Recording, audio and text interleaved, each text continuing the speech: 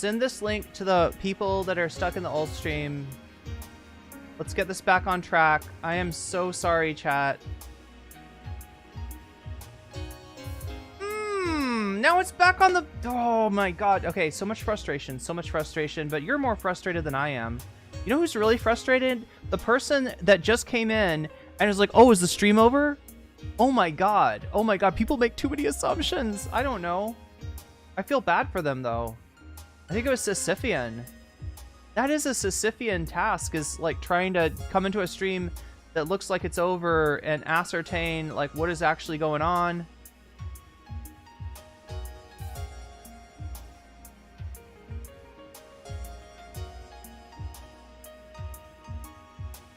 And thank you, Narwhal, for getting everybody the right information.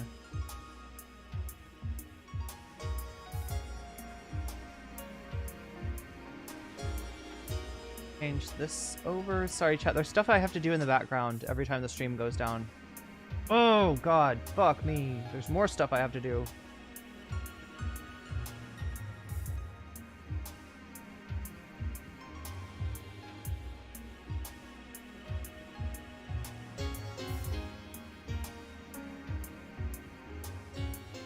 Right.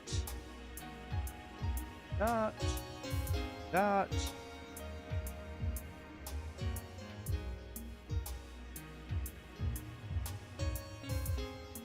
I thought about joking about blaming Shakespeare for the stream going down since I was looking at her link when it went down.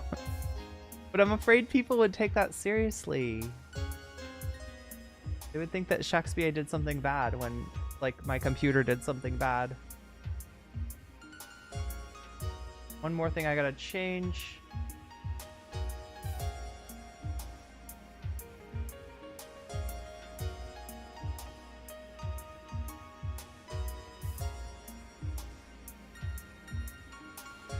I think we should be okay.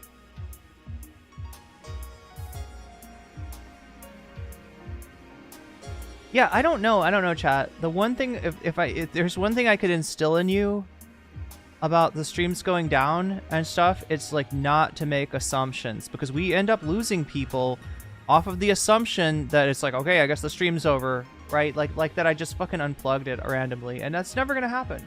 That's never, ever, ever, ever gonna happen. It's always worth it to check your, it's always worth it to click on the channel. That would be my advice, right?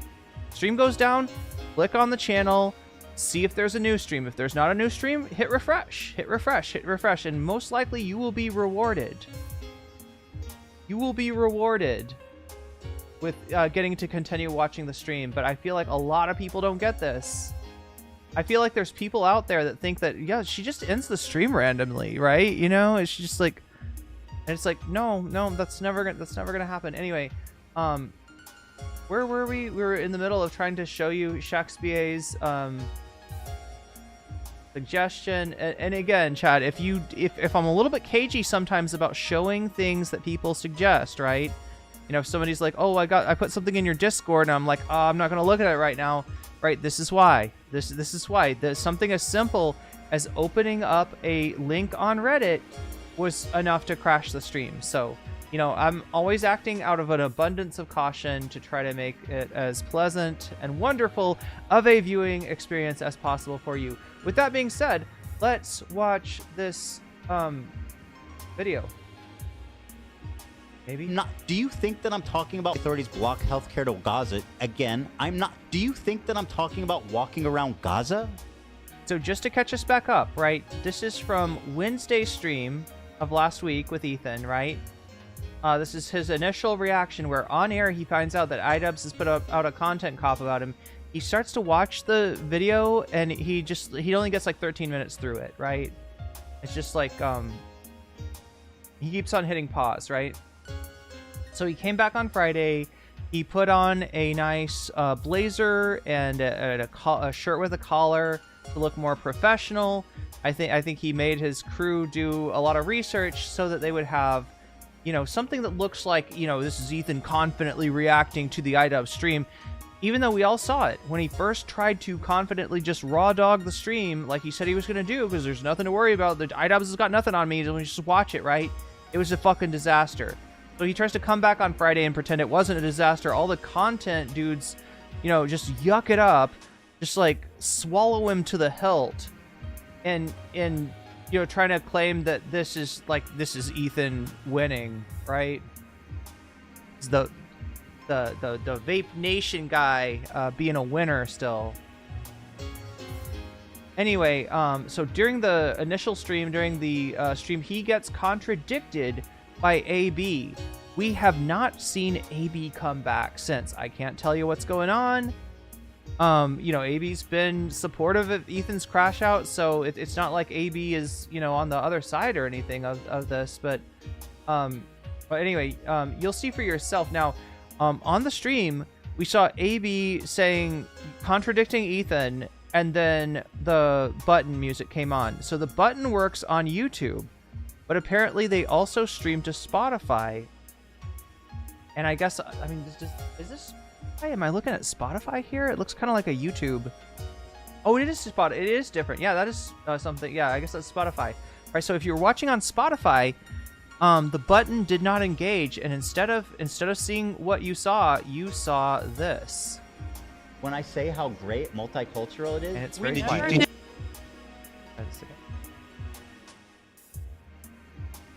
Oh my God. Again, I'm not. Do you think that I'm talking about walking around Gaza? When I say how great multicultural it is, We did never you think defended that? how Israel attacked Gaza since October 7th, not even once. We never I think that's co-signed what they did. Is that not the point he's making though? What? That you're talking about how nice Israel is, but Israel proper is different are- from Gaza. Yeah, no, I understand. Millions right now, say Muslims in I Israel. guess that's where the So we see not only AB, but also Olivia chiming in to try to correct Ethan, right? And that's well, okay, so the button did take effect, but it was later on Spotify, I guess. Is different There from are- Gaza. Yeah, no, I understand. Millions right now, say Muslims in I Israel. guess that's where the Yeah, and I'm trying to avoid watching the I know that the button music itself will get the stream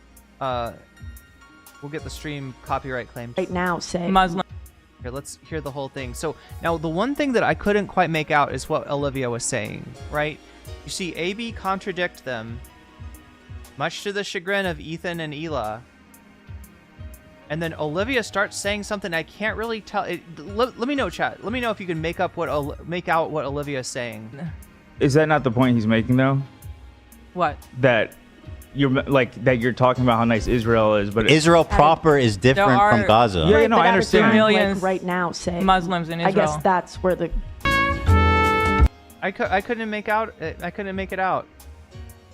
You want to try one more time, chat? I'll give you one more chance. All right. Let's see if we can figure out what Olivia is saying. that you're talking about how nice Israel is, but Israel proper is different There from are- Gaza. Yeah, no, I understand. Millions right now, say Muslims in I Israel. guess that's where the Right now, saying I guess that's where the. I think it sounds like she's just making the same point as AB is making, right?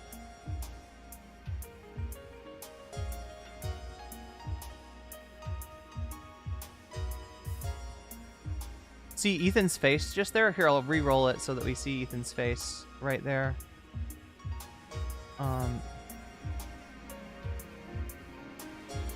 that you're talking about how nice Israel. What they did. Is that not the point he's making though?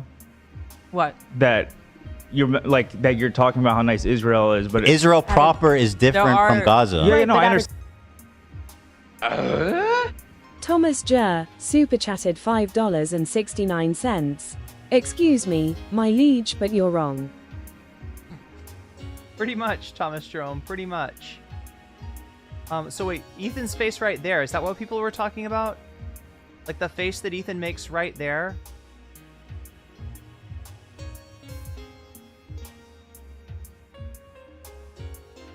So Narwhal says, I heard there are blank civilians right now, so I missed one of the words. Yeah, because they're sort of talking at the same time. Olivia's saying Israel right now is not being nice and diverse. Okay, so like, yeah, what Israel's doing right now, right? But he's trying to, I don't know.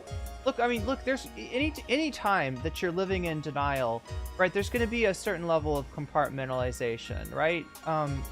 In general, maintaining a bigoted viewpoint is going to require some compartmentalization. What do I mean by that, right, chat? You got your mind, right? Normally your mind is just a container, and it contains thoughts, and sometimes those thoughts might contradict each other. And if your mind's not compartmentalized, you'll do a little dialectic dance in your head of like, oh, but this, but also this, but like try to come synthesize those two opposing thoughts, the thesis and the antithesis, into something that makes sense, right? That's how normally your mind works. Now, if you're compartmentalized, that means that you got a wall somewhere. So this thing is existing here, and this thing that contradicts it exists here, but there's a wall in between them. So they don't ever dialect, all right? They don't dialect, they don't intersect, and you've got cognitive dissonance, essentially, right? And so this sort of cognitive dissonance manifests as like, no, we're talking about Israel proper. Israel proper is good. It's diverse. It's multicultural. The people are wonderful. It's Gaza. Gaza, bad. Do not approve of that. Do not like that. Do not sign off on that. It's very, very bad. Israel and Gaza, that's bad. But we're talking about Israel proper. They're having picnics. They're doing, you know, they're going to the psytrance rave, right? You know, it's wonderful. It's beautiful. Look at all these different people in Israel, and everybody's happy, and nobody's being, you know, racist to each other, and isn't that nice, right? And that's the Gaza, according to Ethan. Sorry, no, that's the Gaza. That's the Israel, according to Ethan, that he wants to show you, right? Because you're not seeing this. You're seeing all the stuff that's happening in Gaza, but he wants to show you there's another side to Israel, and he doesn't realize, Ethan, that makes it worse. That makes it worse. Yeah, we know that there's people having a good time in Israel. Remember the Two Guys podcast? The two, what was it called? Anybody remember there was a podcast, and they're like saying that, you know, when I'm at my rave, right, when I'm partying, right, I'm enjoying it that much more because I know that I am ecstatic. I'm having a good time. That people in Gaza are miserable. They're dying. They're suffering, right? And that makes my good time even better, right?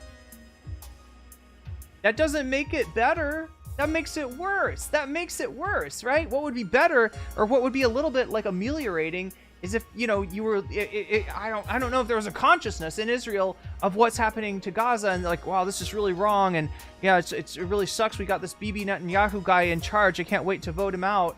You know, right? That's not what's going on in Israel. If you look at the polls, right? If anything, the polls suggest that most people think that the IDF is not going hard enough on Palestinians in Gaza, right? So yeah, no, he's, I don't know what point he's trying to make, but because our thinking isn't compartmentalized and his is, you're getting this, like, it's manifesting this way, right? Where he's like, no, not Gaza, in Israel, though. It's really great in Israel. It's wonderful in Israel. They're having a good time in Israel. They're very nice in Israel.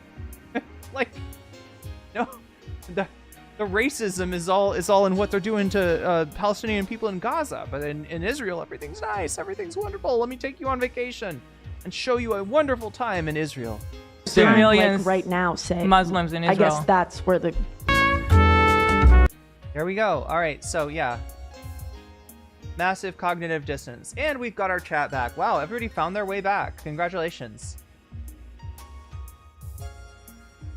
His look got super intense. Well, yeah, does it remind you, Columbia Recon? Now, we didn't see this, right? Because this was just the button. The button worked for video. The content, what is it? Content Court, which they do, it's kind of a ripoff of Content Cop, right? Where they look at a content creator, and they have, in this case, AB act as the prosecuting attorney, I think, and Dan acting as the defense attorney. And, you know, they're like, all right, Dan, you know, what do you say to defend this guy? Okay, well, actually, he's a good guy, blah, blah, blah, blah, blah. All right, AB, your turn. Right, when they came to AB, it was so late, and they wanted to go, right? And AB had put a lot of work into the content court to present his case against whatever content creator, and they're like telling him, no, we're gonna cut it off. We're not gonna present your thing. All the stuff that you worked on, it's not gonna be part of the show, right? And he's a little not feeling great about this, and they're like, but we gotta go home, and they kind of get, they kind of get rude with him, they kind of get snippy. It's a different dynamic than what you see on the show, right? You sometimes see Ethan like pretend to get mad at the crew, but it's all, it's all fun and games, it's all jokes, it's all laughs, right? It's nothing's too serious, right? But this is a very serious Ethan, like, just kind of pulling AB in like by a leash to be like, no, it's not about you. It's not about all the work that you did for the show. It's about us. And we want to get home at this point, right? So, yeah, it's a little bit very similar to that moment. Anyway, chat, we haven't even really gotten started yet. Let's, I'm going to click this and hopefully it doesn't make there we go. Doesn't make anything bad happen. All right, we are so back. Olivia and AB are still backing. Oh yeah. So yeah, this isn't to defend Olivia and AB or say that they're good or they're doing their best or anything like that.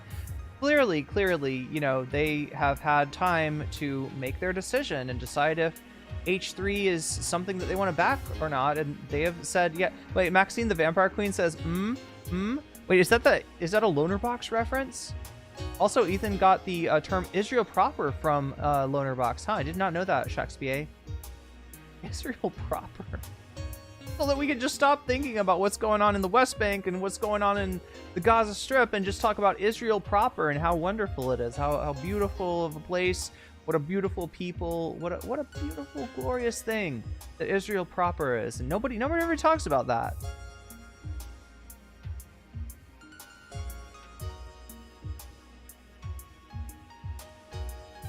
My mic is a tiny bit low, huh?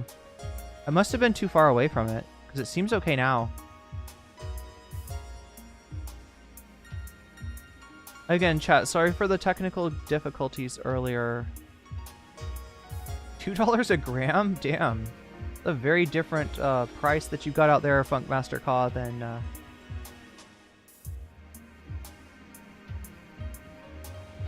Yeah, in Thailand, these things are legal, but they are a bit more expensive.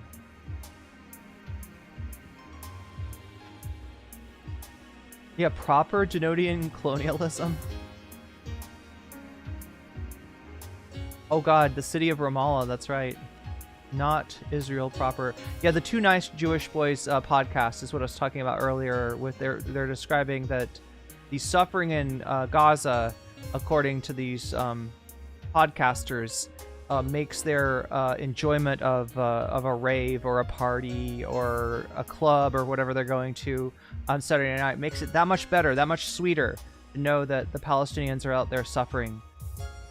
Zones of exceptionalism versus zones of exception type shit, says Brown Chad.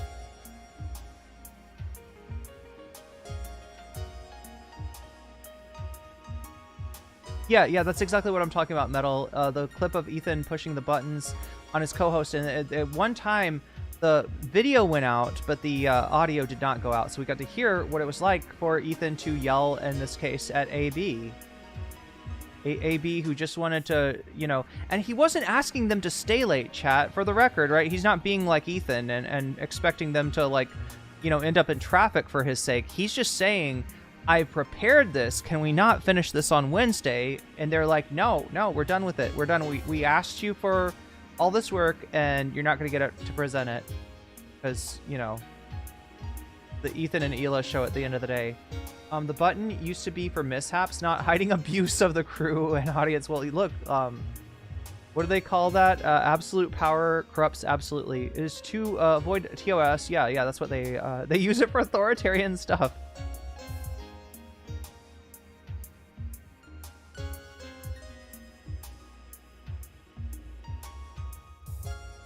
Oh, you weren't making the Loner Box reference? Do you know that Loner Box reference, Maxine? The funny one. The one where Loner Box was chatting with a fan. He was rizzing up a fan, and you know they were sexting back and forth, and every time the fan of Loner Box would propose you know a sex act that they find you know appealing, Loner Box would say, "Mm-hmm, I'd do that. Mm-hmm, I'd do that." Like it's just like the creepiest thing. Pay no attention towards the racism towards Ethiopians. I know, right? Weren't some Ethiopian Jews in Israel like forcibly like rendered infertile? Isn't there like there's yeah, Israel does not have a good track, or even Israel proper, if you want to, you know, compartmentalize your mind like that, does not have a good track record when it comes to racism.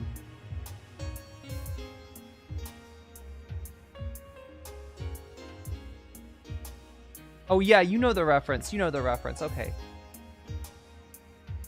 All right, chat. Well, do you know the reference of this? This is the bonus content, right? We do this every day, right? Oh no, I gotta remake the poll, don't I? Fuck me. We should just remake the poll. We gotta remake the poll, remake the goal. God fucking damn it. I knew there was more stuff that I should have been doing in the background. Butterfly, put a butterfly in my hair is what a butterfly in hair. Should I don't know how many super chats we got. Let's put it down to 5 super chats. So if we can get 5 super chats in the next 2 hours, I will put a butterfly in my hair. Right, chat? This butterfly go in my hair.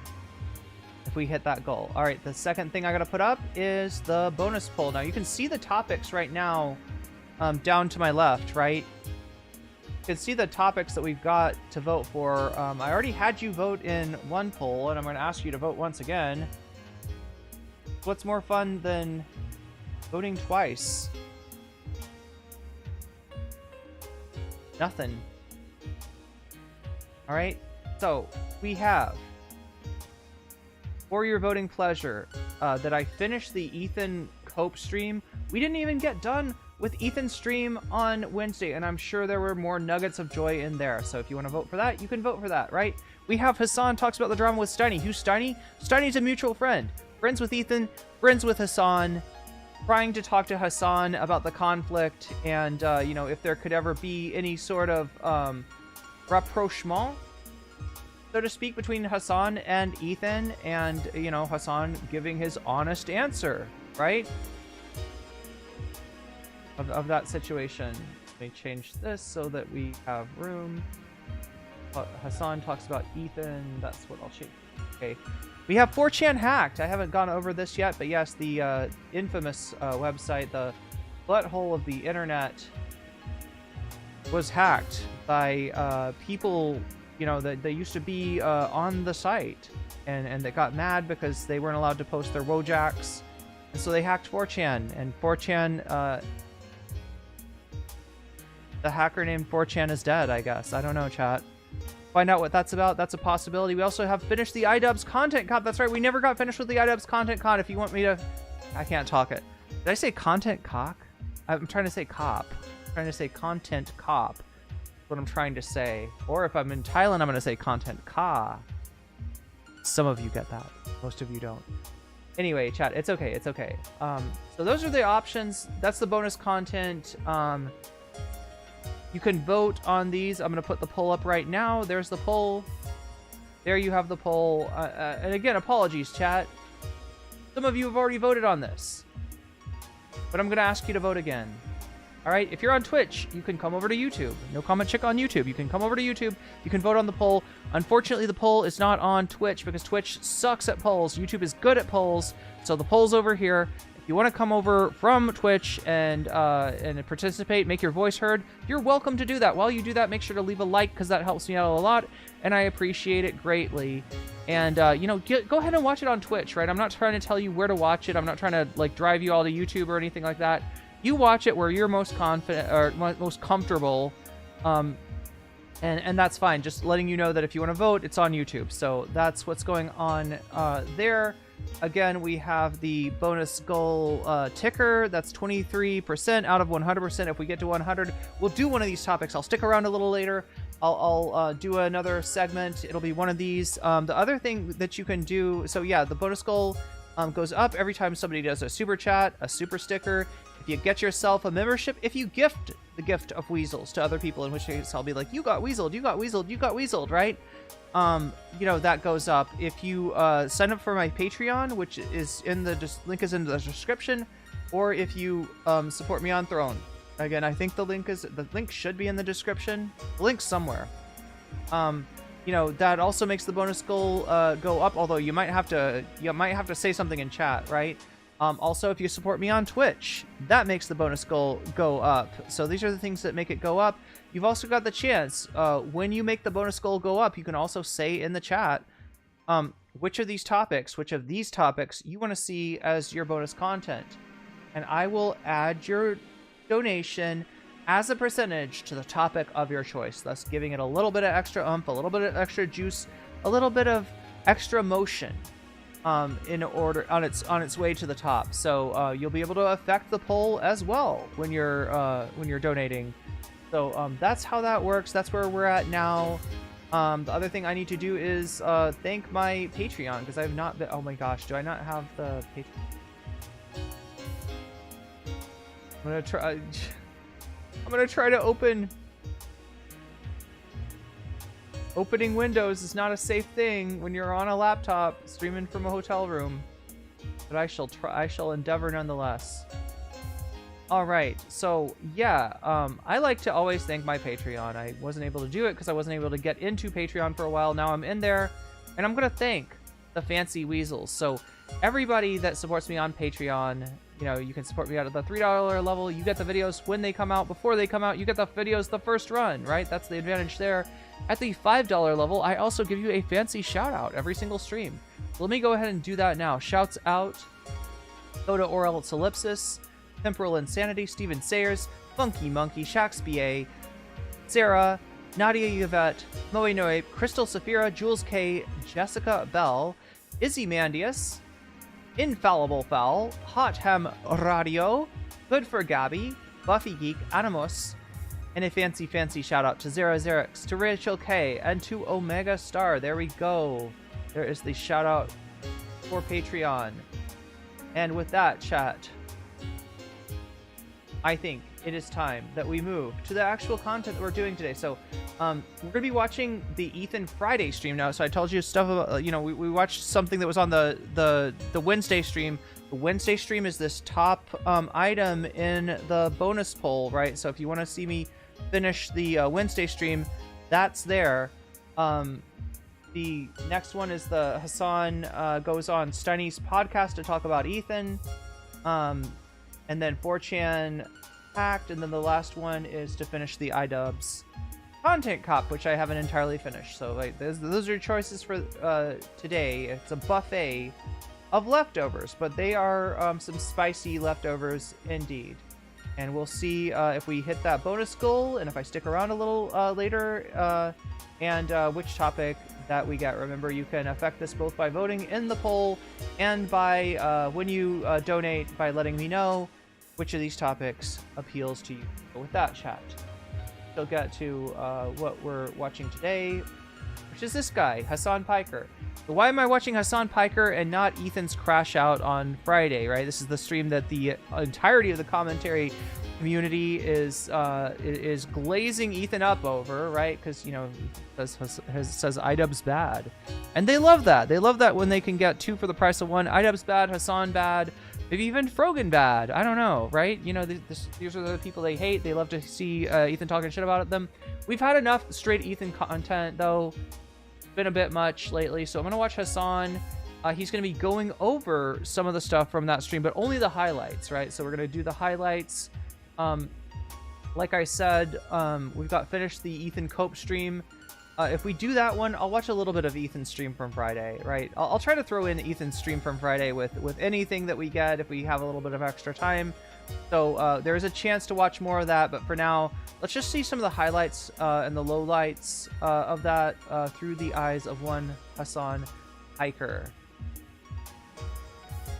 Too big of a coward to have that conversation because you're worried.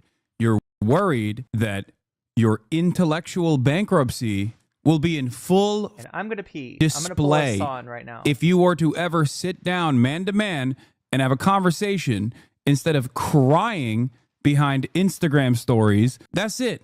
Yeah, wake up, Ethan.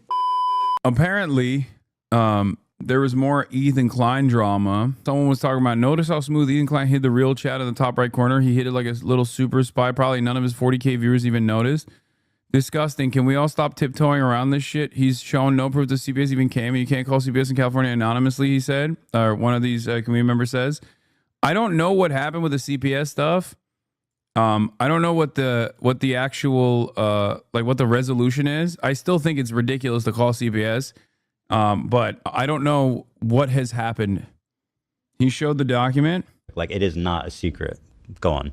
Leaves on the floor, something that is probably related to the fact that his former housekeeper is suing him for a number of different reasons. Now pay So I would attention assume to he doesn't her actually chat. have a housekeeper anymore, or perhaps he lost his extra housekeeper. So now the house is just like covered in dog shit. And he has kids, and his kids like crawl into the dog shit. God forbid.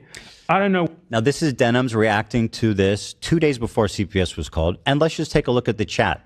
He keeps claiming matter-of-factly that it was Denims' community, which is bullshit. He posted an edited chat of Denims' chat when a real chat is in the top right and they don't match. Call CPS. Like, it is not a secret. Go on. Leaves on the floor, something that is probably related to the fact that his former housekeeper is suing him. Yeah, why did he put his cam up here? Why did he go from blip to this side to up top? You can file anonymous CPS complaints in California. It's literally on the website. I don't know how the CPS process works. 7 messages out of thousands from a different video she was watching also. Lose viewers. Lol, stop thinking about your boyfriend, Ethan. Is this the new meta? Denims debunked it. The chat didn't look like that. They made it look like it was full-on CPS messages when it was only one chatter like every 5 minutes. Yeah. I do think that it's mostly bad faith at this point. Like, everything that he's doing is bad faith. I haven't seen if he like actually reacted to the rest of the content cop or not. I don't think that he's going to. Oh yeah, here, this is the one I was going to show. I don't think that he's going to. For different reasons. Now pay So I would attention assume to he her doesn't chat. actually have a housekeeper anymore, or perhaps he lost his extra housekeeper. So now the house is just like. All right, everybody. Oh my god, chat. There was so much in there. There's so much. Fuck. Let me just rewind it. Denims debunked it. The chat didn't look like that. They made it look like it was full-on CPS messages when it was only one chatter like every. Yeah, if you look at, I think there's a Sean DeBlack clip that shows the. You just have to zoom in on what Ethan's showing a little bit to see that it is a badly photoshopped image.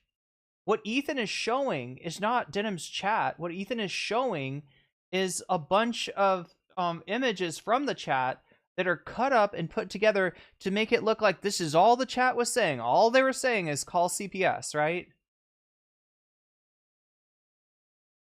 When you see Ethan right here, so like Ethan is watching Denims trying to show receipts here, right?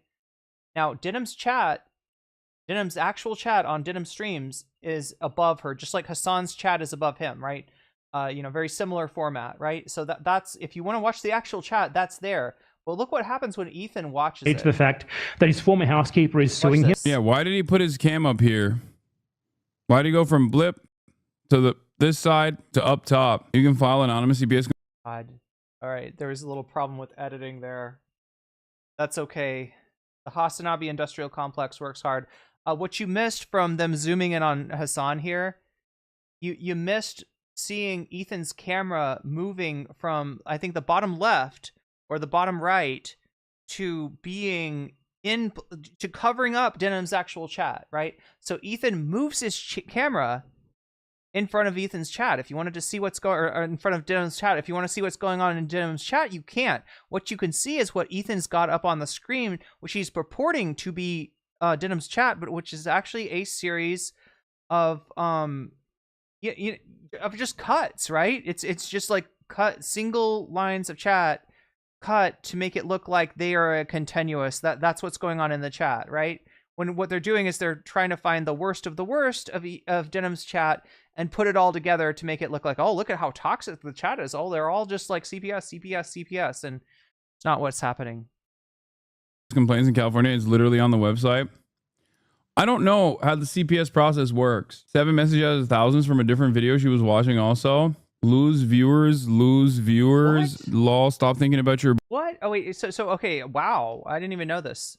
One of the chatters is saying that it's not even all from that Denims video. So they just basically found like the worst things, you know, that they could present out of context as if that's Denims chat at the moment. At the moment when they're talking about the Ethan Klein House Giardia situation, right? They make it look like this was what the chat was saying. It's fucking bullshit.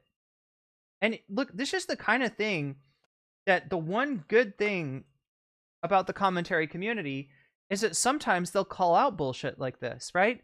Sometimes like I said, you know, these people have too much time on their hands. Sometimes they use that for good. _by super chatted $5. I saw this live and a single chatter say that this was Photoshop and that's when he moved his window. It's shameless, truly. Wait, so a single chatter in Ethan's chat said that it was photoshopped? And that's when he moved his way. Yeah, because if you look above Denims, you can see the real chat, right? I mean, you have to kind of zoom in on it to really make much about, you know, to be able to make a lot of sense about it. But like, right, he moves his window over Denims where he's covering up the chat. But yeah, thank you, Narwhal, for the super chat. Just called Ethan Giardia now. House Giardia? Wait, like sounds like a name from Game of Thrones. House Giardia sends its regards. Can we talk about how grotesque Ethan is? Poop, burps, chewing, etc. I mean, to be fair, iDubbbz does a burp too. But yeah, that's definitely no look. RIP headphones and RIP misophonia people. Anybody got misophonia in chat? But then then Hasan finds a I don't know, is this like a Asmongold person? Is this a Diddy Gear? Is this a Fupa Troopa? I don't know who it is, but they're like, lose viewers, like it's gonna work. Like, what is it, a prayer? What are they doing? Lose viewers. I want you to have less viewers. I don't like the fact that of all the people, you know, Destiny, Ethan, you know, everybody with Asmongold, right? Hasan has the most, right? I don't like that. Lose viewers. The curse. I don't know how the CPS process works. 7 messages out of thousands from a different video she was watching also. Lose viewers. Lol, stop thinking about your boyfriend, Ethan. Is this the new meta? Denims debunked it. The chat didn't look like that. They made it look like it was full-on CPS messages when it was only one chatter like every 5 minutes. Yeah.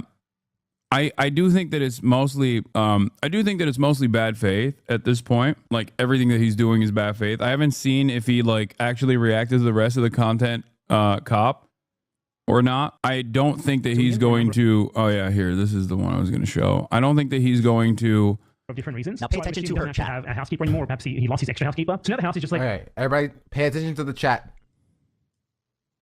Pay attention to the chat that is going on based upon what's on the screen here.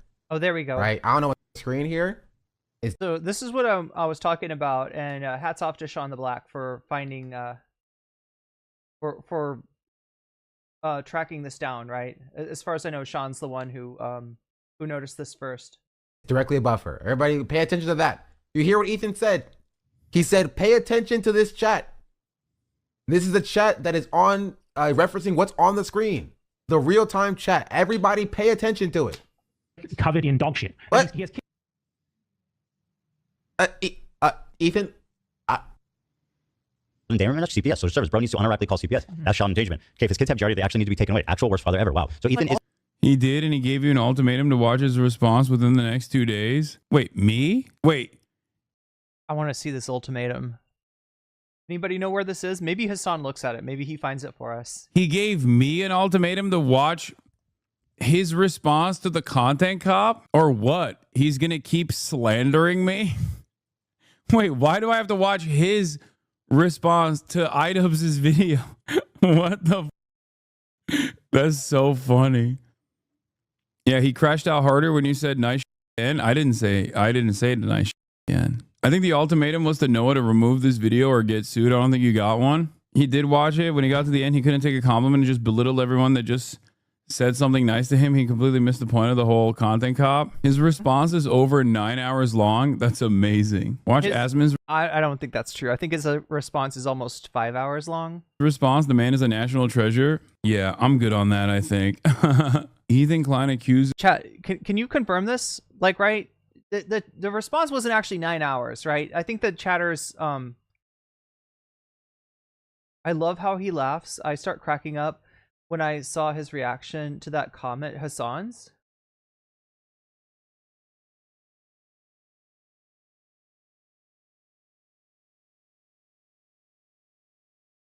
Yeah, some good sleuthing by Sean DeBlack.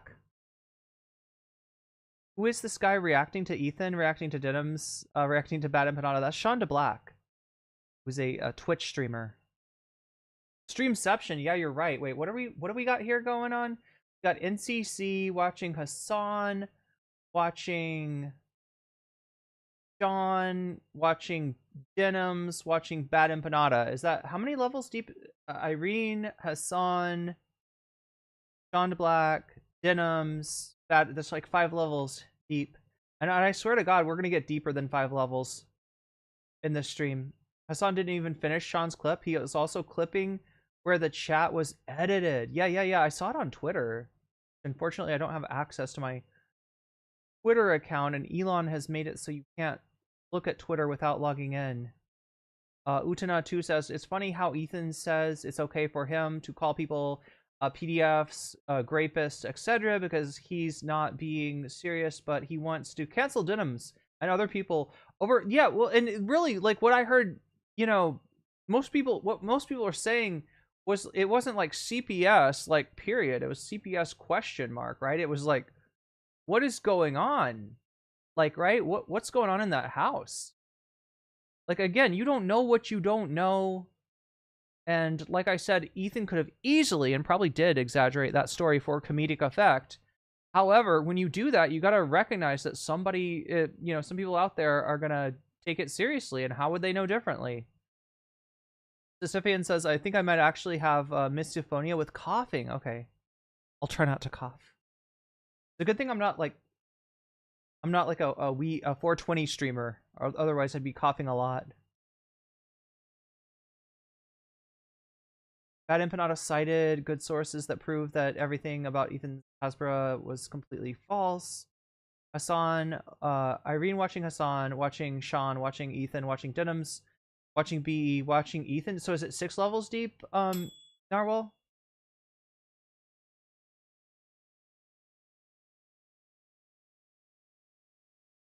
Anyway, back to the content.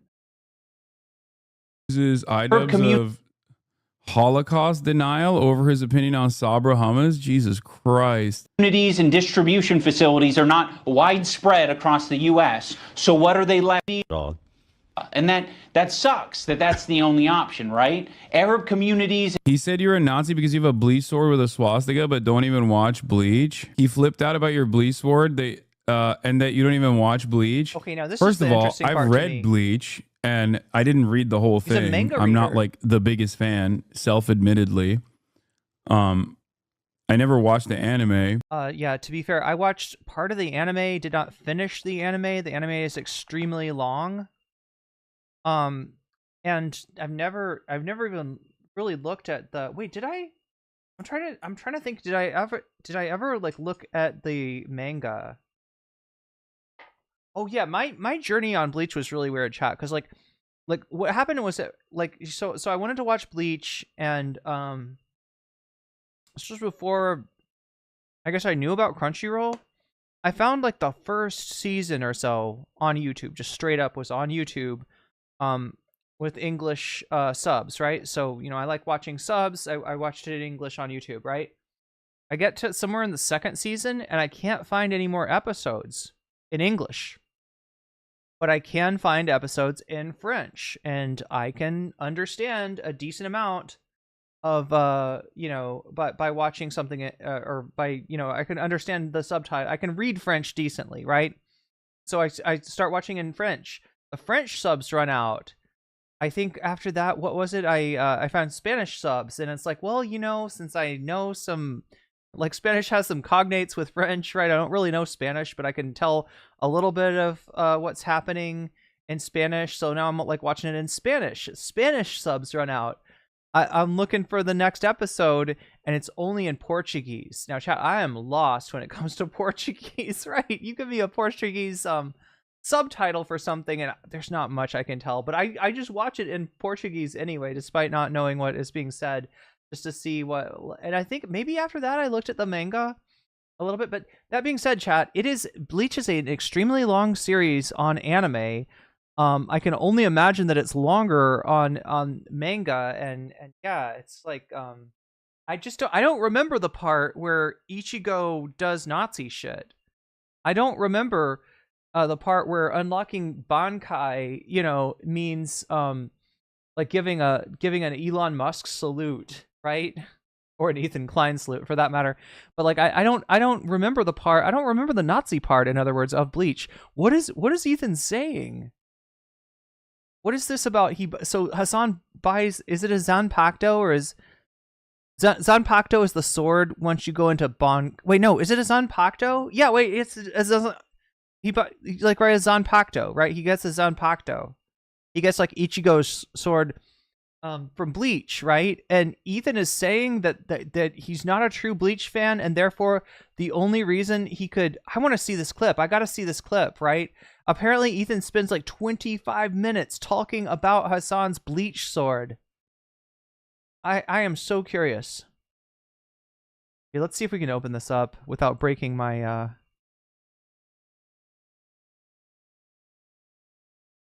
laptop here. All right, so there's the Friday show. I just have to know. What do we got? XQC's react. Oh, he watches XQC's reaction first? He's like, haha, XQC agrees with me. Hasan tweet, Mike from PA is not part of the team. Oh, because Mike from PA didn't get... he's trying to sow divisions between Mike and Hasan and Frogan and everyone based on the fact that Mike was not in iDubbbz's video. Hasan's copium bomb? I feel like this 5-hour video here, my dude, is the copium bomb. But anyway, you do you. Frogan's response, content, cops, other features? Uh-huh. Right, iDubbbz brought back content cop, watching and reviewing the video. Okay, so what are we looking for? A transcript right here. Open up the transcript. I'm just looking to see what the fuck Ethan said about Bleach, right? Because this shit is wild to me. The idea that having a sword from Bleach somehow makes you...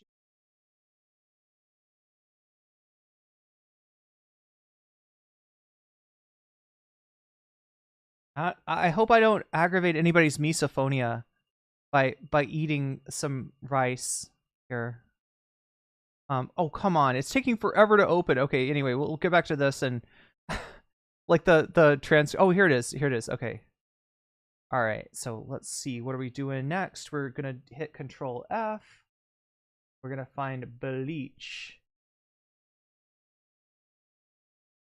Yeah. Here we go. Here we go, chat. Are you ready? Are you ready? Oh, here we go. Here we go. This is so good.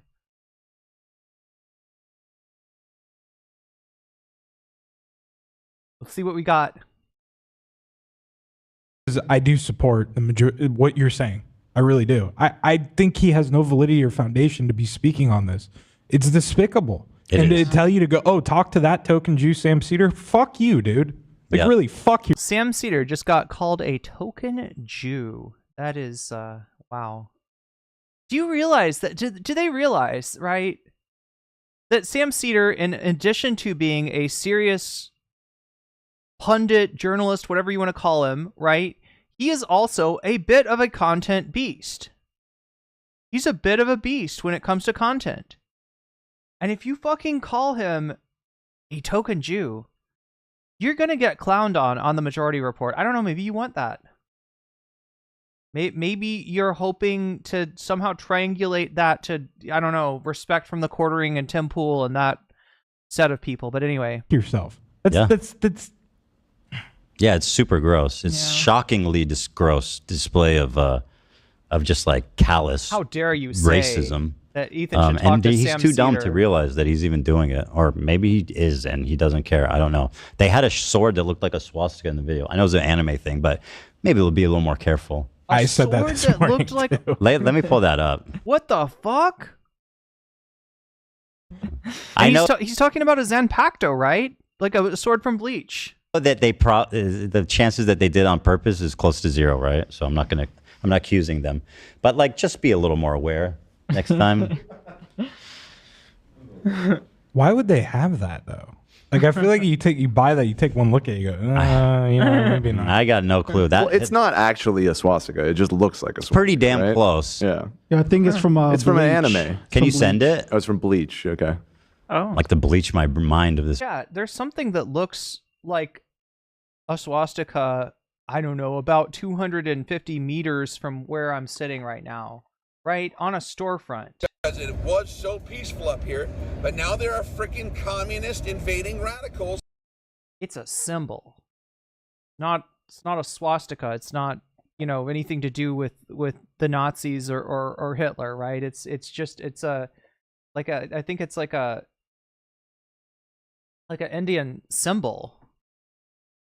This video. I'm not going to say that they're But most yeah, genocide. probably should have picked a different katana for the. Like- No, show us.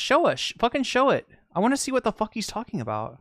Ian posted this to Twitter, okay, with a katana. Not racist guy, not racist.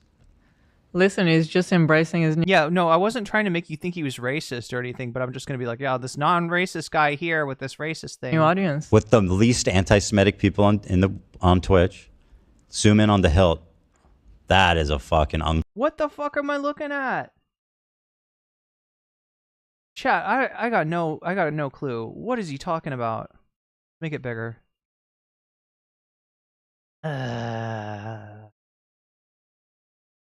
No, Ethan. No, Ethan. No, Ethan. I don't even know. Is that Ichigo's sword? Anybody know who Zanpakuto that is? That might not be the main characters. But I do remember that hilt. Yeah, he's talking about the hilt, right? And he's saying that this looks like a swastika. Anywho. uncomfortable similarity to a swastika. It's a warm To welcome Kyle- to his new audience, Ethan. Wait, how is that not a swastika? That's almost like. I'm sorry, you mean your new audience, Ela? You mean the commentary guys that think that sort of thing is a funny joke? Like it's doing the whole motion. It totally is. I guess it's the motion. What motion? It is a swastika. Wait, hold on. It's not like a Nazi swastika. It's swastika's originally from Asia. So like wait, it was. what's the name of the sword? So I want to see what it looks like in the cartoon. Oh, I don't. It looks this. I could never get into Bleach. I just want want to see for reference. Fake weeb over here. Bleach. I'll say Bleach Nazi sword. Katana. Bleach Nazi sword. Whose sword is this? Is it Hassan? Yeah, that's assume Hassan's so. sword. Yeah, The Hassan's a thing is, big like, weeb, you can't so. own this and have it and like have it out without being like, this looks like a swastika. Yeah, Or do you think that now that it's been pointed out that he should remove the photo at least? Take it down? No. Ela, nobody's removing shit. You are smoking. He's not going to. It's just, I don't That's a fucking I'm harassing. Come on, dude. Come on, dude. Come on. Obviously, only a Hitlerite would wield a sword like that. God damn it, Ichigo. God damn it, Ichigo. I didn't know that Ichigo was alt-right, chat. Ugh. It's very close. Childhood destroyed. I mean, I guess objectively it is the shape of a swastika, but I think the intent has nothing to do with Nazi Germany. The Nazis have ruined that symbol. You can't just be like, oh, well, you know. Let me ask you this. Is Hasan a huge fan of Bleach? Does he have a reason to have this Probably, sword? right? I mean, I've that's a never heard popular him one. talk about it in my entire life. Well, how much you watching, you know? Well, hold on. Let's see. Let's see. Let's look. He watches Hasan he Piker watches and that is a very and popular one. Chat, I gotta ask you. Is there anything like should I get rid of my Kingdom Hearts Wayfinder? Like, is there like a bad, like, you know, like, I don't know. Is it like, is there I don't know, chat. Now I gotta be suspicious of all the anime shit. All the anime shit I've ever liked, right? Could be Nazi shit. I don't know. I could never get into it. I don't know. I tried it too. I didn't like it. I'm with you, Dan. It sucks. It sucks, right? Find it's boring. Find one instance of him talking about the show Bleach. Okay. Is there any mention of the Jewish people in that I show? just don't know that you can. I don't think in the context of these people that talk about Israel and Palestine. Somebody should have looked at the photo and been like, "Hey, maybe that is probably a bad call." Well, he's goofed around with the sword, right? He's goofed around the sword. He's seen he's seen it. It's still up though, you guys. Like it's still up. He tweeted that and it's still up. He didn't it's been pointed out. Let's say he didn't know. No one cares. No one cares. You sound delusional.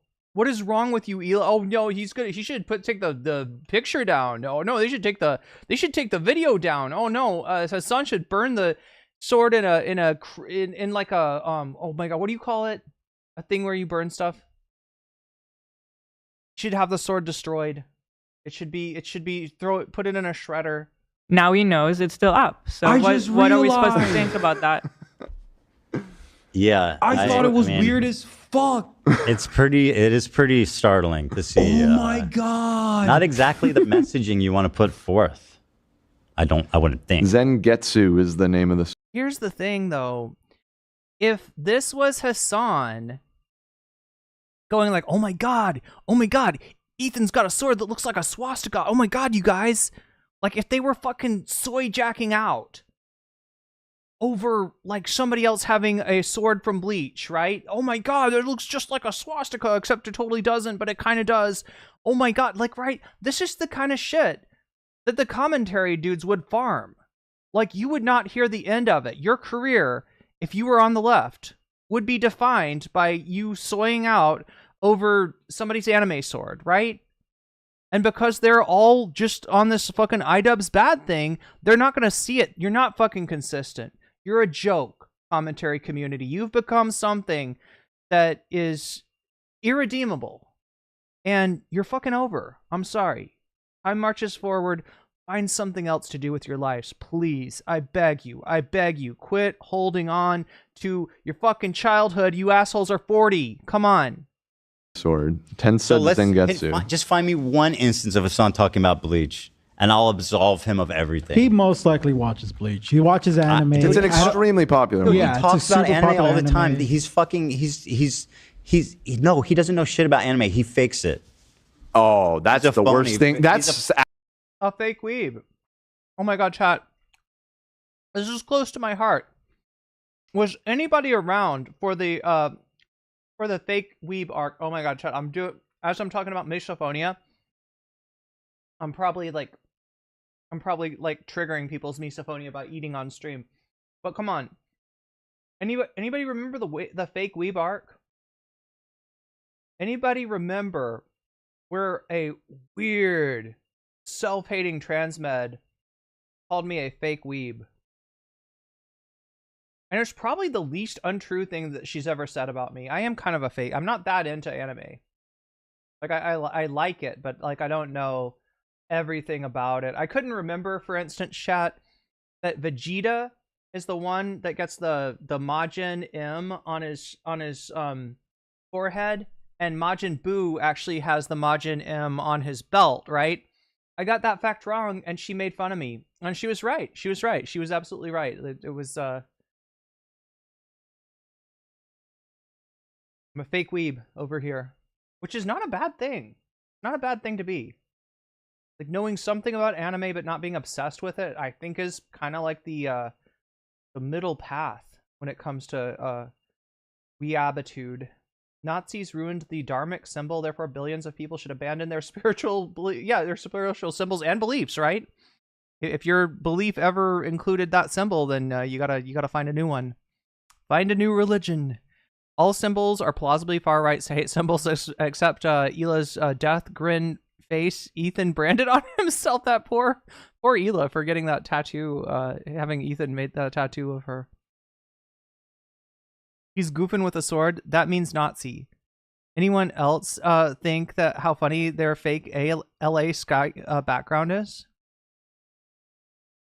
Mussolini loved Kingdom Hearts. No. Noel _ by No. super chatted $5.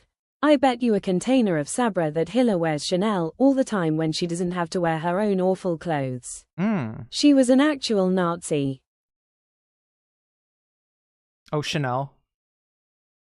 Take that sword to Mordor. Yeah, you gotta melt it down in the fires that it was forged in. That's right, Morbert. They boycotted a rock band because they had pentagrams on the fretboard, so Satan clearly influenced the game in some way.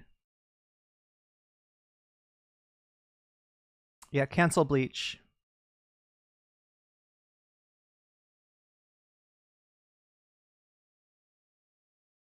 Incinerator, thank you. Yeah, you burn the sword in an incinerator. Hila's IDF cult background really coming through. She's clearly used to threatening people into silence. Well, yeah, they're trying to do, like, this is the irony of it, right? Like, Hila and Ethan were anti-woke content creators, right? Back when it was called anti-SJW, right? That was one of their big strains of content, was finding the friend that's too woke, you know, on YouTube and pointing and laughing, right? That was a big part of what they did, was make fun of that shit. So they still got that you know. I mean, that's, you know, they're still like they sort of pretend that they changed and that they evolved and stuff like that, but they're still kind of like that underneath, right? But they'll try to do basically a straw man of wokeness, like against people that they perceive as being left or woke or whatever, right? To try to, you know, I don't know, shame them, right? Of like, oh yeah, and you know, if you have something that I can say kind of looks like a swastika, then it must mean that you're a Nazis, because that's what lefties. It's a Ben Shapiro idea of leftism. It's a Ben Shapiro idea of what left-wing people are like, that we're these obsessive, you know, freaks that have to be utterly morally pure at all times, and that if anything even looks like it could be maybe, you know, in the right light, you know, something, you know, bad, that we have to like disavow it. And it's like, okay, say you hate left-wingers without saying you hate left-wingers. And this guy was trying to pretend to be one of us, right? This guy was grifting. Ethan Klein was grifting after his edgy, you know, followers all left him. He grifted as like, oh no, I'm actually really woke. You know, it's like, is that really what like is that what an intersectional leftist says? I'm very woke. Yes, I'm. Hasan got it specifically to have a hidden swastika. Yeah, he's hiding his power level in that sword. Ethan is giving Germans the symbols of other cultures. Basically, he's become an SJW. That's what I'm saying. Play something. That's what I'm saying. Is they're the Ben Shapiro stereotype of lefties, because they're reaching and they want to win on the internet. Columbia Rican New York says the weirdest part is that they live in LA, where there is a huge Japanese and Chinese community. And he doesn't even know about that symbol. Really doesn't feel like the Zengetsu is bigoted. Is that Ichigo's sword, chat? Did I have that right? Is that like the sword that Ichigo, is that the Zanpakuto that Ichigo wields? It's been a while. Hasan eats and talks all the time. So insane for suggesting that Hasan bought a bleach sword because he was like, low key, I can hide my power level behind this symbol here. Christ Elijah says, I'm not an otaku. Yeah, I'm not a Hikikomori. I just edit a lot. But thank you, Narwhal by Nature, for the super chat. Bet you a container of Sabra that Hila wears Chanel all the time. She doesn't have to wear her own awful clothes. She was an actual Nazi. Coco Chanel, you mean? All right, back to the content. Back to the content. Actually, slander. You're gonna get sued. The only thing he's like, oh, One Piece is about revolutionary, so I'm gonna watch like a few hundred episodes and act like I'm a mega fan. Oh, that's my favorite part about One Piece, is that it's about revolutionary. It's about revolutionary. Yeah, I love that about it. Few hundred episodes? That's not a good enough bar. Luffy and you know, henceforth, Joy Boy is a revolution. That's right. It's Are for you? Barely scratching What the the surface, fuck? bro. That's literally the show didn't even start. Like, how you gonna call yourself a fan of that show and have only watched like a tenth Fake of fan. it? I bet you've only watched I'm being 400 serious. episodes of that show. I've watched 6. Sit down. Wait, I'm by no means an anime fan. What is the one show that's super long that you're like One Piece. One Piece. That's the one. Yeah. we're That's talking the about. one how many episodes are there? At this point, it's like 1,300. Thousands. Jesus. What the fuck? Yeah. It really picks up at 400 though, Zach. So give it a shot. Actually, I think the official consensus is that it really gets going at I'm being told that episode Hasan 600. does watch Bleach. Find me an example. I want to see the man say Find me Bleach. an It's one of the example. most popular animes in the world. I'm sure it is. Mein Kampf is a very popular book too. Ethan, you're reaching. You're reaching. It's a bestseller. It's like, you know, be smug or be ignorant, but don't be smug and ignorant, because it's a bad look. And commentary community, this is your dude. This is what you've endorsed. This guy is a symbol that you're fucking over, that you're done with, that it's clock is ticked, the alarm is rang, you just haven't woken up yet, and you haven't grown up yet. Anyway, the point being that it's a little fucking Lord. like, wow, okay, interesting. Bad form, dude. Like, that's the picture you're gonna stand with. Okay, let's get it. Let's get it. Well, certainly, you're not sending the wrong message to anybody on Twitter, right? Cool. Oof. Sensitive guy. I love leftist iDubbbz. Ethan, if I type your name into Twitter, then yeah, I'm going to find a lot of people clowning on you. But if I type iDubbbz's name into Twitter, I'm going to find a lot of people clowning on him, including Nazis and commentary jackasses and everything in between. Everything in all parts of the spectrum of edgelord, I will find dunking on iDubbbz. I don't know if that's the flex that you think it is. Like, oh my god, people like Hasan. People support Hasan on Twitter, so therefore, he must be a Nazi. Idle behavior. You got it? I says, laugh my ass off. You don't know about Bleach. This is startlingly recent. March 19. 19. He's up with Bleach. This was just sent to me. I guess this still doesn't actually prove anything, but it's him mentioning it recently. He might be talking about cleaning. Oh, true. He might be saying like you want to stain out of your somebody's showing off their clean laundry, and then It's got a he's big stain on noticing it. that there's a little bit of stain there. Oh my god, he uses bleach. He sanitizes his house. How are you going to get infected with parasites if you don't know about Bleach? Prove me wrong. Prove me wrong. Represents anything to do with them, okay? But what they are going to do is they're going to inexplicably link Israel and Jewishness Here we together. So when they're being criticized, all of a sudden they Here have we go. The expert on the conflict. Show me evidence of that, dude. You don't have any authority. You have no fucking knowledge. You have no expertise. You have no world experience. Ethan, if somebody wanted to, they could probably make an hour-long mega mix of you conflating the state of Israel with the Jewish people. You have not just done that once. You have done that over and over and over and over again.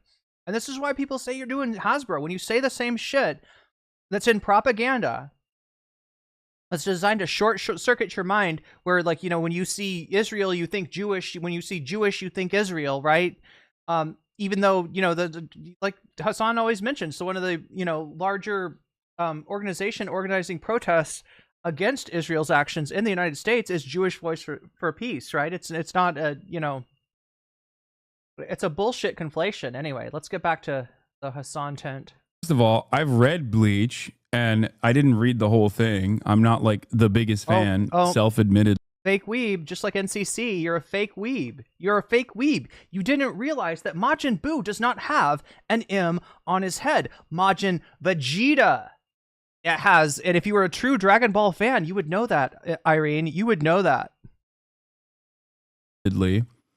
I never watched the anime, but I did get the sword at an anime convention on camera because it was cool. It is pretty funny though that he spent 25 minutes talking about your Bleach sword.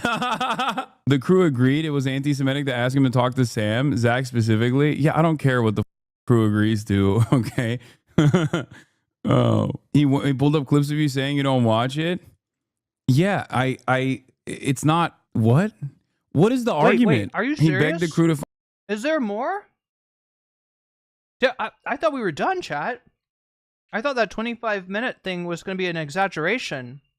God damn it! I got to put my rice somewhere while I look for other occurrences of the word bleach.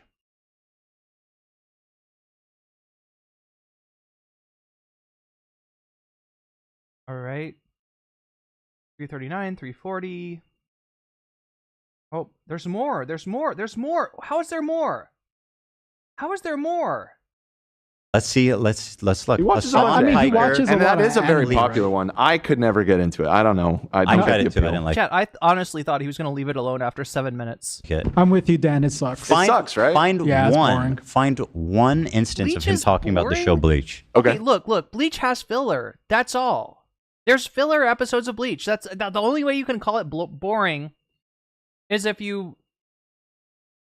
I don't know. Does it get bad later into the show, chat? I've only watched up to the... What are they called? Like the Eisen dudes, the guys, the people that, oh my god, I can't remember what it's a word in Spanish, right? The people that work for Eisen, they're called I can't remember, but that's how I didn't get that far. So maybe it gets boring later on, right? But I think when people say Bleach is boring, they're talking about the fact that every now and then there will be slice of life episodes that aren't really germane to the plot. Is there any mention of the Jewish people in that I show? just don't know that you can. I don't think in the context of these people that talk about Israel and Palestine. Somebody should have looked at the photo and been like, "Hey, maybe that is probably a bad call." Well, he's goofed around with the sword, or right? it could be that we do not exist as SJW stereotypes. Dan, did you ever think about that? Did you ever think that maybe the left is not allergic to fun and that that's not a fucking flex? So, oh my god, a leftist liking anime, holy shit! But it's problematic. It's problematic. Right? He's goofed around the sword. He's seen he's seen it. It's still up though, you guys. Like it's still up. He tweeted that and it's still up. He didn't it's been pointed out. Let's say he didn't know. Now he knows. Hila, no one cares. Shut up. Shut up. It's still up. So what are we supposed to think about that? Yeah, I thought it was anything that you want about it. I don't care. You're not a moral arbitrator of anything. Man, Weird as fuck. It is pretty startling to see. Oh my god. Not exactly the messaging you want to put forth. I wouldn't think. Zengetsu is the name of the sword. Tensei Zengetsu. Just find me one instance of Hasan talking about Bleach, and I'll absolve him of everything. He most likely watches Bleach. He watches anime. It's an extremely popular one. He talks about anime all the time. He doesn't know shit about anime. He fakes it. Oh, I know about anime. 50-year-old Ethan Klein. I know about anime. Hasan doesn't know. He's not a true fan. Oh, that's the worst thing. That's actually slander. You're gonna get sued. The only thing he's like, oh, One Piece is about revolutionary, so I'm gonna watch like a few hundred episodes and act like I'm a mega fan. A few hundred episodes? That's not a good enough bar for you? That's barely scratching the surface, fuck? bro. That's literally, the show didn't even start. Like, how are you going to call yourself a fan of that show and have only watched like a tenth Fake of fan? it? I bet you've only watched 400 episodes of that show. I've watched 6. Sit down. Wait, I'm by no means an anime fan. What is the one show that's super long that you're like? One Piece. One Piece. That's the one. Yeah. That's How the one many? with- How many episodes are there? At this point, it's like 1,300. Thousands. Jesus. Oh, I don't watch Bleach, and I'm not caught up with Naruto. This man, I got to tell you, that's pretty F.A. compelling stuff. Fan. 8 months ago. This is a crash out. If anybody's coming in here from the commentary community and they're mad that I don't hold I hold an opinion that's contrary to the consensus of the community, right? Please just look at this. Look at what passes for a receipt. Oh my god, we found Hasan saying that he doesn't really watch Bleach. Right? As in, I don't watch it currently. Right? Ago this was, and since then he's become a big enough fan of this show to buy a tilt with it with a fucking swastika. What if this was a wake-up call? What if this clip embarrassed him into starting to watch the show? This does not help him. And actually, if anything, I was kidding when I thought they did it intentionally. I don't know anymore. I think Hasan might be collecting it because he thinks it's funny that it looks like a swastika. He might have started watching it recently. This is pathetic. And if you're bigging up this guy in order to attack iDubbbz, you are farming yourself. You are farming your community. You are showing yourself to be ridiculous, immature ass clowns. I feel like he's gonna say it was sent to him. Like okay, he didn't notice. He just what? What That's just my gut reaction. If someone sent me something that looked like a swastika, I'd probably notice. If they all agree it's a problem, take down the photos, right? That's the least they can do. I suppose that would be. The man doesn't watch Bleach. Nobody thinks it's a problem, Hila. It's a fucking sword from an anime. Shut up. He doesn't even recognize the main character. Is that the guy who wields this sword? I don't think that's not him. Ichigo's the one who wields it. Okay, of course. My apologies. Oh, you know about it, Nate?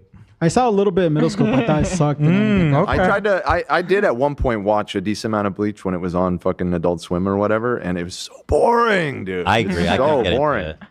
I love this guy. I love this guy. He watches a few episodes that are like slice of life, and he's like, "Oh, Bleach is a slice of life anime." And like, I was like, "Okay, a you don't like slice of life, or B Bleach doesn't do the best job at slice of life content, or I don't know, like just like."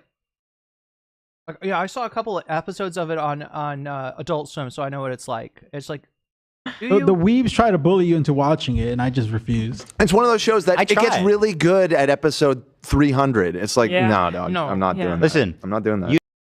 From what I've heard, it's the opposite, right? I think the beginning is pretty strong, but some people say it falls off after a certain number of episodes. I never got to the episode where it falls off, so. Don't think that I want to watch a good anime. You don't think that I'm desperate for something to watch. They'll be like, I tried. I don't like it. Leave me alone. Put on Housewives. There we go. Leave me alone, he says, as he obsesses over Hasan Piker's trips to anime conventions. Over the anime sword that Hasan bought at one of those and the anime that it's from. Leave me alone, says Ethan. Wow. Go. Housewives of fucking New Jersey, season 200. No swastikas in that show. Hell no. Certainly not. To say Habibi, like you got like a white guy who's like, can I say it? Is it a slur? And then love Sabra, which is they're not Arab coded at all. Now, when I first saw this tier list, I immediately knew what it was doing. I was. Okay, so did we watch all of the Bleach related stuff?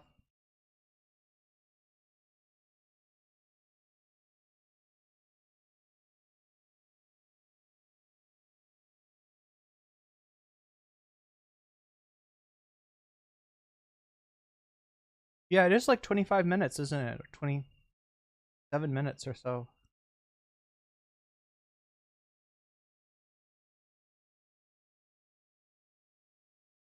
Yeah, I think we're done. I think we're... Wait, did we... 46... 47... Oh no, there's one more. What the fuck? They go on! They go on! I was like, oh, it's a play on the... Does it get worse? Does it get worse? Oh God, is this even more recent? It's much more recent. This is no. This is from 4 months ago. No, what does he say?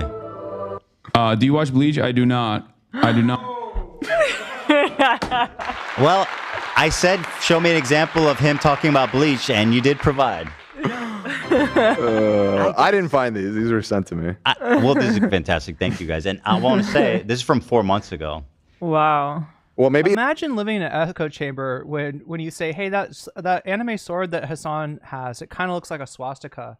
And instead of people being like, "Dude, you're reaching," they're like, "Oh yeah, Ethan, no, that's a really good point. Here, let me find you an episode.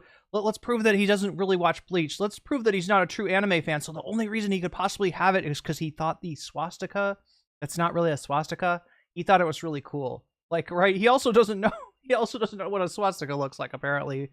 But he really wants one, and this is like the butterfly meme of like Hasan with the sword and saying, "Is this a swastika?" And it's clearly not. In the last 4 months, he's become a dedicated fan. It could be. We can't discount it. I need to know how and when he acquired that sword. Utterly embarrassing. Dude, wow. Just wow. I mean, wow. I just realized. Mm-hmm. I thought it was who weird. has the N-word pass and who doesn't tier list. Granted. Okay, are we done? 47, we did that one. 47. Wait. 47, 47. Nope, we're back. Yeah, that's... Alright, so that's the... There we go. There's the Bleach segment. It was longer than I thought it. Find him clips of you talking about Bleach. Are they clips of you saying, I don't watch Bleach to prove that you only got the sword because it has a swastika on it and you're a Nazi? That's awesome. He said some shit like, see Hasan, this is how you watch videos criticizing you? Chat, I'm so behind on chat. Apologies to chat. Ethan, what does the scouter say about his anti-Semitism level? It's over 9,000. No, it would be somehow 1,488 or some shit. Like it'd be a dog whistle, right? It would be like some Nazi shit. Wait, what? Did he watch my response to it or something? Is that why? He went on for ages about how you're a fake anime fan. You don't even like One Piece because you haven't watched it all, according to him. I did. I finished One Piece. He said you LARP as an anime watcher. Dude, I'm going to be honest with you. I find this kind of stuff really funny where he just like... Wait, I'm sorry. I'm like skipping past, a lot of chat, including Twitch chat. So I don't want to like, call anybody out or anything. But I just scrolled past somebody saying Hasan is what's wrong with capitalism. Not Elon Musk. Not Peter Thiel. Not Jeff Bezos. Not Andreessen. Not Mark Cuban. But Hasan. Hasan is what's wrong. Clearly what's wrong. I'm glad that you have your priorities right, chatter. And you're lucky I was scrolling. God damn. It's embarrassing. All right. Lies about the dumbest like, yeah, dude. I LARP as an anime watcher. I'm not a real one. Yeah. Fake glasses, not a real anime head. Like what purpose would this serve? Why would I lie about this? What is it a good thing to be a anime fan? It's so stupid. The how you react is because you said he paused too much and said you react lazy basically compared to him. Yeah, no, panic pausing every 12 seconds so your audience can't decipher a single coherent point that Ian is making in the content cop is exactly how you react to stuff. And that's what I'm doing to you now, Hasan. No, just kidding. Attack of the Hank. I asked ChatGPT to answer the question in 100 characters or less. Oh, that's interesting. You put a limitation on it. Often, yes, Israel portrays itself as representing the global Jewry. ChatGPT used the word Jew. I never hear that in a good context. I never hear that word in a good context. I wonder what ChatGPT scraped to get that word, right? Because that's I don't know. Ethan's main source, ChatGPT, disagrees with him. That's right. And distribution as opposed to my main source, DeepSeek. Facilities are not widespread across the U.S. So what are they left with? They're left with a common... He's also doing, once again, almost a form of Holocaust denialism, which is... Jesus Christ, wait, what? Where did that come from? MF Doomscroll. They literally crowdsourced help to hunt for proof of the extent of Hasan's Bleach fandom, or non-fandom, I guess, in this case. Oh my god. Wait, let's roll that back. What the fuck? Stuff. That's right. And distribution facilities are not widespread across the U.S. So what are they left with? They're left with a common... He's also doing, once again, almost a form of Holocaust denialism. What? Point that Ian is making in the content. Now, if anybody that's a fan of Ethan is watching this, you might have the feeling that I'm doing something unfair. ask yourself why what I'm doing is unfair, and ask yourself if you can find examples of Ethan doing the same thing to iDubbbz. Cop is exactly how you react to stuff. That's right. So I've rolled this back a few times, right? All right.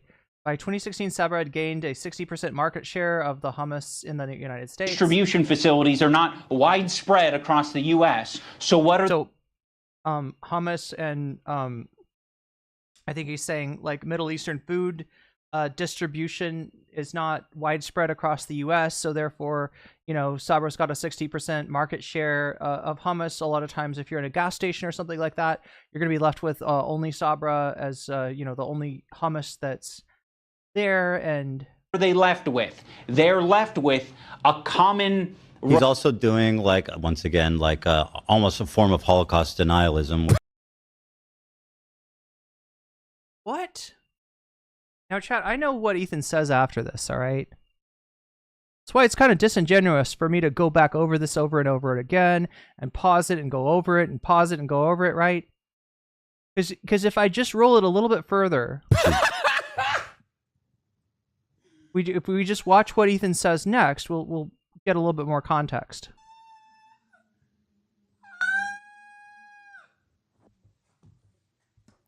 Oh, they pre-watched and had a whole script. It's basically like, yeah, the Wednesday or the Friday show seems to have been pre-watched and very curated.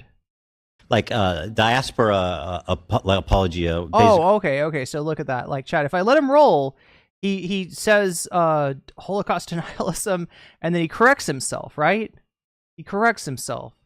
But if I fucking pause him, you're not going to notice that, are you? You're going to think that Ethan was literally saying...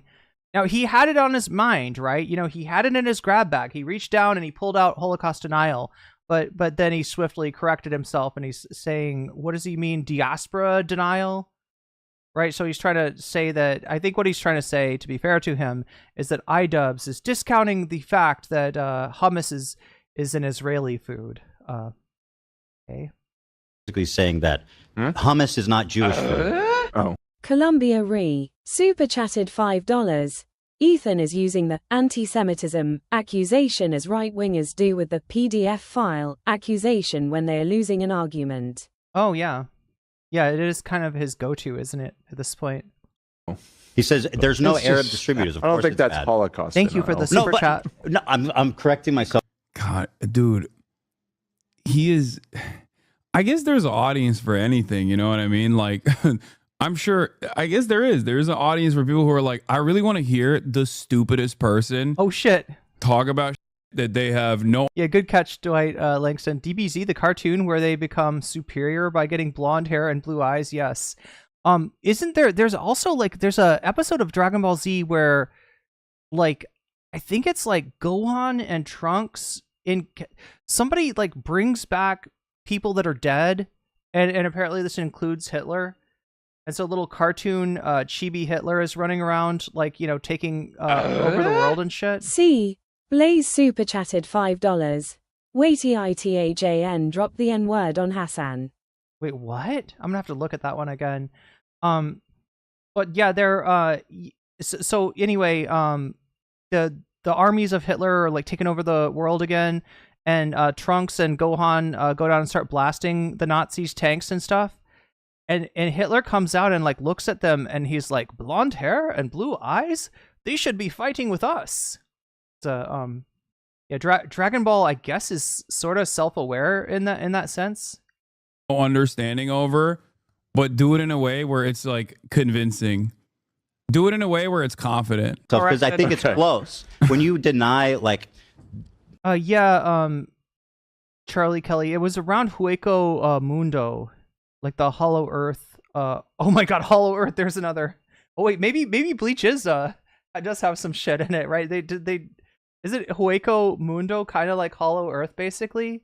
Oh my god, chat, I'm falling behind. I'm falling behind on chat. I gotta keep on going. But like, what are they called? The Arak something? I can't remember their name, but it was like the guys that work for the people that work for Eisen. Yeah, Tajium says it's not a German symbol, colonizer.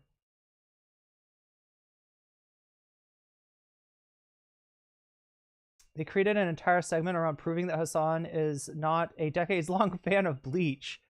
So only a reason that he would have the sword, yeah, he's got to be anti-Semitic. It's some messed up logic. Yeah, their brains are not super healthy over at H3. I don't know who's doing that Hasan impression. I think it's actually Hasan. I think they just like clipped him from the sound on the soundboard. He's speaking like a mafiosa. Oh, it'd be a shame if your workplace found out that you're a fake weeb. Yeah, they'll never respect you again. Makes me think that Hila has a pudding. Well, I mean, she just keeps on going back to that as if it's like, oh yeah, no, they should take it down. They should take it. Why haven't they taken it down? He should get rid of the sword. Take the picture down. Take the video down, iDubbbz. Saw a picture of the sword in the anime. It's exactly the same as the one that Hasan is holding. And it is Ichigo's, right? And the symbol was on the anime.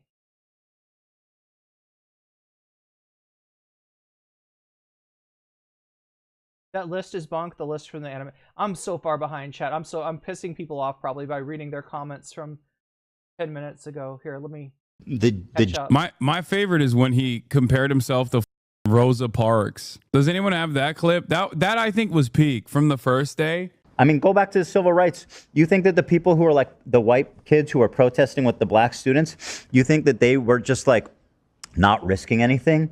Those kids who are marching with the black students and... So in Ethan's analogy, he's the black student and I'm the white student, but I'm the white student that's not, marching by his side. I'm not doing the difficult thing. You're gonna have to march on your own, black student. Marching with the black students and... I mean, why is it inspiring? Why is it inspiring? Well, and it's the same thing, to bring it back to Hasan just because, but it kind of is the same thing. Like, I was thinking about going to Gaza until I found out it's dangerous. He's a total performative activist that doesn't give a single about the cause. It's been performed exquisitely. When he was watching the Content Cop and he was like, iDubbbz not coming to my defense as I've been vomiting out pro-Israel. Hasn't Bleach been over for years? I think so. Wait, it came out like, or at least the anime came out in like the 2000s, right? Talking points and attacking every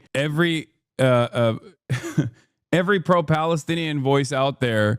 Not coming to my defense is basically like you being a white student refusing to defend black students during the civil rights movement. Oh wait, that wasn't. Oh, that was in the Content Cop. Never mind. That wasn't even. Oh, you're right. Another banger comparing Sam Seder to Candace Owens. This is literally me telling a black person, like, you need to go talk to Candace Owens. Like, you know what I mean? Like, she knows. What? She knows everything about the race and death. Oh my God, there's so much shit here. Ethan is like a tragic Greek hero whose tragic downfall is caused by his tragic flaw, ego. I'm catching up with chat. What it's like to be black. Sam Seder is not a Candace Owens, though. No, let me Sam Seder didn't do anything wrong. No, of course not. I'm saying, like, I get the example you're making, but I just want to make that. Okay, fair. Good point. Because I'm not saying Sam is like them, but you wouldn't send. How about Jesse Jackson? Go talk to Jesse Jackson about this.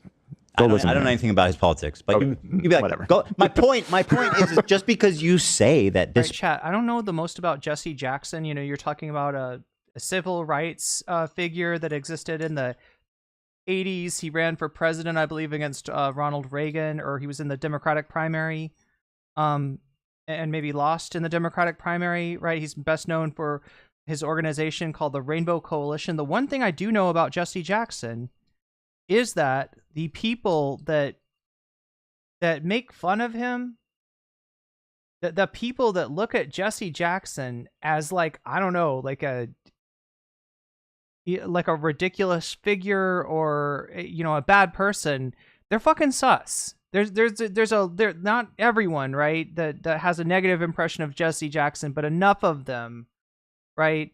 Like if it's a dude my dad's age that has like a thing about Jesse Jackson, he's probably a racist dude. He's probably this is person is got. Wait, that he doesn't know who Jesse Jackson is, which is why he doesn't understand. What Dan said is quite literally what Dan said right there. Wait, what Dan said right there is yeah, it is a comparative. It is a good analog, which undermines the point that he's trying to make. Yes, if I was a white guy Yeah, from what I can tell, Jesse Jackson was just trying to bring the Democratic Party back to its roots, was trying to, get them to stand up for civil rights, continue to fight the fight, was trying to bring together people of, various backgrounds. It's what the idea of the Rainbow Coalition, was like, if you've got experienced oppression, let's get together and let's fight together, right? That's kind of what I know about Jesse Jackson. And I had a black friend, and I was trying to talk to him about some issue or whatever, and he just would not. He just refused to hear me out. And I was like, hey, man, you should talk to our mutual friend who you respect, who is you should talk to a mutual friend who you respect, who has a similar background to yourself. Yeah. Who isn't like a reactionary charlatan. Yeah, that would be a totally decent thing to do. I mean, if I was a white guy, I am a white guy, but I meant like if in a situation. Nothing. It's like me saying, hey, you're trans, go talk to Blair White. She'll tell you everything. Wait, George Jackson says, so we're watching people react to the content cop video, but not watching it on stream? Wait, we did? Oh my gosh. George Jackson. You've got some VODs to catch up on. That's okay. You've got time. Yeah, I've reacted to a good portion of the content cop. I think it was at the tail end of one of the episodes of reacting to Ethan or something. And it's also on the board. So look, chat, if you're the kind of person that is like, why are you not reacting to the content cop? Why don't you watch the content cop? All right, that's up there. That's up there. That's an option. We're at 32% of the bonus goal. If we get to 100% by the end of the stream, we'll watch some extra content. If not, I'm out here. All right. So if you want to make it happen, make it. I want to see less like yapping and more of the notification, the dono notification going off.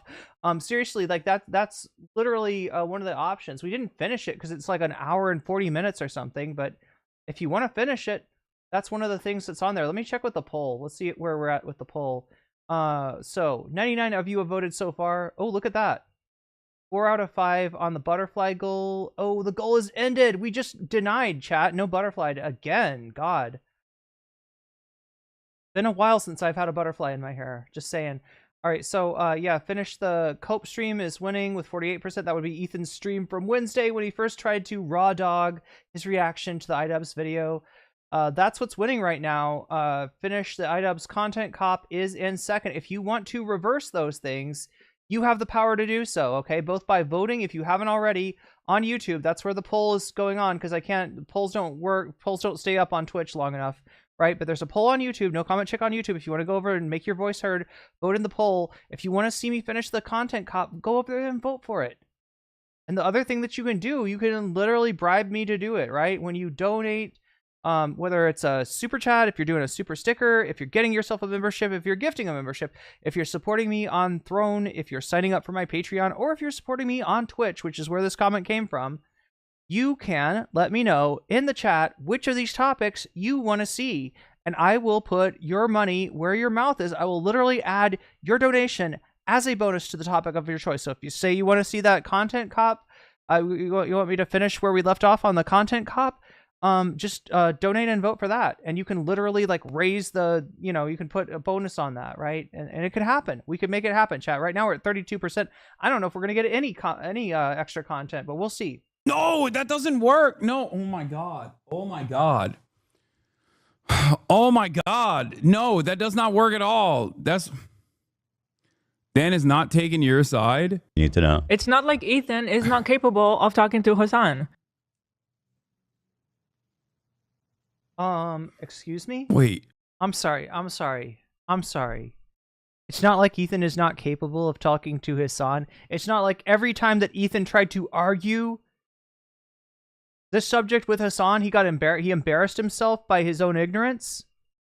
It's not like we've seen demonstrably that Ethan is literally not equipped to talk to Hasan about communism versus capitalism or about Israel-Palestine or anything. And it's not like Ethan refuses despite having, the offer having been on the table for, I don't know, what, 3-4 months now? To literally do that, to talk to Hasan. He's even offered to watch the content nuke with Ethan, right? It's not, and after that, you're going to say it's not like Ethan is incapable of talking to Hasan? I feel like that's one of the most well-documented facts out there, that Ethan is incapable of talking to Hasan on this matter. Isn't he? Because I've been waiting. Yeah, Ethan literally said I'm not Jewish, and kept saying, like, how can you tell a Jewish person how to feel about this? And I'm like, this is not about Judaism. If you can't separate Israel from Judaism, we can't even have this conversation. So if you don't trust me, if you can't hear my position on this, and you don't respect me, Muslim or not, what is this? He didn't come up with that himself, by the way? And two, you wouldn't counter that by saying, well, you're saying that... So, Ethan, you claimed that Hasan is misrepresenting the positions of all Jews. D? Well, why don't you talk to Candace Owens about what black people think? Oh, I'm sorry. Why don't you talk to... Wait. Is this, This is an old Destiny video, right? Sam Seder about what Jewish people think. Like, how does that further your argument? Hello? Bro, he loves Destiny so much. He really does. He says you still have... Wait, was that Ethan watching Destiny? Wait, I don't understand. What's going on here? Which one? What? I thought that was Destiny watching Ethan. I'm so confused. All right, Hasan's on the outside. I thought this was Destiny. Yeah, watching. It looks like Destiny watching an old Ethan clip. This isn't Ethan watching Destiny, is it? I'm totally confused now. MF Doomscroll, maybe you can help me out. 100% guaranteed they had a watch party of Sex Destinies react to the video. Oh, and they just tried to, replicate it. Before the Brave full content cop react, where the Brave that they needed 2 days to prepare for, right? Where they skipped the clip of Ethan and Ela berating AB. Yeah, I that's on here, or that's on the Ethan stream too. Hello? Bro, he loves Destiny so much. He really does. He says you still haven't watched the content nuke, so we won't talk to you. When you said you watched it... Okay, so I'm caught up to C Blaze's super chat now. Wait, Ethan dropped the N-word on Hasan. For some reason, it read it out weird. I couldn't understand what you were saying. Ethan dropped the N-word on Hasan? Wait, what was that from?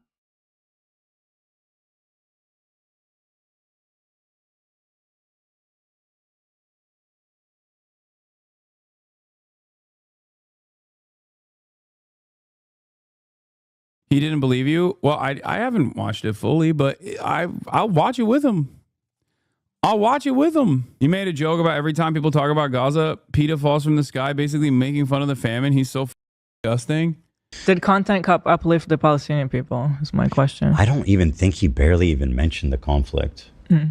I don't think he raised money. He did a charity. He basically achieved literally nothing for the people in Gaza that apparently are the ones he's helping, allegedly, by doing this. It's really something how everybody's activism these days is just shitting on me. At what point did iDub signal that he was doing activism? Let's break out the content nuke. Look, we had a request for it. Let's watch the beginning again. The beginning's kind of a banger, right? But you would guess, right, that if this iDubbbz video, if this iDubbbz content cop, BBB, extra B in it, content cop, there it is. All right, let's watch this once again. Yeah, iDubbbz. So, like, right, chat, can we agree that if this video is about activism, this is iDubbbz, like, then it'll start, like, really serious with iDubbbz very soberly telling us that about the estimated, civilian casualties in Gaza, and that those numbers are probably much higher, and that the United States government continues to support Israel in its genocidal mission, and that, right, that would be that video. All right, that's what we're looking for in the intro. If this video is about activism, right, then it starts off like that. Let's see how the video starts off. Destination, the beach is... Okay, he's drinking beer. surprisingly dangerous. Consider the Watching YouTube changes the channel. What's on here? In our defense, like, actually, Hila's not a baby killer. Actually, accusing Ethan All right, so now we're watching H3 podcast. of killing his dog is maybe too far, because they have mobilized such an insane Hot Ham Ra, super chatted $5. I could watch this over and over. It hasn't gotten old yet. Hot Ham Radio, thank you. I'm glad I'm not boring you, and thank you for the super chat.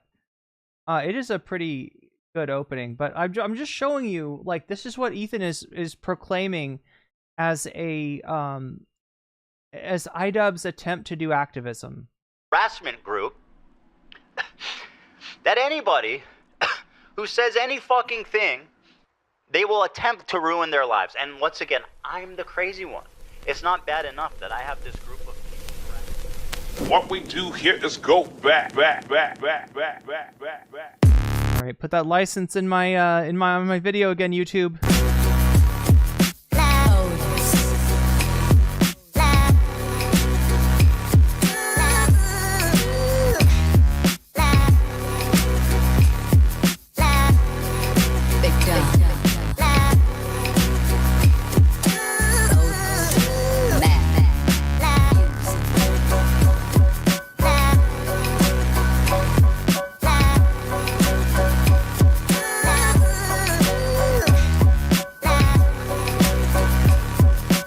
Was he fucking something?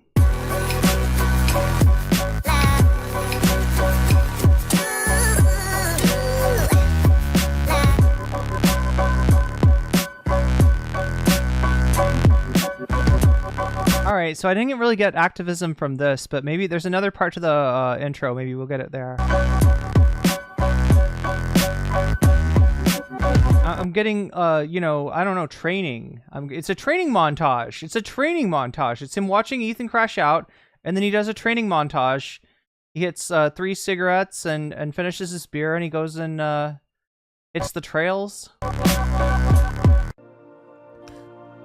What's up, everybody? Right, maybe this is the activism part. Is this where Hasan talks about the mission of this video, to do activism to single-handedly save the people of Gaza? That's what iDubbbz has set out to do with this video. Is that what we're going to get here?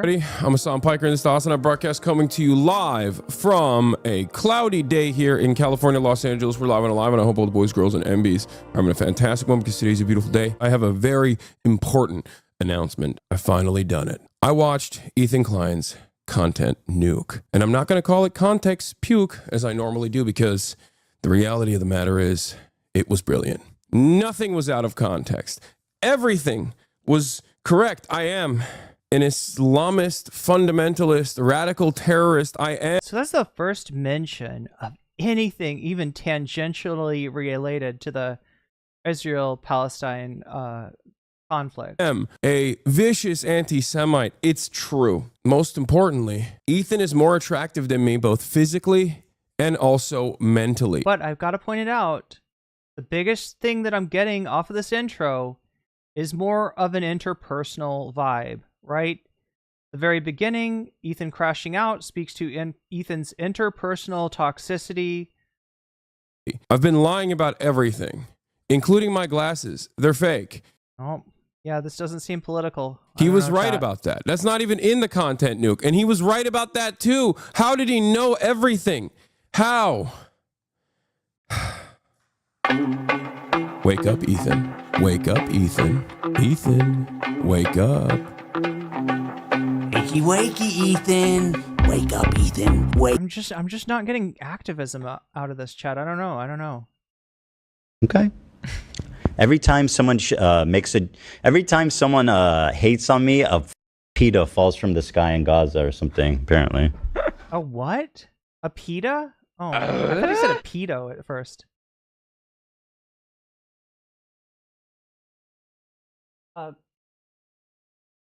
Columbia, Rica, New York, thank you for the super chat. Like, that's what they act like, you know what I mean?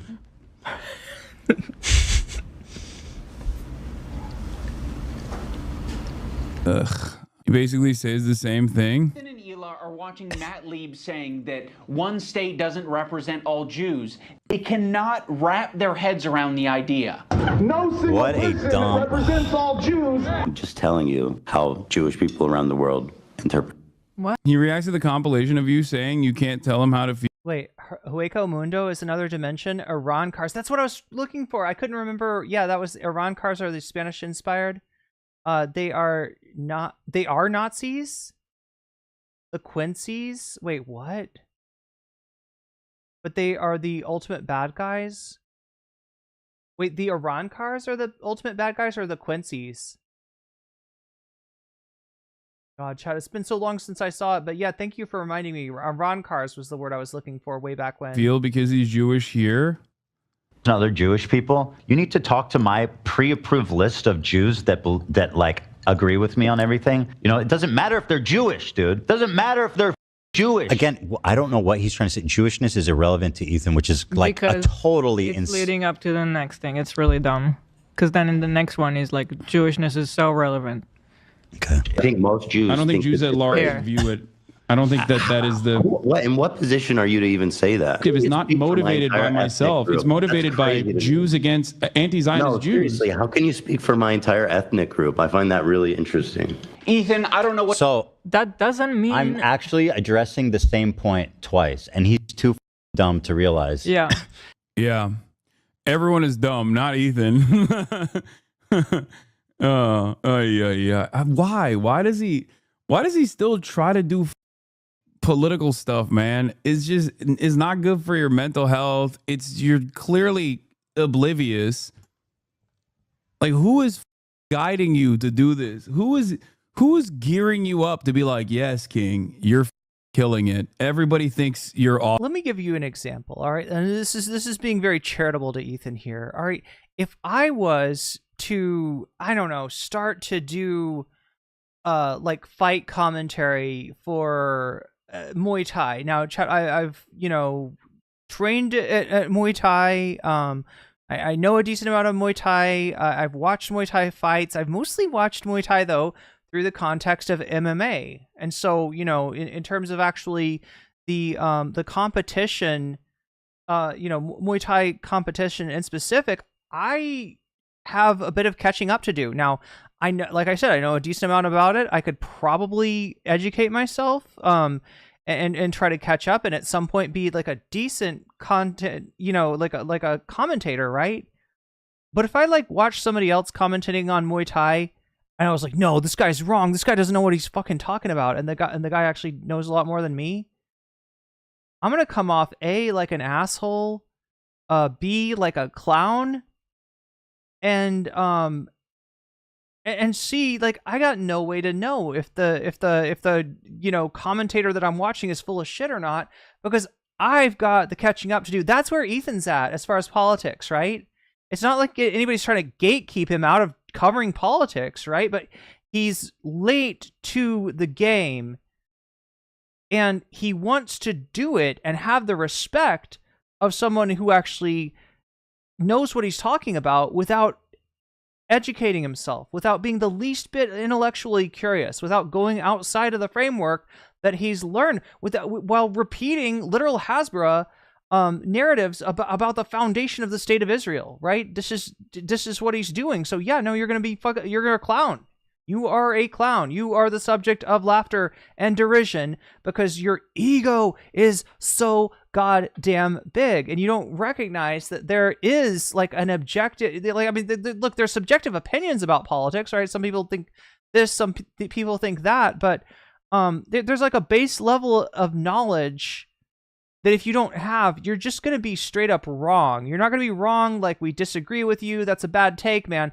You're wrong as in you lost the plot. You never had the plot, right? And your commentary is therefore doo-doo. Your commentary is Giardia. Awesome and very knowledgeable. He goes on to compare it to suggesting you talk to a pro-Israel Arab, or of which there are many, his words, not like anti-Zionist Jews, which are a fringe 1% minority, again, his words. Kind of like a self-report there. Ooh, Phoebe says, imagine a world where we had Jesse Jackson instead of Clinton.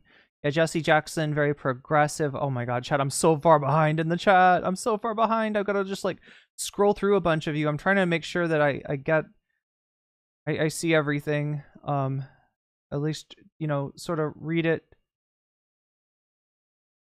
briefly. Ethan's guru, Sex Pestany, even suggested a talk with Sam. Really? Wow. Well, that was from earlier. I've also mentioned this before. Like, I've addressed this before. Even if 100% of Jews across the board were like, no, Israel represents Judaism, I still wouldn't give a. It's just so stupid. It's such a stupid argument. The notion that like a state says we represent religion. America doesn't represent Christianity. Israel doesn't represent Judaism. ISIS does not represent Islam. Neither does Saudi Arabia. It's so stupid. The truth is still the truth, regardless of what people feel about it. There's a reason why all of the people that Ethan wants me to talk to on the Arab front. MF Doomscroll says the new 1.5-hour video by Psychology in Seattle is great too. He gives context. Should I have put that on the bonus poll? And now I feel bad. There's some people said, what did Denims do a response? There's a few. There's been like I think Frogan did. Somebody mentioned Frogan did a response. Psychology in Seattle did a response. He gives context and insight into his inadvertent contribution to the content cop.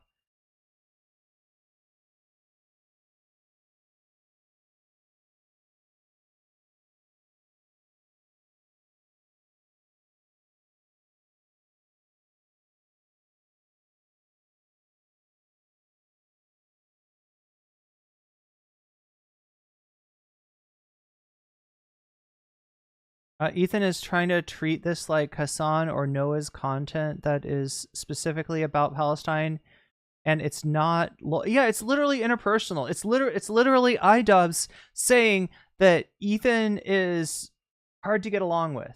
I wouldn't even say a bad friend because it doesn't really. It sounds like Ethan kind of overplayed their friendship. Yeah, he's a bad colleague. Manic Mermaid Ash is saying.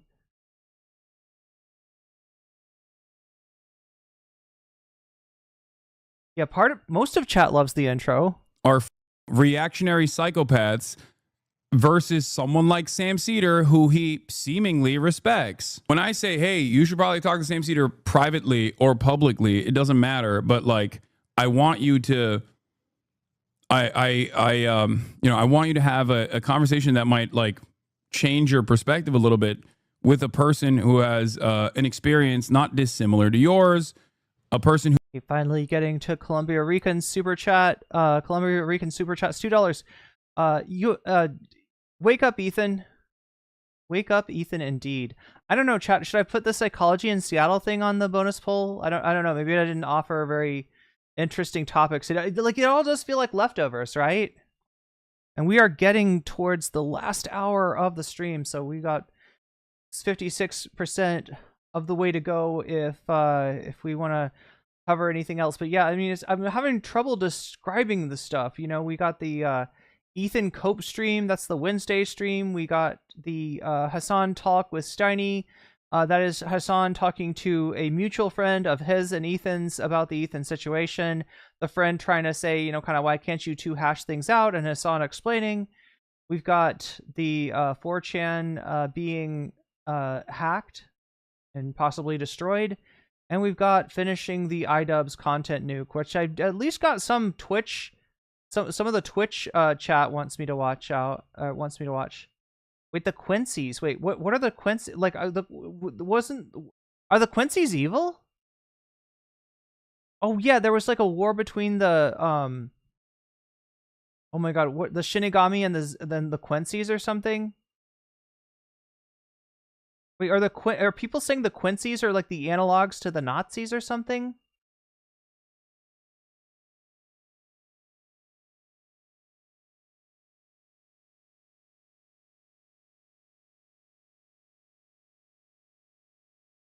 Who you respect, still with the assumption that deep down inside there is an empathetic person who can recognize that they might have been led astray.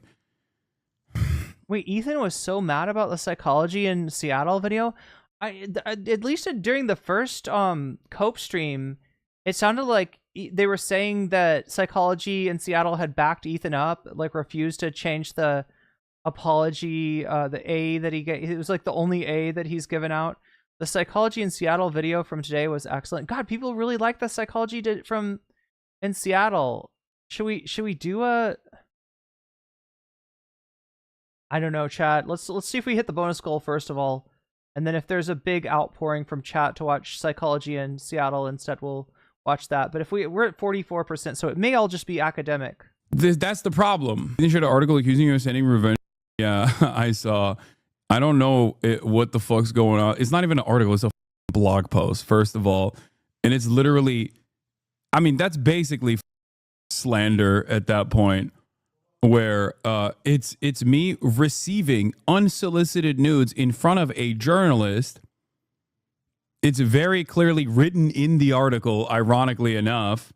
It's from a Cosmopolitan article from years ago. Oh, that one. It's very different than revenge porn, don't you think? Me opening up a Snapchat and seeing that it's a nude is a little bit different, don't you think? Especially because I was in the process of showing said journalist fans sending me merch photos at the time. Wouldn't that be the exact situation with the article in the Kavanaugh guy? No, it's even worse than that, because at least Ethan had a defensible position initially, because it was a respectable journalistic medium that actually covered it, even though they retracted it, and he continued presenting it as the truth, even though the article had retracted it. This is a blog post that he's just like promoting. What is wrong with your fans, bro? Wait, why? What do you mean? He breaks his own brain here, masterful plays. Thanking me for even putting your dumbass on my podcast when the whole world hated you and I didn't mind sticking my neck out for you. Oh, is that transactional? No, I expect some. I expect. Wait, shut up. Did he catch himself in the middle of describing a transactional relationship? Dumbass on my podcast when the whole. Oh, wait, yeah, the Hollows. Okay, the Quincy's destroyed the Hollows permanently, so the Shinigamis genocided the Quincy's? That's why the Quincy's hate the Shinigamis. The remaining Quincy's plotted to take over in their final arc? So is it worth watching the end of it, the last part of it? H3 fans were writing essays in his comments. Wait, in Hasan's or in Ethan's? The Quincy's are like religious fundamentalists, to be more accurate. So like like Christian nationalists, Christian dominionists. Poor Denims, I could tell she was struggling with the live. Oh my god, I'm struggling with the live now too, and I've got to lock in my apartment. That's where my mind is. Whole world hated you, and I didn't mind sticking my neck out for you. Oh, is that transactional? No, I expect some. I expect. Can you not have any expectations for your friends? Like, is that crazy? Where do you even find the article? It had like 25 comments. I mean, he's that psycho person. I've seen it before. Someone on Hostwit found out that person has only written about defending Ethan's positions on Israel and attacking. Wait, are we talking about Icarus Drowned again? The DDGer? Me over and over again. Yeah, real journalist, but journalists for out that. Like, is that crazy? Dumbass on my podcast. The Hasan laugh. Wait, shut up. Did he catch himself in the middle of describing a transactional relationship? Dumbass on my podcast when the whole world hated you and I didn't mind sticking my neck out for you. Go back to even that. Putting your dumbass on my. This is a blog post that he's just like promoting. What is wrong with your fans, bro? Wait, why? What do you mean? He breaks his own brain here, masterful plays. Thanking me for even putting your dumbass on my podcast when the whole world hated you and I didn't mind sticking my neck out for you. Oh, is that transactional? No, I expect some. I expect. Oh shit. Yeah, that kind of. Wait, shut up. Did he catch himself in the middle of describing a transactional relationship? Dumbass on my podcast when the whole world hated you and I didn't mind sticking my neck out for you. Oh, is that transactional? No, I expect some. I expect. Can you not have any expectations for your friends? Like, is that crazy? Where do you even find the article? It had like 25 comments. He starts off saying, "Is that transactional?" And it kind of answers the question. Yeah, it is in his mind. And he's like, "But wait, what's wrong with being transactional?" I mean, wait a minute. Aren't friendships supposed to be transactional? You can't expect stuff from your friends. You can't expect a quid pro quo with your friends. That psycho person, I've seen it before. Someone on Hostwit found out that person has only written about defending Ethan's positions on Israel and attacking me over and over again. Yeah, Real journalist, but journalist for one person only. Cosmopolitan article narrates it as you went through those DMs and showed pieces of the journalist, not to suddenly receive to know. They're talking about like a blog post, right? This isn't the Icarus Drown thing. The phone was open kind of way. That's not true. That's quite literally not true. You do realize it's me receiving unsolicited nudes that I am not aware is nudes initially. Read the article, please. Wait, what would be a good soundbite, Manic Mermaid? Dude, some of you guys unironically are, some of you are actually stupid. I will admit. Yeah, let me give a article with 25 comments, more hype, dude. This is true. Let's do that. Why spend so much time on him at this point? Ethan ain't gonna change. He's lost cause. He's been charitable for over a year. And if he ain't gonna change himself, it's not on you. Let him rot in the bed he made and move on. I mean, there is a, what do you call it? Wait, a Destiny alt? Or people, like, I mean, that's not what I'm saying. I was talking about an account called Icarus Drowned. And this is a DDGer. Like, I swear to God, I've seen this, this account like all over Twitter. Apparently it's on Reddit too. And they supposedly, what they did is they were a longtime DDGer, right? So they're on r/Destiny on Reddit. And then at some point they deleted their post history and started to feed Ethan stuff that he would crash out over. They're basically instigating Ethan to flip out on Hasan, to flip out on whoever, like over and over and over again with what they're posting. Like everything that they do is like triggering Ethan. And you know, if you look at their post history, you won't find their connection to DDG because they purposely deleted it. But if you know, you've been around and you know seen who's in the Destiny space, that Icarus Drown name will be super familiar to you. So there are going to be instances where I react to shit that he's saying. One, if it's specifically about doing Hasbara, and two, when he's trying to deplatform left. But yeah, correct. Play something. This was the blog post, not the not Icarus Drown. And three, when he is directly lying about me. One of you asked to talk to him privately because his descent into madness is pretty obvious at this point, don't you think? Like, this is a relatively sizable content creator with a previously progressive audience that has turned over into a pro-Israel propaganda monster at this point. Like, what do you mean? Have you thought about making a detailed take about how this kind of coverage from a pseudo-centrist take is clearly defending genocide in a more meticulous way? It could clarify for a lot of people he's brainwashing. Might not be worth it, but it could put you, if you could put it all in one vid. I've thought about it. But I think Noah Samson's video was perfect for it, you know? The old clip of E at the end of Content Cop is literally him explaining word for word what he's experiencing right now with getting defensive and spiraling. I refuse to believe he doesn't see what's wrong. I think in many ways he's just too scared of hurting his own ego to admit that he realizes he's wrong. Yes, that is... It's narcissism, you know? It's just like he doesn't ever want to admit that he was in the wrong. So he's just going to keep spiraling into madness. I don't see him there yet. I think he still truthfully blames you. Yeah, because he doesn't want to acknowledge responsibility. That's what it is. Yeah, it's not his own words that made his audience feel like he was at odds with them ideologically on the issue of Israel. It's actually someone else that must have geared them to feel this way. And that someone else was his former podcast co-host, which seemingly fits that like previous hate spiral that he went over anyway with his other former podcast co-host. So it's like a perfect situation where he's like, everything wrong in my life is directly because of this one guy. There was another thing. I think like Gila did more Hasbara as well, saying like babies were put in ovens on October 7th or something, like, you know.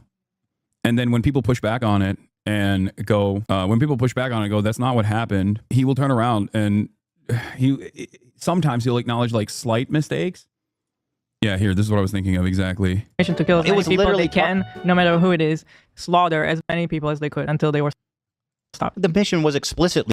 In their reaction to the Ido's video, Gila Klein says Hamas flame cribs with babies in them on fire, as Ethan Klein agrees. This did not happen. 0 babies were burned alive on October 7th. Ethan and Gila are such fanatical, deranged, genocidal Zionists that they're still doing the 40 beheaded and burned babies in ovens. To kill civilians. Yeah. You can see their war plans. They went specifically to kibbutzim. And the irony of that is there was an incident in the conflict many years ago where babies were treated in such a way, and it was Palestinian babies, though. Like, right? It's not just a lie. It's not just propaganda. It's propaganda that takes something real that happened to Palestinians and pretends that it happened to Israelis on October 7th. to kill the inhabitants there. Yeah, as opposed to Israel, which accidentally bombed the entirety of the Gaza Strip. Those are not military They compounds. blamed cribs with babies in them on fire. So like, come on, okay. That didn't happen. Yeah. If people like this were so assured of their moral clarity of their political positions, they wouldn't feel the need to make up whole cloth something like the bad guys burned babies alive in their cribs. Yeah, I say it, and constantly try to deplatform people who are critical of Israel. Also, you know who lights babies' cribs on fire? Israel. What do you think happens to a baby's crib when Israel brings the entire building down? Explodes an entire building. Like, what are we talking about, dude? You don't give a babies being burned on fire. You just care about defending Israel. That's it. Wait, let me read more about the blog post here. This was a blog post, not by Icarus, but Ethan shared it as if it was an article. Oompaville made a video on the content cop last night, but he removed it not too long after the comments were brigaded. Wait, did Oompaville actually have a good take? I don't know that much about Oompaville. When I started the Psych in Seattle video, all the comments were positive and appreciative of Honda, charitable towards Ethan. Midway through, Ethan posted his IG story, and the comments were nearly all negative. In a couple of videos with titles like "Ethan was right," they have like 400 views. I didn't dare give them number 401. Yeah, there is a kind of a glut on people, you know, using like the content cop as a vector to spread their iDubbbz bad. Pinned comment by Psychology in Seattle. I appreciate all the feedback. I apologize directly to Ethan for using language that could reasonably be interpreted as me calling him crazy. Well, yeah, he's a psychologist. He's not gonna, that's the last thing that a psychologist, wants to do is like be using clinical language as a pejorative. We had a long exchange today. We're good.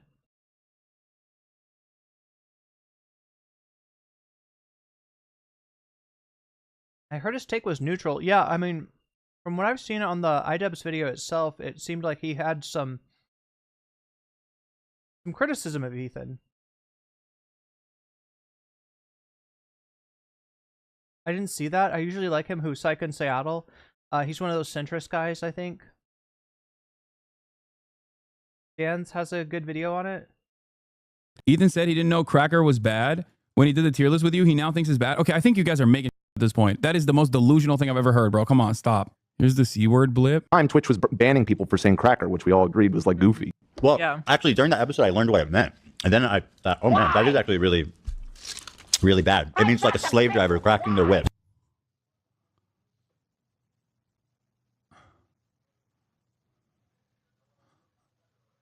Okay. I feel like, no, he didn't get a firmware update. He's just out of context, has to be cut off mid-sentence. Yeah. I want to hear what Dan has to say about that. It's 14 seconds. It's not long enough for me to make. Yeah, Oompaville, I got no idea. I mean, I don't know anything about the politics of Oompaville. To make a statement on this, but Dan said something, but it got buttoned. I mean, the thing is, there's a point where this happens. There's a point where this happens where Hasan Piker has lost all of his marbles. The marbles are gone, people. What? Hard hitting, man. Hard hitting calls, questioning his mental capacity. Okay, done, saved. You like the marbles, or you? Yeah. I don't like the marbles. What the fuck? Wait, what is? Hasan Piker has. The fuck is going on? Fully gone dement. He has full on dementia. I don't like the marbles. He has full on late stage Parkinson's. Okay, now Jesus Christ. Was this during the subathon? For the record, chat, Ethan was drunk during the subathon, so maybe that could explain some of this. But I don't know. I just know his hair's black there, so it makes me think maybe it was the subathon. The fuck did we just I don't know watch? what's going on here. I don't care. I mean, what did we just see? I don't like the marbles. I hate the marbles. No, his son has lost the marbles. Who cares? Whatever. Stop sending me. I don't know what's he saying, doing. Oh, see, this is the type I don't give a fuck about. Show So there's some context for us from Play Something. They're thinking about what to title the stream. Yeah. He was sober for that one? If he has takes that are relevant to him defending Israel, that's fine. Like, that's what I want to hear. I don't give a about him like workshopping stream titles or whatever. Did you see the button they forgot to delete? Hosmer related? Healthcare. Extra footage available on Spotify before Eaton hit the button while watching the content call reveals Olivia also spoke up only be silenced alongside AB and Ethan and Gila denied apartheid in Gaza. Israel. Again, I'm not. Do you think that I'm talking about walking around Gaza when I say how great multicultural it is? We did never you think defended that? how Israel attacked Gaza since October 7th, not even once. We never co-signed what they did. No, you guys do consistently defend the intensity of it or routinely say What's wild about the subathon, right, where Ethan got really drunk, and that's when he dyed his hair as a subathon goal. It's the kind of thing that, were Ethan a Twitch streamer, I think that you'd face some repercussions if you got that drunk on Twitch. Now maybe YouTube is different, maybe YouTube allows it, or maybe, you know, there's always like a separate bar for larger content creators where they tend to get away with more. But I'm pretty sure that the Twitch's rules are like, you know, you can drink on stream, you gotta like label your content. If you do, you're not gonna be, you know, monetized. You can smoke on stream if it's legal in your jurisdiction to do so, but you can't like have goals where it's like, you know, I'll take a hit for every, you know, X amount of subs that get donated, and you can't be like completely out of control, right? You can't be like out of control drunk. say that Israel doesn't target civilians, things like that. And when they do, they actually do it by mistake or because it's still Hamas's fault, because Hamas is doing human shields.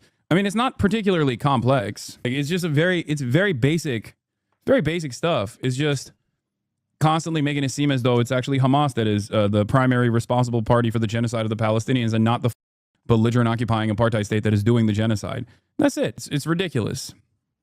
It's pretty basic defense of Israel. I don't know why now they're making it seem as though that's not what they're doing. Is that not the point he's making though? What? That you're talking about how nice Israel is, but Israel proper is different from Gaza. Yeah, no, I understand. Millions right now, say Muslims in Israel. I guess that's where the. Yeah, this is so AB and that music is evil. That music is evil. All right, chat, you got me curious. Psychology in Seattle.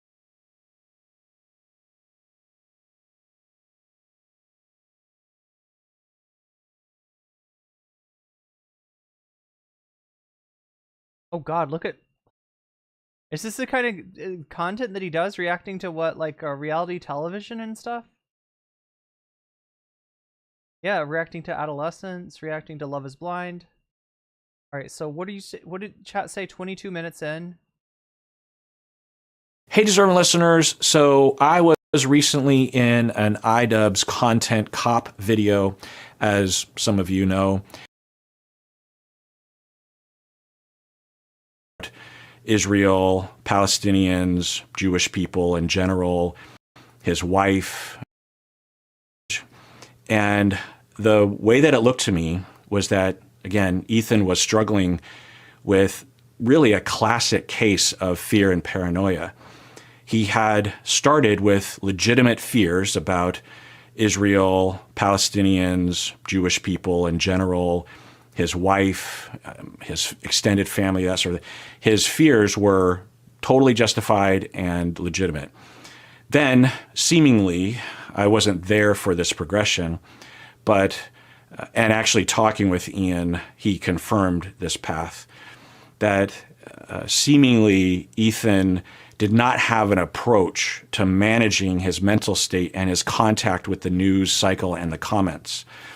When this sort of thing is happening, how much news do you consume? How many if you're a content provider, do you read all the comments? Do you read the entire subreddits, that kind of thing?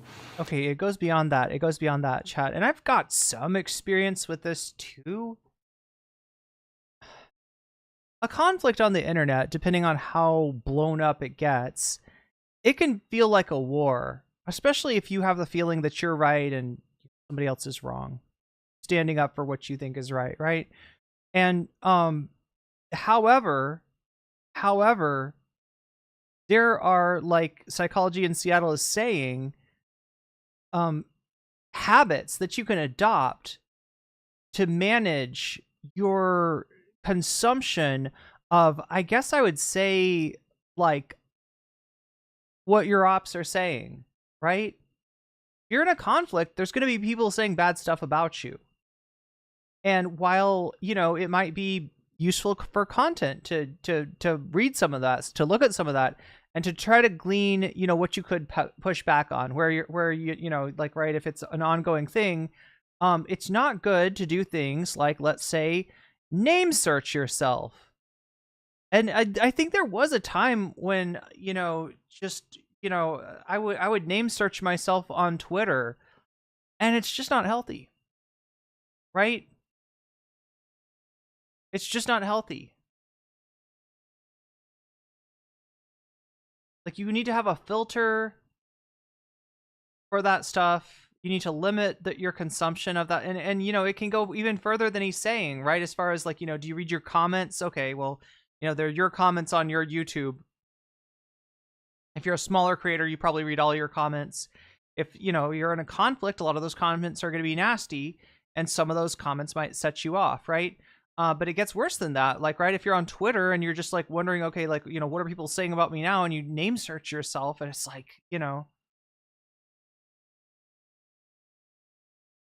And he seemed to have an approach that he just absorbs all that constantly. And you got to have some way of limiting, you know, that. Yeah.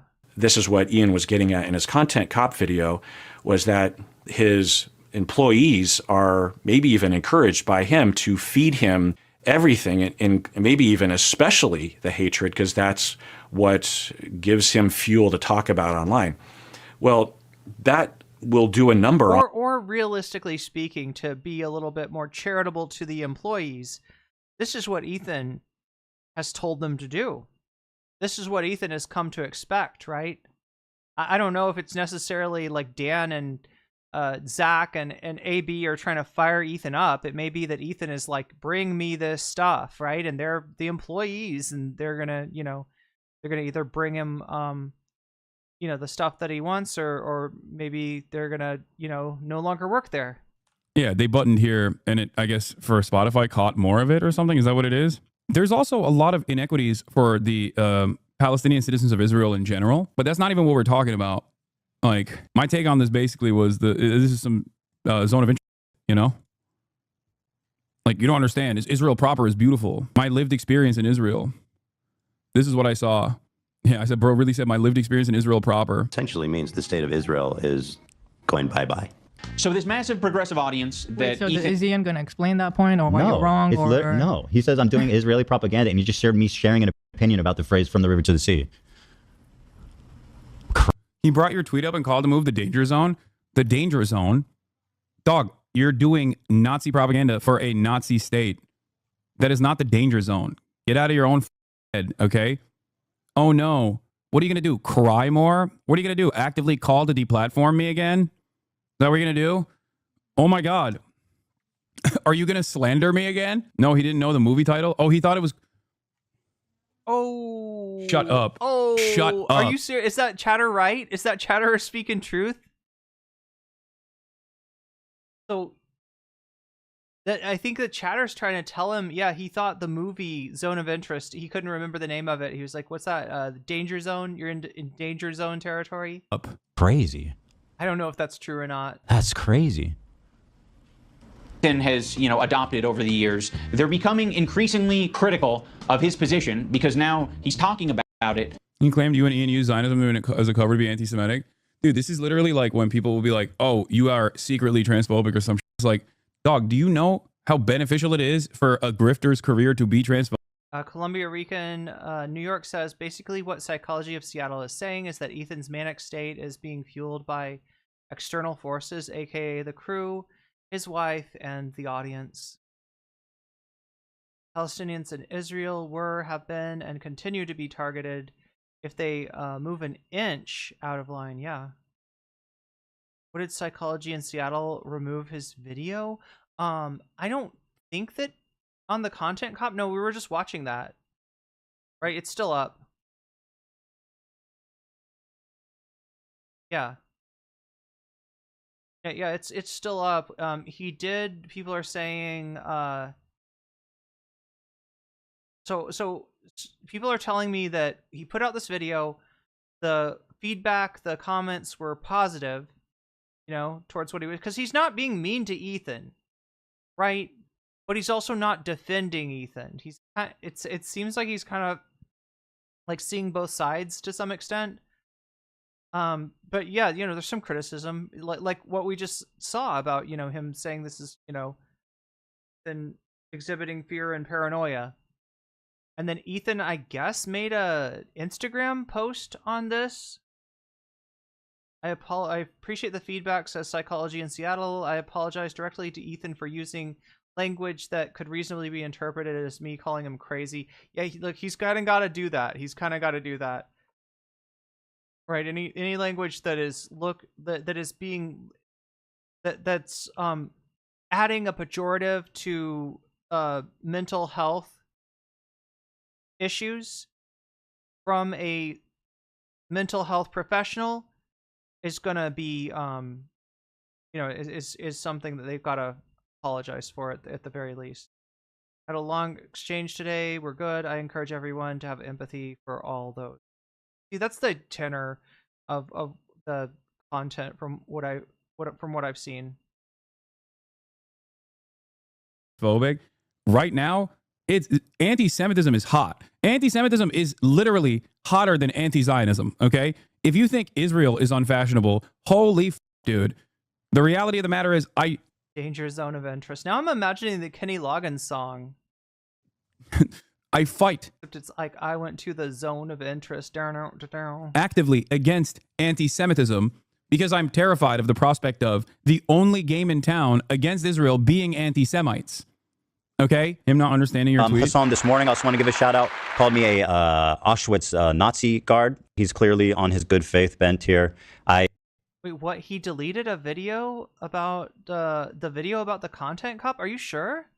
I'm looking at a video about the content cop. Is there a separate one? You might know more than I do. Play something. So is there another video that he deleted? To me, it seemed like a session for Ethan. Oh, for Ian, and yeah, he wants to focus on Ian's feelings. Yeah. I mean, that's kind of what mental, like people who do counseling. That's what they're sort of trained to do.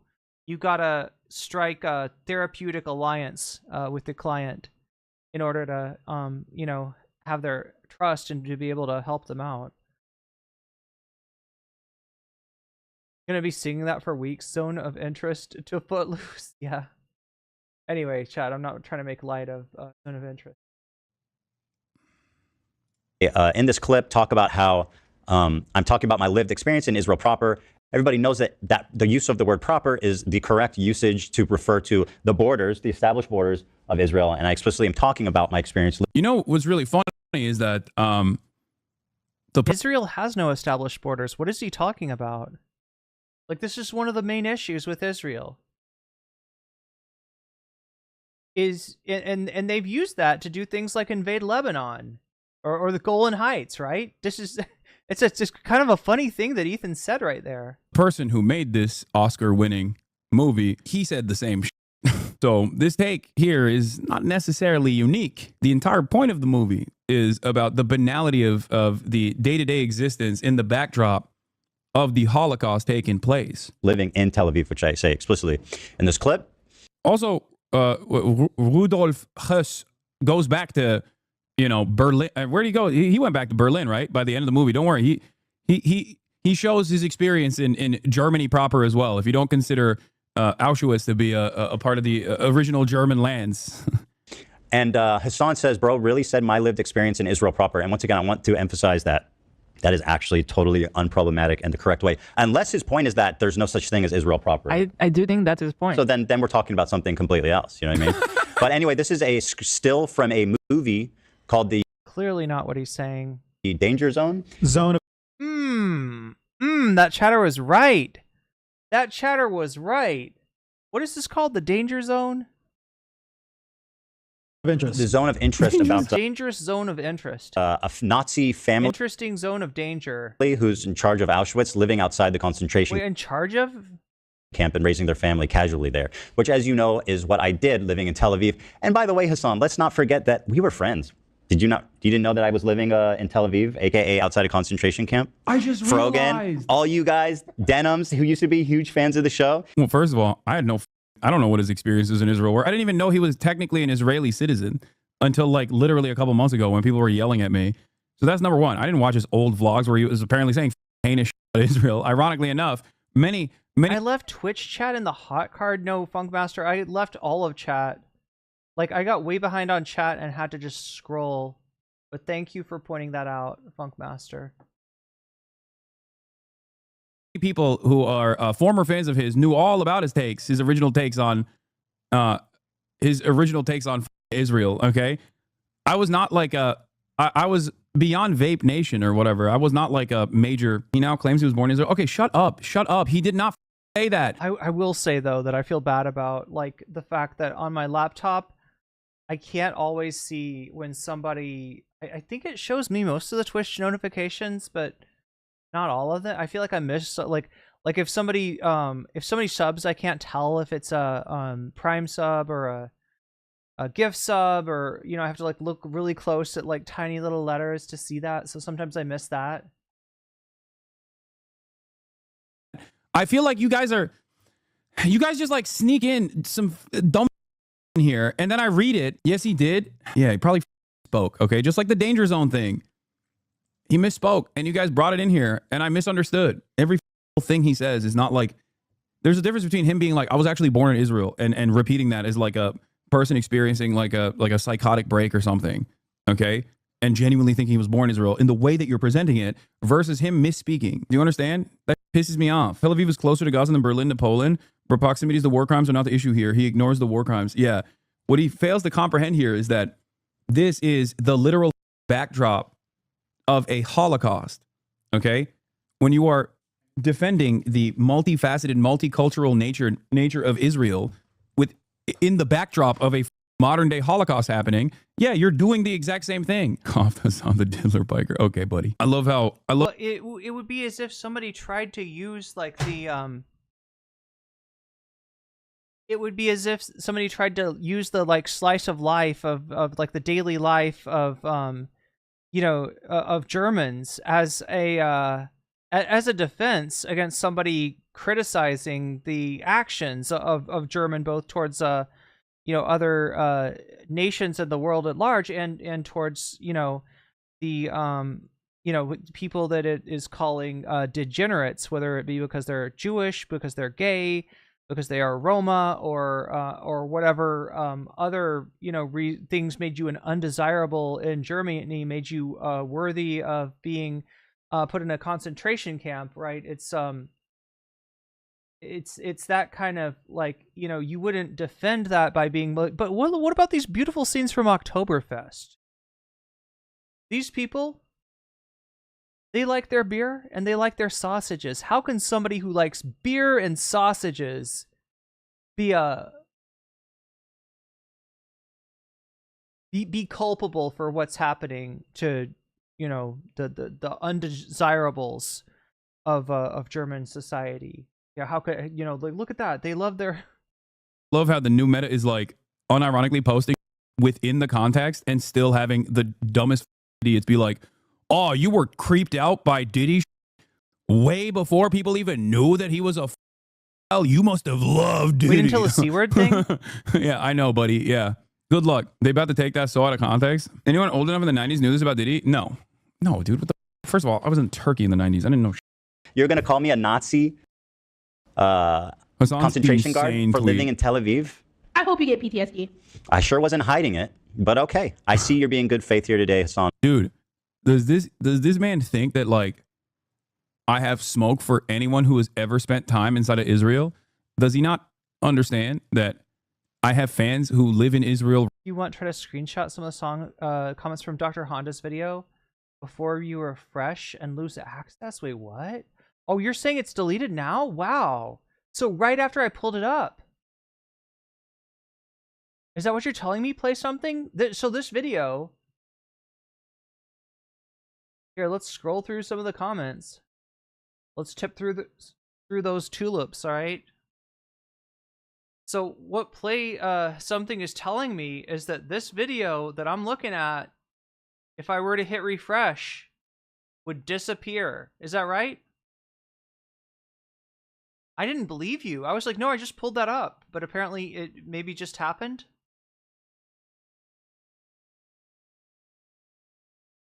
Some of the people are confused because they, you know, haven't really paid attention to iDubbbz or Ethan or Hasan or any of that.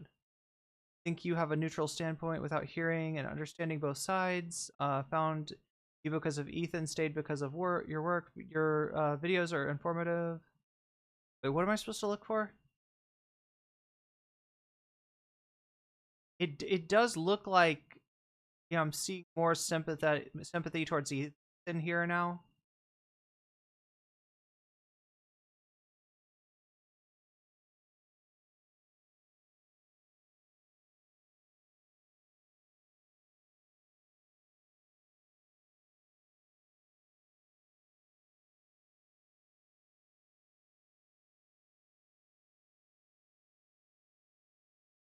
I mean, to be honest, chat, it looks like if I was to get, I don't know that much about psychology in Seattle and his content, but it looks like Dr. Honda, you know, it looks like, you know, and, you know, no shade, right? I do this too. It looks like he kind of covers, you know, whatever is algorithmically friendly in order to get his videos out there, right? So him reacting to Ethan Klein's apology was probably done because Ethan Klein's apology was trending, that it was getting, you know, views. What is this by Denims?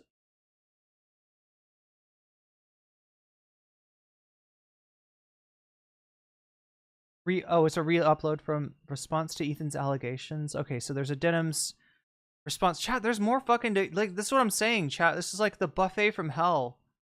Like we just got so many leftovers. We're almost done with this stream. It doesn't look like we're gonna hit the sub goal. We are at what 44% unless I'm missing anything. And yeah, I put some other options over here so we could maybe get through some of this content today, but it doesn't look. I don't know. I shouldn't assume.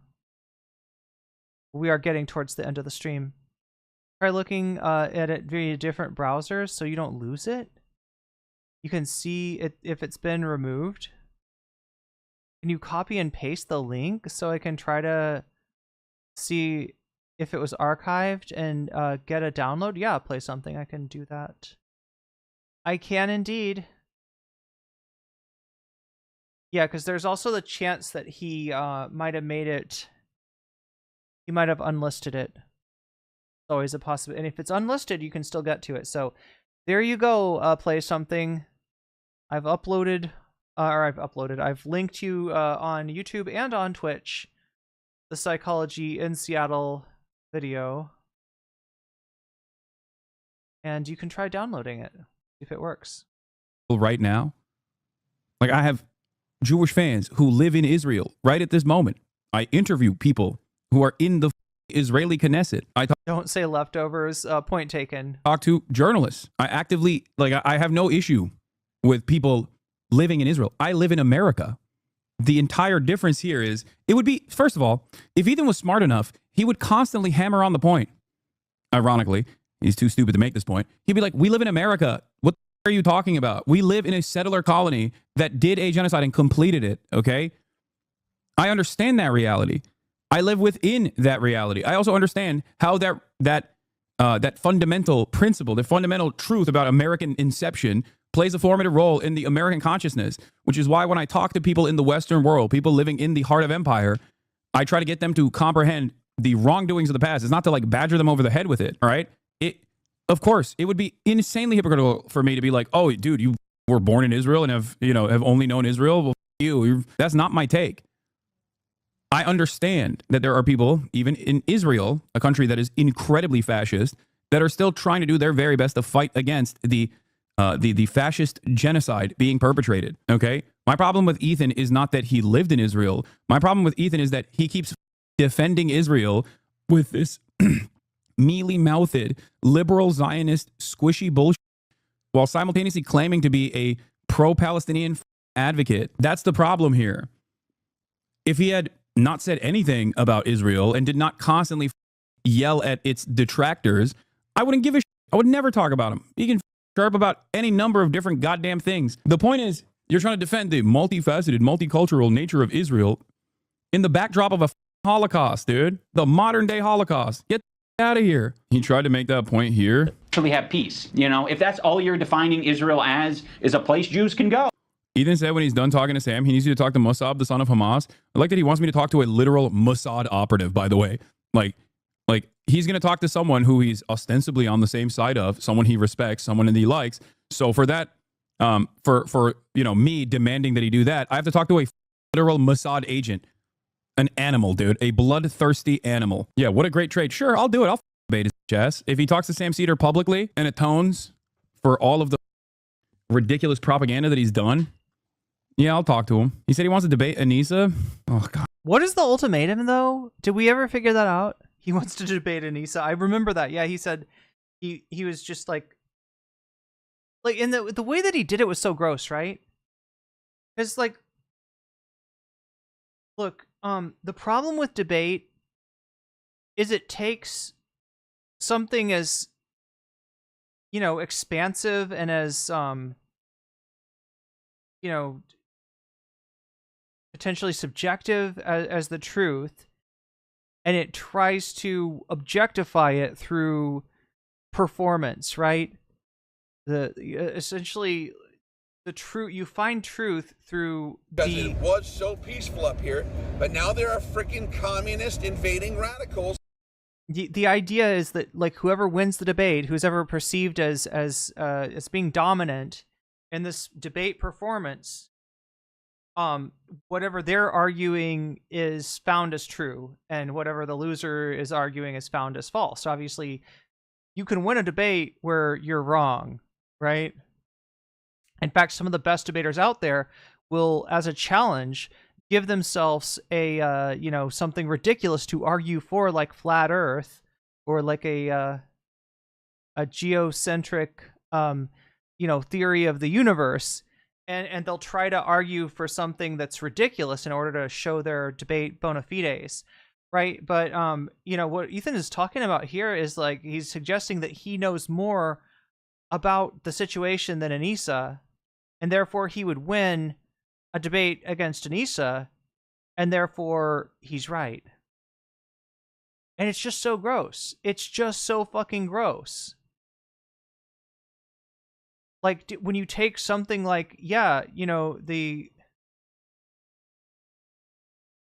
modern day genocide unfolding in real time, and you turn it into, like, I'm going to own you on the facts of logic and reason by committing more factoids to memory than you do. And even if some of my factoids aren't true, if you don't know enough to debunk them, then you lose, right? Turning it into a performance, turning it into a contest is gross. That shows you the limits of debate. And, you know, I've spoken a lot about debate and debate bros in the past. This is not to, you know, turn debate into, like, you know, a sin, or say that people that engage in it is wrong or anything like that. It's just that some people put too high a value on it. And you know, when I was coming up as a content creator, that shit banged in the algorithm to the point where if you wanted to be successful, right? You know, I started creating content with a bunch of other people. Most of them, you know, have stopped. Most of them never really got anywhere, never really got an audience. And that was because they weren't, you know, engaged. I was engaged in this debate meta, and they were not, right? And because of that, it had a certain kind of dominance. And you couldn't, you know, you couldn't hope to say this shit is all wrong. These people are going in the wrong direction. The best thing you could do is try to engage them, is try to talk to them. And I was successful in talking to, you know, a number of the larger debate content creators, including Destiny. And, you know, I got to find out really up close and personal the limits of that art form, of that performance, you know, and how devoid it is from anything approaching a truth, either, you know, capital T or small t. God, he's such a. I don't know what Anis's level of interest is in this, but I'm sorry. I've been asking for him to talk to me about this for how many months now? He is so scared, dude. He is so goddamn scared of anyone that he perceives, falsely or correctly, that he couldn't dominate. And I think Anisa would dominate him, for the record. But he probably thinks in his mind he could actually, you know, look better in that conversation. No talking to someone who would be endless. Okay, chat is telling me that the video's been privated. I still have it open, chat. I almost feel like, as a community service, I should watch this in order to have a record of it. All right, chat. The question is, can we hit the sub goal? Can we hit the sub goal to give me reason to stay on a little bit later today? Because it sounds like there's an important purpose for that now. And oh god, it's a long video too. Endlessly charitable to him, like Sam. No talking to any number of different people that he's slandered over the years. Yeah, talk to Matt Lieb. Talk to Bad Empanada. Destroy Bad Empanada in the marketplace of ideas. Why won't you do that? He's called out your wife, dude, right? He's done horrible things. You should talk to Bad Empanada and destroy him. You can do it, big man. Remember how you defeated Just Girly Things or Just Pearly Things or whatever? Like, sure. It sounds like America to me. Like, all right. I don't think that... What is he saying here? He's saying that American imperialism and colonizing the entire manifest destiny body mass of U.S. is cool. It's fine because enough time has passed. And he doesn't actually have to interface with any hard decisions. Like, am I living on where a tribe used to live, and should I just give them all my properties and money? Mm-hmm. So, again, it's like this whole argument of colonialism is just so rich. You know, if that's all you're defining Israel as, is a place Jews can go. Like, sure. It sounds like America to me. You took like 3 words that I said from a larger conversation and like just left it at that. That wasn't even what he was saying. He was saying that Jews are safe in the United States of America, evidenced by Ethan living a wonderful and very comfortable life in the United States of America. And he has every right to live a comfortable life in the United States of America as a Jewish American. Or anywhere he wants to, really. So what happened? Did he watch like Destiny's reaction to the content cop and then tried to do a chatted $5. We sure can, considering you're at 62%, not 44 with this super chat. Awesome. Yo, Narwhal by Nature, not only did you just drive the bonus goal up, but you also made my day a little brighter. Wait, did you say 62%? Did I get that right? I'll scroll down to find out.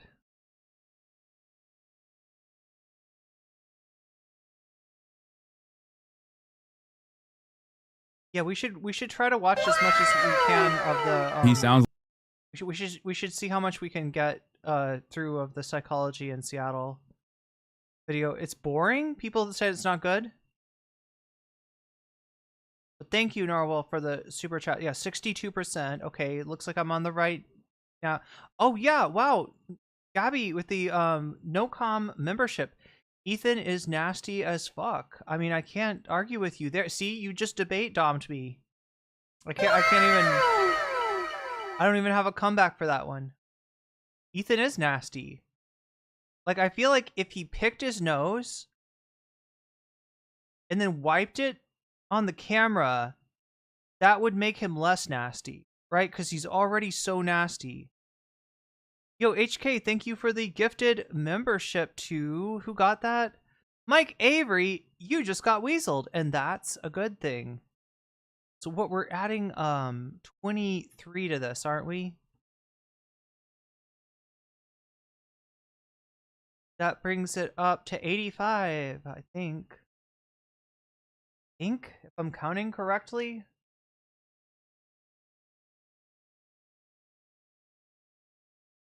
So out of it. Easy owned.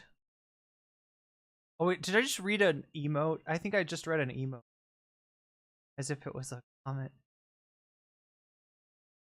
When's the joint stream with Dead Domain? Do we talk about some of the same stuff?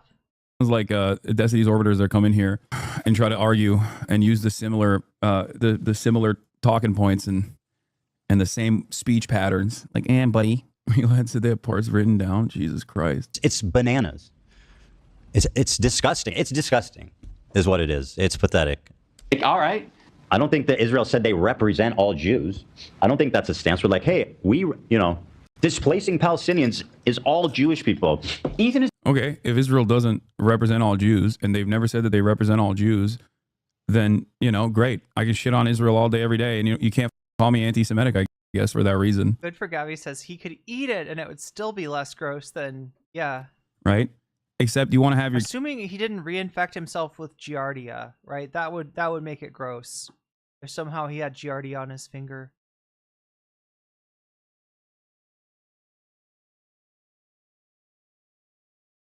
Cake and eat it too, When it doesn't suit the purpose, you're like, oh, Israel never actually said that. They just accidentally arrived at the Star of David on the flag and also rewrite the Constitution and also, actively say it all the time. As a matter of fact, like not every, but virtually every goddamn member of the Knesset has said it in one way, shape, or form. XQC essentially called you anti-Semitic. Yeah, well, he's brain dead, dude. What are you talking about? He's a goddamn vegetable. Like XQC. Oh man, I can't believe that. Yeah, it's the only safe place for Jews. Israel's the only safe place for Jews. If Israel doesn't exist, then the Holocaust will happen immediately. He's being so disingenuous here to suggest that he doesn't understand what Matt Lieb is saying. Like he's making a semantic argument. Like, I don't think you have no idea what you're talking about. Have you explained anything in this video? You're so wrong. I doubt you even understand half the things. You have no fucking idea what you're talking about. You shouldn't even be entering this conversation as a leftist. You should be listening and learning, sir. Sit down. Yeah, dude. Bodies in spaces. One of the grossest freakazoid ways of behaving is like the tendency that right-wingers, okay, across the board, try to do a bodies in spaces argument whenever they're talking about whatever kind of reactionary nonsense that they want to defend. Every time I hear a goddamn white Christian man be like, excuse me, my rights are being tarnished here. Oh, I can't believe it. My rights. You're attacking my rights. Yeah. Okay, get the out of here, dude. Oh, man. Dude, this is one of the funniest things. Like, I am unconditionally against reactionary politics, okay? Israel is a reactionary country, and its politics are incredibly reactionary. They're fascist, okay? That's it. You can't standpoint theory your way into defending a fascist country. Like, just as you can't standpoint theory your way into talking about how Christian rights are being taken away when gay people are kissing on the streets or whatever, you can't just be like, oh, I'm oppressed. Why won't you hear from me? Why won't you hear from my personal perspective? That's why this should have been wrapped up literally 2 weeks after October 7th when we had that discussion on my channel where I was like, dude, what you're saying right now is like a white guy saying all lives matter to a black dude saying Black Lives Matter. That's it. Don't you care about this? I thought you were on board with the Black Lives Matter movement. I thought you were progressive. And I think there's only two ways you can go about it. Either you start recognizing that perhaps this is the case, perhaps that like defending Israel from the perspective of like the interests of like what you perceive is wrong towards Jewish people. Like you have to hear a Jewish American person's perspective on how they feel when a person who is pro-Palestine says from the river to the sea, Palestine would be free. Oh, that scares me. My feelings are more important than your emancipatory slogans. Like, is no different than when a white fascist Republican guy turns around and says, oh, when you say Black Lives Matter, that scares me because I feel like you're saying you want to kill all white people. It's literally actually all lives matter. 1-to-1. You want to know why it's 1-to-1? Because these are both reactionary, fascist adjacent, or directly fascist positions. That's it. The only difference. It's also an attempt to recuperate something that's, anything that's, revolutionary against oppression gets recuperated by that form of oppression. The difference in this regard is that in the Western world, understandably, Jews have been marginalized historically, and anti-Semitism is still very much a problem. So, of course, when someone uses standpoint theory from the perspective of being a Jewish person, it gets a little bit more mileage in progressive circles than a white guy being like, well, it feels like we're attacking Christians and Christianity, or we're attacking white people. Okay, there's no way he can't get this comparison. Well, he certainly didn't get it because I had this conversation with him on November, in the beginning of the month of November, or a couple weeks after October 7th, This is the last conversation that I had with him where I gave this exact argument to him. From the river to the uses sea. it. Terrorist groups use it, and so like there are reasons, whether you agree with them or not, is that you're justified Hamas to says free disagree. Palestine as well. Does that mean free Palestine means eradication of Jews? It's in their charter too. Hadn't thought of that one. Ooh. No, it doesn't mean that. Ooh. Okay, what's the difference then? I mean, obviously the context matters, right? Some people mean it that way. That's some what I people don't. said. That's what I said. I don't think that, because from the river to the sea in the saying itself is people interpret it as the annihilation of Israel. That's how people see it. Okay, when you want to understand what Black Lives Matter means, do you go to white people to ask them, or do you go to black people and ask them what it means? Who do you listen to?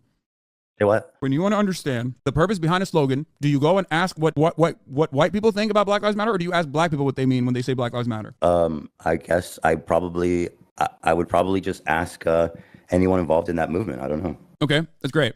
Are there black people in the Black Lives Matter movement that like legitimately hate white people and like maybe want to even kill them? I'm sure there are. There's one. You can find one of everything. Okay. Like, does that change the broader movement and the morality behind Black Lives Matter? Or does that change what people mean when they say Black Lives Matter? Black Lives Matter doesn't, again, it's what's in the phrase, dude. Saying It's the same fucking shit, right?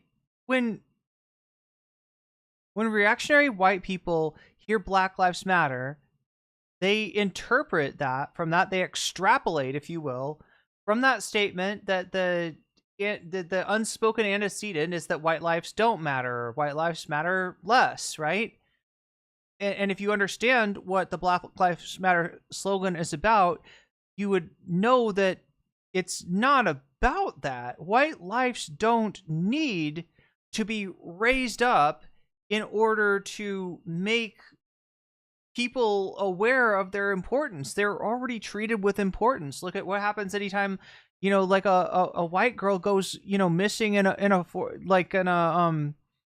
like on vacation or something, like how that becomes like a big, meta story on Fox News, right? And even, takes on, heaven forbid the suspect is not white, it takes on a whole, sort of racial aspect there, right? So the reason that people are saying Black Lives Matter is not because they think that white lives don't matter. It's because we've got that. We as a society have no trouble understanding that. We are treating white lives as if they matter very much. The thing we're not doing is treating Black lives with the same concern or dignity. That's why it's a slogan, right? Or the thing is, like, saying black. For you to take from the river to the sea as meaning the Palestinians want to throw, Jews into the sea, again, it's the same kind of shit. You're extrapolating, right? The meaning of the statement is that, like,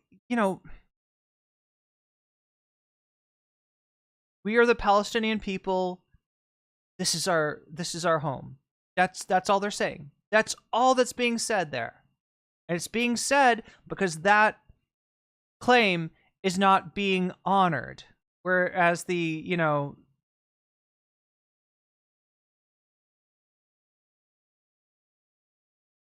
claim Israelis have to Israel proper is being honored, is being accepted. Lives matter doesn't insinuate that other lives don't matter. It's in the phrase, bro. I don't know what to tell you. From the river to the sea, Palestine will be free also doesn't feature from the river to the sea. We should destroy Israel and kill all the Jews. You're the one who's saying that is the secondary implication behind it. It's so crazy.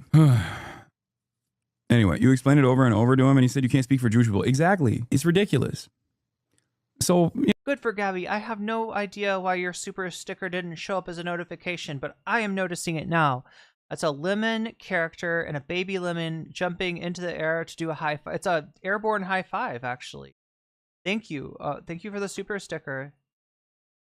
It is what it is. I just don't think he's ever going to learn. I think Ian was so nice, like far too nice, thinking that this was salvageable, thinking that maybe if Ethan watched this video, he would snap back to reality. Nope.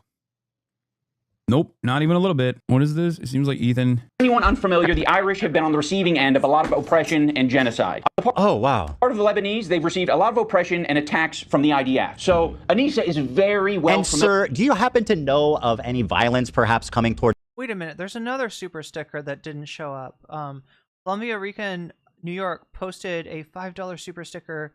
The Lemon character taking his sunglasses off and raising his arm to greet someone, imitated. So Baby Lemon is doing kind of the same thing there. Thank you, Columbia Rican, for the super sticker. Towards Israel, where Ela grew up, perhaps from Lebanon, Hezbollah, perhaps? Does that? This is, dude, you can't. You don't have oh, God. You do not have the intellectual faculties to be able to have a coherent conversation on this because you don't know the history, despite the fact that many of your critics have time and time again tried to describe to you that. I thought Ethan was the black student from the civil rights era. I almost forgot. Someone I know takes anything XQC says seriously. I am just, it's wild, chat. It's wild how much. You know, maybe this is why Ethan thinks that doesn't see the problem. Doesn't see why people are gatekeeping when he tries to opine about politics, right? He looks over to Twitch and he sees XQC and he sees Asmongold opining, and there's not a lot of pushback there. These are people who have, even less, authority speaking about these issues than Ethan does. Hezbollah was. So he's like, why can't I play too? A militant force. If XQC is gonna play, if Nick Merckx is gonna play, if Asmongold is gonna play, why can't I play? That was born out of Israel's unjustifiable occupation of Lebanon. Okay, that's number one. And number two, Hezbollah has only grown in popularity as a direct consequence of Israel's further incursion into Lebanon time and time again, and they have successfully purged Israel from its borders in the past. And last but not least, the only reason why a dumb asshole can do this annoying, idiotic propaganda that they are too stupid to even recognize is propaganda is because of Western chauvinism, where other dumb people think, well, this actually corresponds to my previous biases, so I'm just going to go along with what he's saying here. He must know what he's talking about. It's just ahistorical garbage. It's ridiculous. There is no way that he has not accidentally encountered the truth about what he is saying here, because he's talked about this time and time again. Bad and Banana covered it in the response to the context nuke. Many other people have brought this up. This and a number of different idiotic things. That ring a bell to you, you dumb, ignorant. How dare you attempt to lecture me on this conflict? You just learned about this Okay, I don't know when Ian learned about this conflict, but you still haven't learned anything about this conflict. What do you mean, how dare you attempt to lecture me? Okay. Talk to someone who does know about this conflict a lot more than you, okay? For a lot longer than you have known about anything, really, because you still haven't learned anything. You employ Lebanese people. Why don't you talk to them? 2 weeks ago, clearly, and you're just deferring to Hasan. Okay, so this probably needs to be said. I thought about this earlier, but I didn't say anything. But Jessica Bell is voicing this in chat now. I know that it's completely self-evident. Columbia Re super chatted $5. Yo, we did it. We did it. Soccer ball, soccer ball, soccer ball. Soccer ball, soccer ball, soccer ball. Thank you for the super chat, Columbia Rica and Dragon. Jessica Bell says, I know that's completely self-evident, and so it's not. Yeah, that's what I was thinking. I was like, well, people know this, but obviously, it doesn't seem like Ethan knows it. Ethan doesn't know about the Israeli invasion of Lebanon in 1982, which killed 20,000 people. I was thinking about that when I said Israel doesn't have borders. Now, that's not me saying, it's not me making an isn't real statement, right? I'm talking about the fact that Israel has not acknowledged that it ends, right? Anywhere. And there was for practical purposes, there was, kind of a demarcation between Israel and Lebanon, but there wasn't an official, or Israel had not acknowledged, this is where Israel ends, and the incursion into Lebanon in 1982 showed that any border that Lebanon had drawn was not something that Israel was respecting. as an expert.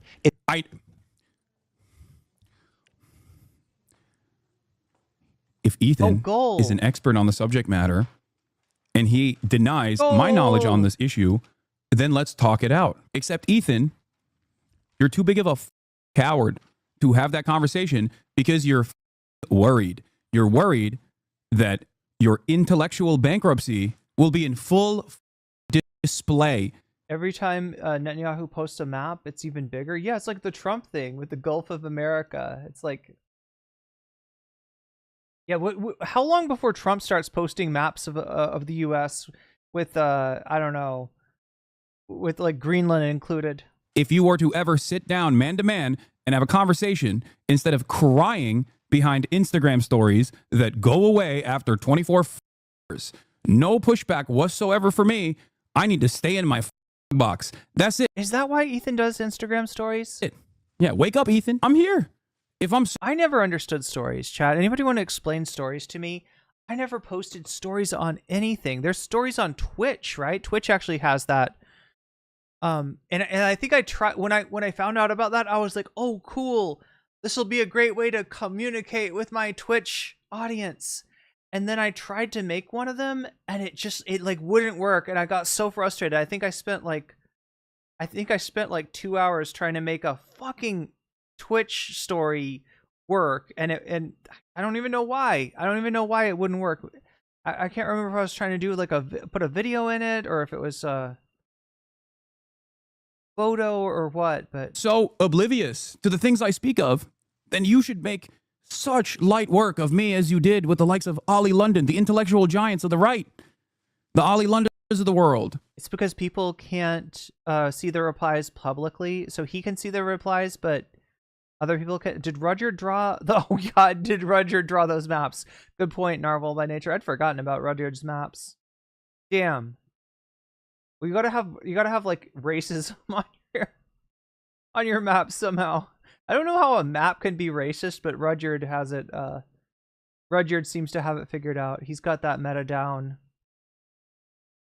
to a science, a race science. Oh my god! Sorry. And the just girly things of the world, you destroyed that. I had to go for the bad pun. Remember, he will agree with you that it's genocide and Israel does all. Yeah, who all has Ethan vanquished? Fresh and Fit, just pearly things. Who all has he debated, right? He's really debated some intellectual heavyweights in his time. These horrible things and piss off his wife. That's what he's scared of. No, I don't think that he's gonna admit that. I don't even think it's about pissing off his wife. I think it's about retaining some kind of. Just for some perspective, chat. The whole Sam Seder what a nightmare thing. I mean, like, yeah, part of that was because Steven Crowder had been running from Sam Seder. Part of that was because Steven Crowder refused to engage with Sam Seder, talked all this shit, and would not put up or shut up.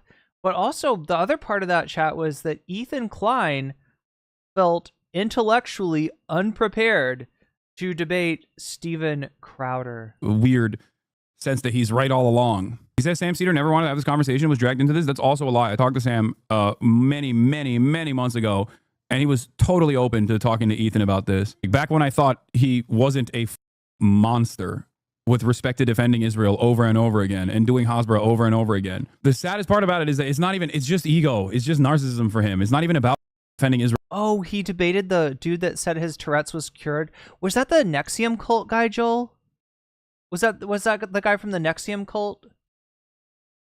Which I thought Nexium was like a medication for acid reflux. Bro, I don't even think it's about like defending his wife or anything. I think it's just straightforwardly his ego. It is so bruised because his audience did not find him to be the beacon of intellectualism that he presented himself as after a sequence of successful debates, dunking on the absolute dumbest right-wingers of all time, finding himself to be this intellectual giant, and then all of a sudden being at odds with someone like myself who arguably is not. Did he debate Phidias?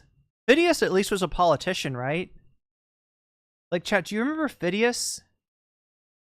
The guy that like brought his ex-girlfriend on to interview and then started talking about how, it's interesting, you're with someone for a very long time and then you start dating someone else and maybe they're better looking.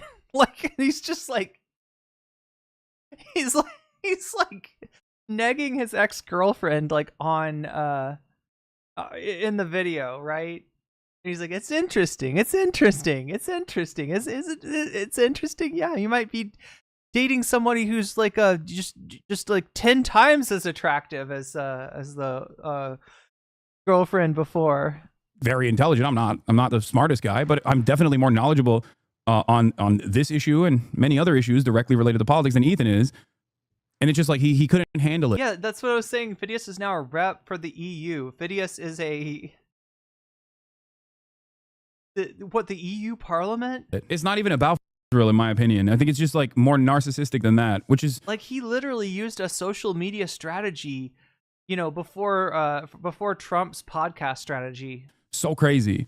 And in the process, he has become the person that he used to dunk on with regular frequency. Like, he literally became the person that would normally be in the crosshairs of someone like him. Nexium is an acid reflux medication. It also causes many of my kidney stones. No! It is. It was spelled Nexium because they were cool. Did they name the cult after the medication, or did they name the medication after the cult? If it wasn't for you, I would have never known about a lot of these streamers, but I'm grateful because your reactions to these awful streamers like Roger have been educational and informative, entertaining and educational. Beta. Did he debate Jesse? You're right. Oh my god, thank you for... I didn't get that at first, Tajium, but Tajium's saying beta because that was one of the right-wingers that Ethan debated was Jesse Lee Peterson. That wasn't the Jesse Lee Peterson one. That was a weird one, right? I feel like Ethan kept on trying to turn it into a debate, and Jesse Lee Peterson just wasn't quite getting what he was saying. It's wild, dude. It's mind-bendingly dumb. Bro, please call in and debate me on Israel-Palestine. Let's see who knows more about the conflict, you dumb. Oh, dude, that would be awesome. I thought we were gonna get an ultimatum chat when I clicked on this Hasan video. That's what I thought, but apparently, I don't know. Maybe a chatter thought there was an ultimatum. Familiar with the propaganda and. Dude, wait, I don't get it. Why won't he debate me then? I don't understand. He wants Ian to debate him. He cuts off before he says, actually, never mind. Why actually never mind? Dude, he can't even debate Ian? I thought Ian was so stupid. He didn't know anything. Oh my god, chat, we got through it. Speaking of getting through it, so I have the chance to do something awesome here, right? Which is to watch a little bit of a video, which I clicked on apparently just before it got deleted. This is Dr. Kirk Honda of Psychology in Seattle, somebody who very much rides the algorithm, whether it be reacting to popular shows or social media controversies such as the Ethan Klein apology over chestnuts. Just to stay in that algorithm, just to keep that relevancy going on. So he has once again gotten on the he's hanging 10 on the algorithm, surfing that algorithm, and this time with the iDubbbz video, which he gets mentioned in. Fair enough. They literally mention, or they not just mention, but iDubbbz brings him on in the end. From what Ethan said, to try to get his perfect 10 out of 10 A+ apology revoked. But I don't know. We didn't get to that part again. That was in the other content we will get to at some point, hopefully. On your soul, it's going to affect you. It's going to infect you. So I'm so worried, chat, that if I if I push it back to like 0, will the video go away?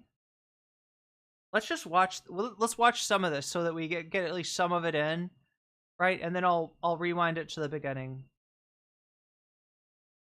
So what's going on? If you don't have a way of pushing back on it. So scary. So he gets more hurt, more angry, more fearful, and becomes more black and white thinking, more reactive. He starts to fight back. Initially, it's probably somewhat justified, maybe sometimes crossing the line.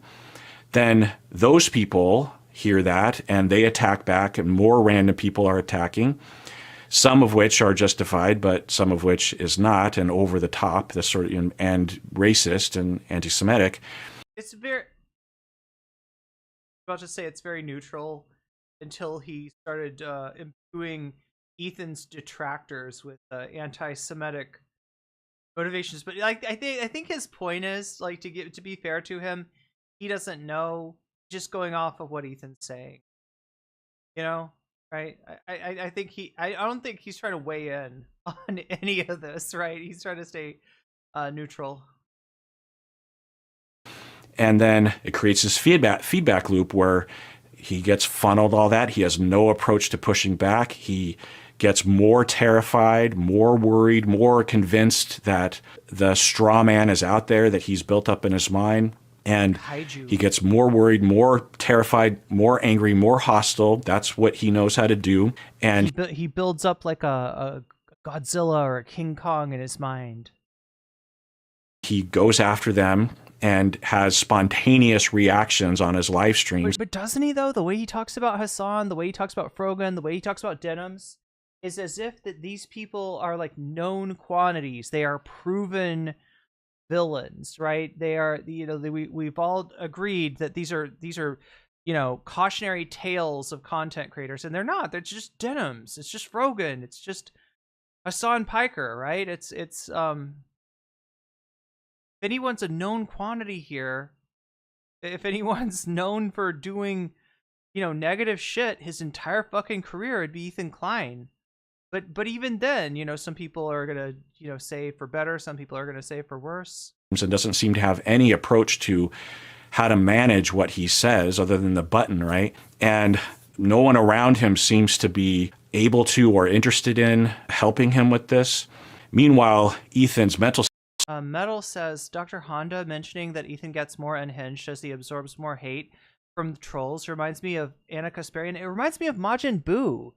Isn't that how Majin Buu works? If he eats somebody that's like evil, like he turns evil? Isn't that kind of how Majin Buu works?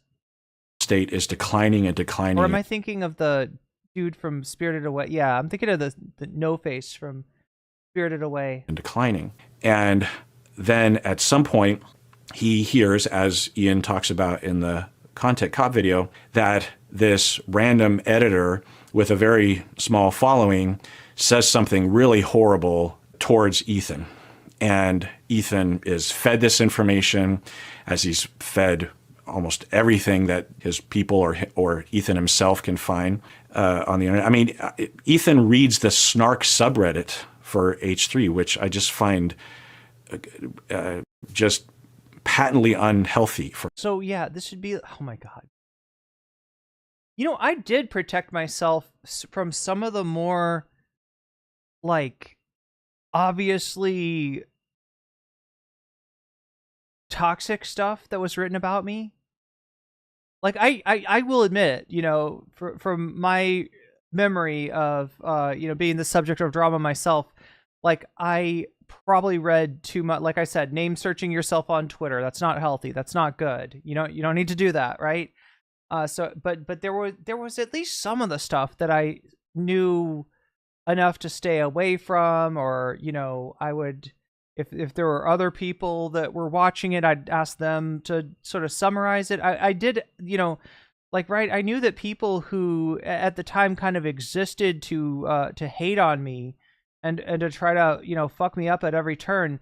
I knew that, like, reading everything that they wrote was not a good idea. Right, I was more interested in, okay, well, what does the average, like, you know, Twitch chatter think, and even that, you know, on some level, you know, I'm asking myself, what do Destiny fans, what do Dylan Burns fans think of me? And it turns out not too highly, not too highly at all.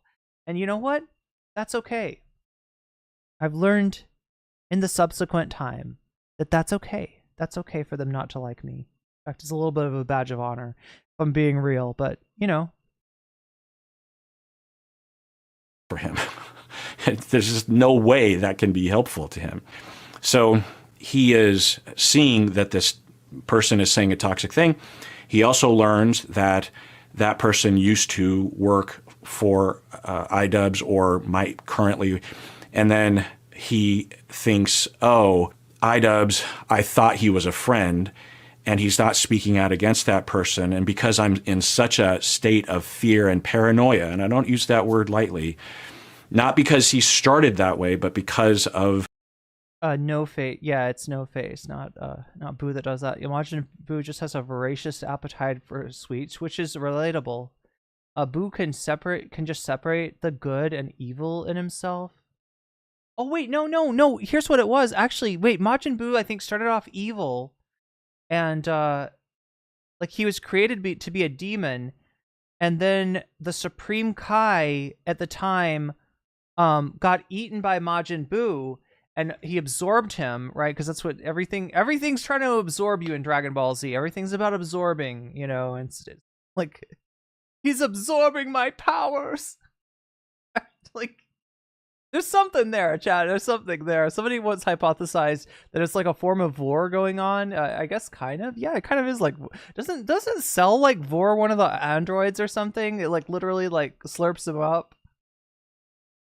But yeah, like so. Yeah, the Supreme Kai is good, right? And that's why Majin Buu has that split nature, like the evil Buu and the good Buu, because he's got the Supreme Kai in him. You're actually half right, says Columbia Rican on Majin Buu. When he eats people, he gains their power and he gets more powerful. But also, if he gets rid of all the people he ate, wait, if he gets rid of them, wait, how does he poop them out? What happens? Due to their personalities holding his evil back? Wait, he poops them out, plucking fresh lilacs to make syrup. My hands smell so good. Wait, are you talking about doing the thing where you make like a sugar extraction? I need to learn to do that, chat. They have some cool stuff. They have some cool herbals out here. There's a flower called the pea blossom flower or some. I think it's called the pea blossom flower, and apparently it makes a really good tea. Pop psychology is genuinely just so harmful to society.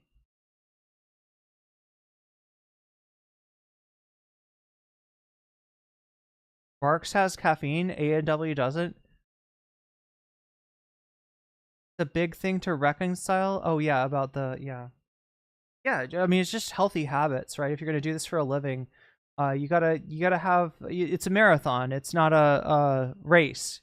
And you gotta do the things that are good for you long term, like not obsessing about people that don't like you. Definitely plays a role in normalizing horrific things, like Brittany Simon's take on it. That there's a place for therapy, but Hitler's therapist would have to see the best in him. Imagine forming a therapeutic alliance with Hitler. God, that's scary. It doesn't mean that the rest of us should draw from his therapy sessions. I love how No Face was this big, bad, scary, and then vomited everything. Wait, when you said gets rid of them, was the person that says he gets rid of them, were we talking about No Face there? Yeah, No Face definitely does. Does he? He doesn't shit people out. He just like vomits them up or something, I think. I love how No Face is a big bad and then vomited everything and went back to normal and just sort of joined the team. I mean, it's a classic anime trope, isn't it? He was evil, he absorbed the good Kai, and then his dog died? Oh, the dog! I forgot about the dog, Moni! Oh my god! That made me so sad. That's what got him evil. Yeah, because Mr. Satan formed a therapeutic alliance with Majin Buu.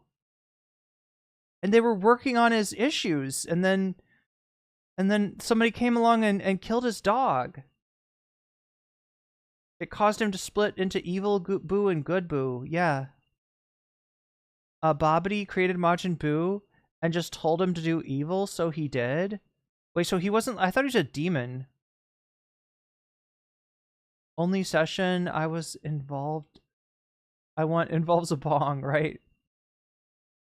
Robots kicking Vegeta in the dick. Wait, all the robots? Oh God, wait, that was what that was like one of the, was that Super Android 13, the movie?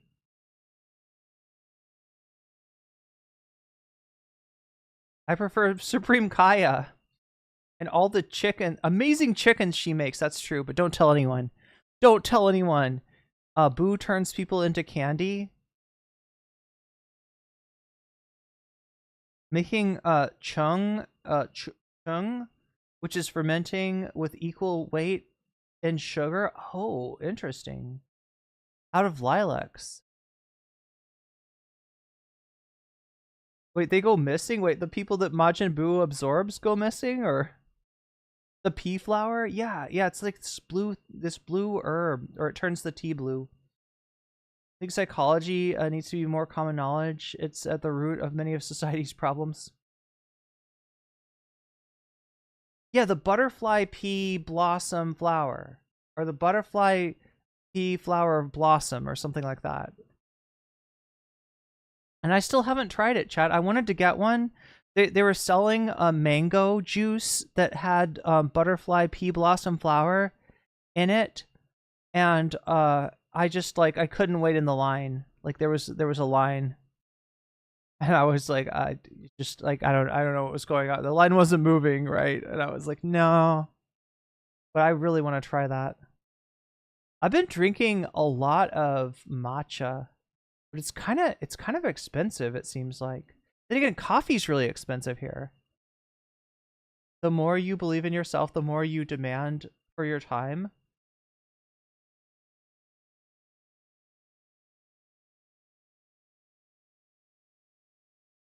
Only tried it with like strawberries and stuff. Oh, the extraction, the fermentation. All right, let's see what else Psychology from Seattle has to say. The non-management of, I feel like I'm showing you an exclusive, chat. It's like you can't get this anywhere else. What he was exposed to, and you just think about what's been happening over the past year and a half for Ethan.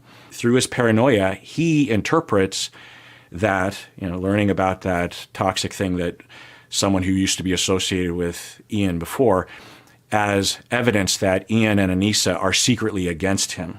And that hurts him. It makes him feel afraid. This is, I get it, right? So Dr. Honda is saying that Dr. Honda's saying Ethan's paranoia in the sense that we all have paranoia. He's not diagnosing Ethan with anything or typifying Ethan as having an extreme case of paranoia. He's just talking about stuff that's like relatable for everybody, or at least that's what he's trying to do, right? He's trying to stay neutral. He's not trying to, he's not, it's not like, I can see how I guess people would interpret this as him, because of the nature of the conflict. That's where people are getting the idea that he's putting a pejorative to, Ethan's mental health struggles in here, when in reality, he's just talking about Ethan's, mental health challenges, like that we all have mental health challenges. Being very it's not charitable. The first time this has happened for him in all likelihood. There have probably been other times when it might have been more confirmed, or there was better data indicating that someone that he thought he could trust, he couldn't really actually trust, right? Not only could he not trust that person, but that those people were actually a very harmful, scary element in his life, calling CPS on him and supporting that or whatever, right? And you just think about that, right? That when that happens, then when it starts to come into your house, from what I understand, the CPS workers actually entered the house to conduct an investigation. So Ethan goes off on Ian and Anissa on the air again, because his style is spontaneous and off the cuff, and there's no guardrails except for that button, which isn't really a guardrail. It just kind of gives, as Ian was pointing out, him more freedom to just say. It allows him to sweep things under the rug. Say whatever, and it doesn't mean that they're not there. Think, and that's what Ian was getting at in the Content Cop video, was that it seems like Ethan has no boundary or editor in his mind, and the button actually was a solution to a problem that made the problem worse. Because as a content provider, even if you're an edgy comedian online, there has to be some line. That's adorable. Like a healthcare provider, chat. He's mixing his careers, right? Because this guy is a healthcare provider, from what I can tell, and he is also a content creator. And so he mixes them together, and he gets content provider. There you go. There you go. That's kind of wholesome. Fine. Some concern about how you're affecting other people, right? Some empathy, right? You'll have an impulse to say something, and you'll think, well, it seems kind of funny and appropriate now, but if I were in someone else's shoes, what effect would that have on someone? I probably shouldn't go that far, right? It's not that you're being disingenuous and not saying the truth. You're incorporating the bigger picture. And if you don't have that inside of you, then you're just going to speak completely from whatever just happens to emerge for you impulsively. And Ian made a great case for that. So again, I agreed to be in the video, and he came over to my house and to my home recording studio, and we recorded. This is footage from that. And we talked for over 3 hours. And I, at some point, said, I think we should probably cut this off. And we were having a really in-depth conversation. There were a lot of ups and downs. And That's funny, because I wonder what his going rate is for talking to somebody for 3 hours, right? You know. So when I handed over all of the footage, I just gave it to him. I was thinking I wasn't going to be in the video, because I was thinking, how in the world, in a content in his style, how could he use anything that we said in that video? Because do you not know how editing works? It was so slow, and in my yammering way, it was slow paced and emotional and vulnerable and nuanced. And I just thought, I can't imagine he's going to use any of that. And I even told him, I said, if you don't use any of this footage, I'm not going to be insulted. Or if you use like 3 seconds, whatever. And I trusted him.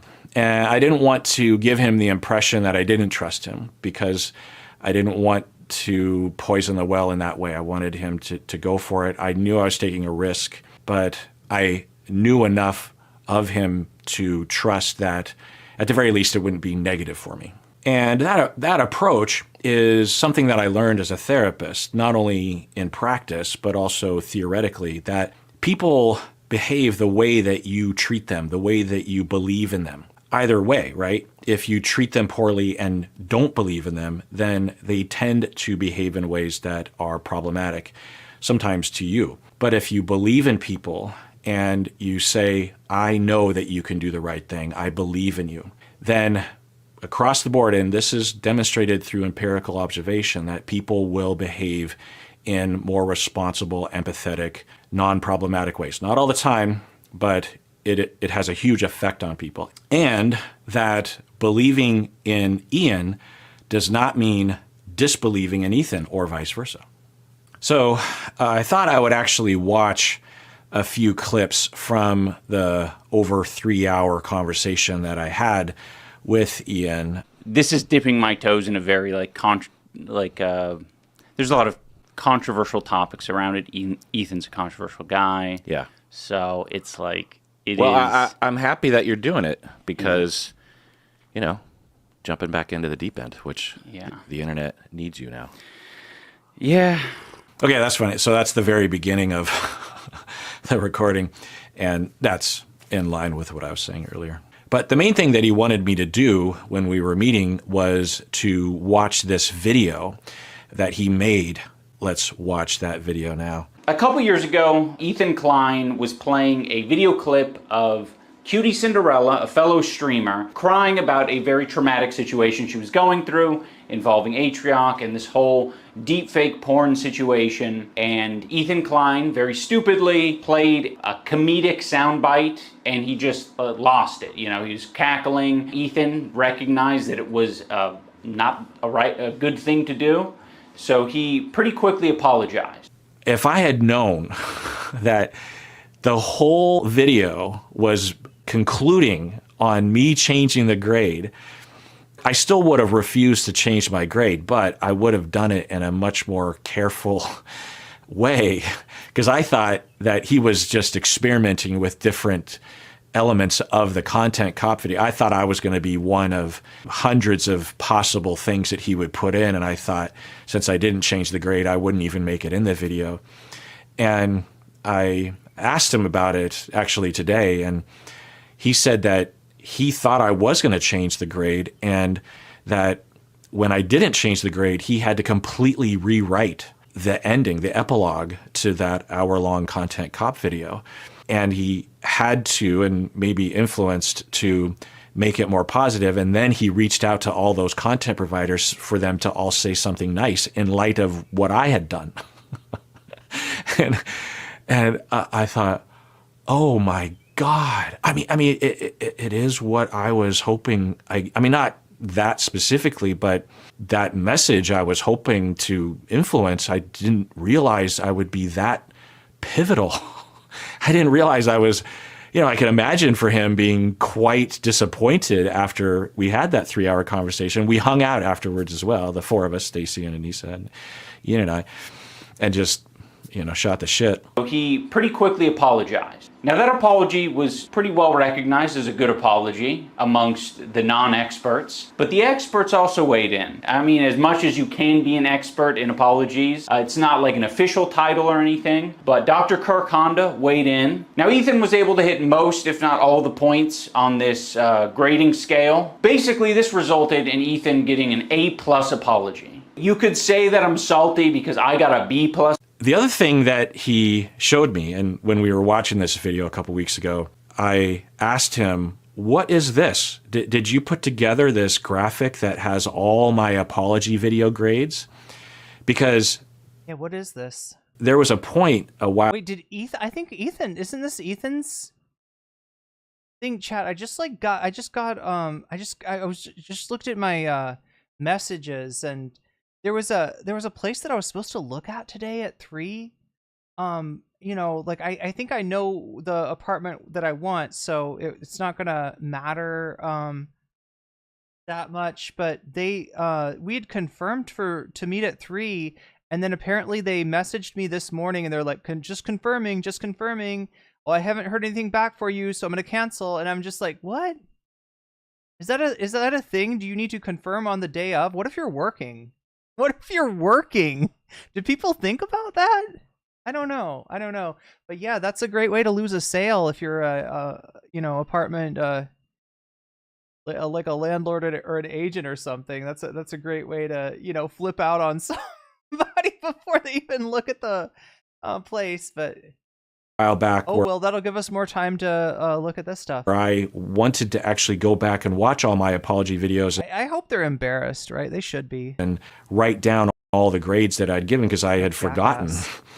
Because in some later apology videos, I would be referring to past apologies, and I wanted to be able to. They bullied Dr. Honda to remove his video from YouTube, and he did. Yeah, it looks like it. I don't know. Does anybody have a copy of the Ethan's post that I guess Ethan flipped out on Dr. Honda? But yeah, I don't know. It's probably a good sign. It's probably a red flag that they're so uptight that they're gonna be like, are you gonna confirm? Are you gonna confirm this morning? And it's like, I would have showed up, and I would have looked at your apartment, and you would have had a chance of selling it to me. Now you have no chance. Good job. The contrast grades and the rubric that I use, that kind of thing. And I asked him, I said, did you make this? That's amazing. And he's like, no, H3, Ethan Klein and his people or his fans or something put together this web page, and each is a clickable thing to take you to my video. And it's heavily featured on the H3 podcast or the fan site. I can't remember which, because of how often Ethan talks about it and how vindicating or how praising it is to Ethan, because he is the only one that has maybe even received an A. The apology, in my opinion, has just served to like boost his ego and kind of give him an out. You know, he rated my apology to Cutie Cinderella a perfect score, a perfect 10. A perfect 10 out of 10? Literally 10 out of 10. Go back. I can teach you how to make a good apology. Right. They're talking about CPS like it's ICE. Ironically, they tried to get Hasan's mom deported. I know, right? I know. They've got... Karma had other plans, yeah. The thing about it is, like, you know, it almost sounds funny because, you know, I from what I know, like Hasan's, you know, Hasan's mom's not undocumented.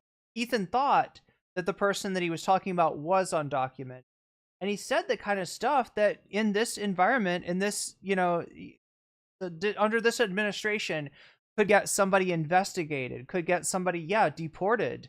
But as I say it, I recognize that the Trump administration doesn't exactly care if you've got documentation, right? If you match their profile, you know, they're happy to, you know, send you to El Salvador. So it's really, you know, like, I mean, thank God nothing bad happened is all I'm trying to say, right? Thank God nothing bad happened to Hasan's mom. Right, 10 out of 10. I know what a perfect apology is, lady. When Ethan initially had talked about my video, my apology analysis of him, people were sending me the link. Oh, like, oh my God, you know, Ethan talked about you. Because people know that I'm a small-time YouTuber, and so they're just like, do you know that a famous person is talking about you? And I took it that way. And I think maybe there was another time that people were sending me, but I just thought that was it. But watching this mashup of all these little clips, I asked Ian, I was like, does he really talk about my grade this often? And Ian said, yes, and the stuff I'm showing you right now is a small portion of the amount of times that he refers to your grade of his apology, which was interesting and flattering, I will say, and I think deserved. It was a good apology. If you didn't watch the apology, watch it or watch my analysis of it. But it was very long, very authentic in his way, very off the cuff, and very acknowledging of the harm. It was way beyond. And I would say that Ian was a close second, as evidenced by that graphic we saw in which he's the only B, right? I think that not only should someone be rewarded for a very rare thing, which is to, in my book, demonstrate very strongly a lot of the core components of an effective apology, but also I think that Ethan... Look, I get what he's saying, like a good, honest, from the heart apology where you don't get defensive. It's fairly rare. Fairly rare. Right? It's apology is a hard thing for people to do a lot of times. I get what he's saying. However, right, what I'm guessing his contention is going to be here with iDubbbz, you know, and I don't, you know, iDubbbz is kind of kidding, right? You know, apology ratings, it doesn't really matter, but this guy rated iDubbbz's apology and rated Ethan's apology, and they were the, you know, the top 1 and 2 respectively. It's I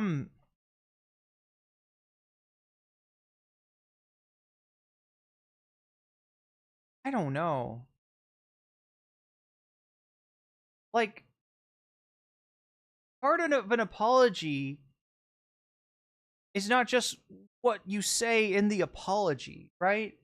If I gave a good apology and then started acting toxic to the people that I apologized to, or made another joke, you know, if it was about, you know, like a joke, like let's say I had a chestnuts moment. Let's say that I, you know, laughed about something that was really serious and really traumatic for somebody, and they were hurt by it, right? And people looked at it and they were like, that is not good, Irene. And I make a heartfelt apology. I do all the right things, you know. I even say that I'm going to try to change. And then not only do I not change, but I get vindictive towards the people that I made the apology, or, you know, towards people that, you know, had a problem with what I did in the first place, I feel like that's not a good apology. I know what he's going to try to say is he's just, speaking about the apology itself, but I don't think that the apology can be contained in the way that he is conceiving of it. Ethan, as other content providers, like Ian himself, this. are almost never. Good for Gabby says the peasant girl working at the spa felt empathy for No Face. She removed some jewels clogging No Face's chi, and the community helped. No Face was backed up. Wait, is that the? My God, I'm trying to remember. There's the stink spirit, right? That turns into he's actually the Kohaku River, right? And that's symbolic of the Kohaku River being polluted. And then there's No Face, who just sitting outside. Chihiro lets him in, and she removed some jewels clogging his chi. I'm trying to remember that. And is that where he started vomiting up the frogs? It's been a while since I've seen it. Not a citizen? I don't think so, Trump. Yeah, this is the whole thing. I think she she wasn't in zero danger, and honestly, Ethan should know better. Right? For if he was right about his assessment that this woman was an undocumented person working for Hasan, the shit that he said on air is a lot more likely to have negative ramifications. And by negative ramifications, I mean being thrown in the gulag for all time and tortured, than it does for Hasan, who is his actual target. Again, Ethan doesn't care who catches a stray when he's going after his target. Reading apologies without taking into consideration the past and the future actions is useless, only benefits the person apologizing. Ethan didn't mean the apology, says the vibe is. Ian's was better. Putting your kids on camera is abusive. Can't consent, and Mofo PDF will be saving those videos on TikTok. Notice from the saved to like ratios. In some of those clips, he says, "I'm glad it happened because it showed everyone I know how to apologize." Jesus Christ. Clearly isn't actually remorseful. I feel like that alone should bring the grade down. Because taking down this video because he was brigaded is some coward shit. I don't know, chat, has psychology in Seattle ever been the subject of controversy before? I will point out that the amount and the effect of the hate that you could get on the internet is sometimes shocking and trauma. It can be shocking to people who haven't experienced it before. Apologies meaning nothing with the subsequent contrite action, without the subsequent contrite actions afterwards. If you listen to Ethan's apology now, it rings hollow, in my opinion, as it clearly was given. Oh yeah, given the last 17 months. Commitment to change and actually follow through is important in apology. The only opinion that matters, about the apology would be QTs. Yeah, good point. Good point. Good point, Kay. We now know it wasn't sincere. True. Doesn't this whole revelation that we are uncovering show Ethan? Okay, I'm not gonna hazard any guess about any sort of pathology that anybody in this situation has experienced, because I am not qualified for that.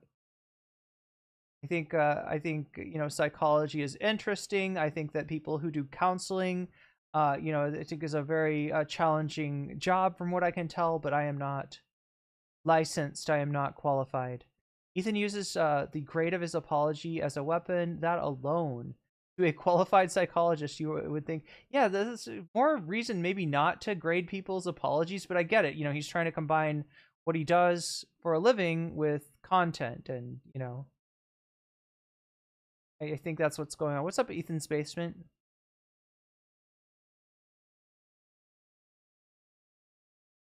Problem wasn't just Hasan's mom. Ethan put a target on anyone. Oh yeah, anybody in Hasan's house, his brother, his father. Yeah. God, ICE doesn't care. You think ICE cares? Like MAGA chuds and billionaires, they are empty, so they consume others. Damn. Dr. Peterson has been absent. Oh yeah, that's true, since the election. Wait, is that when Dr. Peterson disappeared? Ask anyone who deals with DV, the offender is always contrite afterwards, but their actions show differently. Saw H3 fans defending him, always bringing up the apology as him joking, and he finds it funny, not be humble as a joke. Me and several others have all remembered not liking him for a reason none of us can remember. Who, Dr. Honda?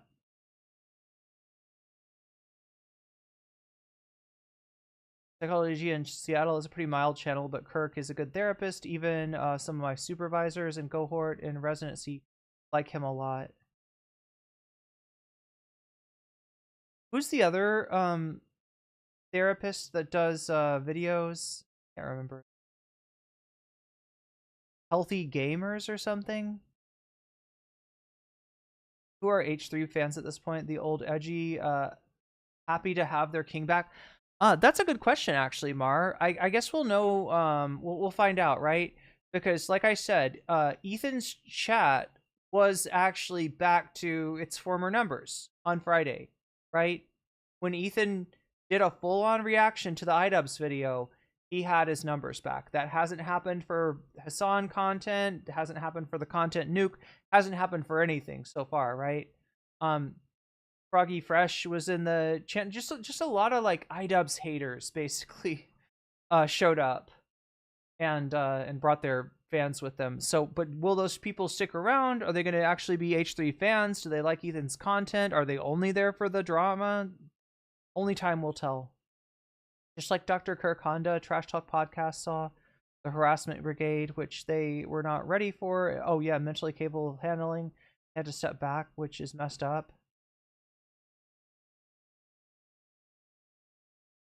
Healthy Gamer, GG, that's his name.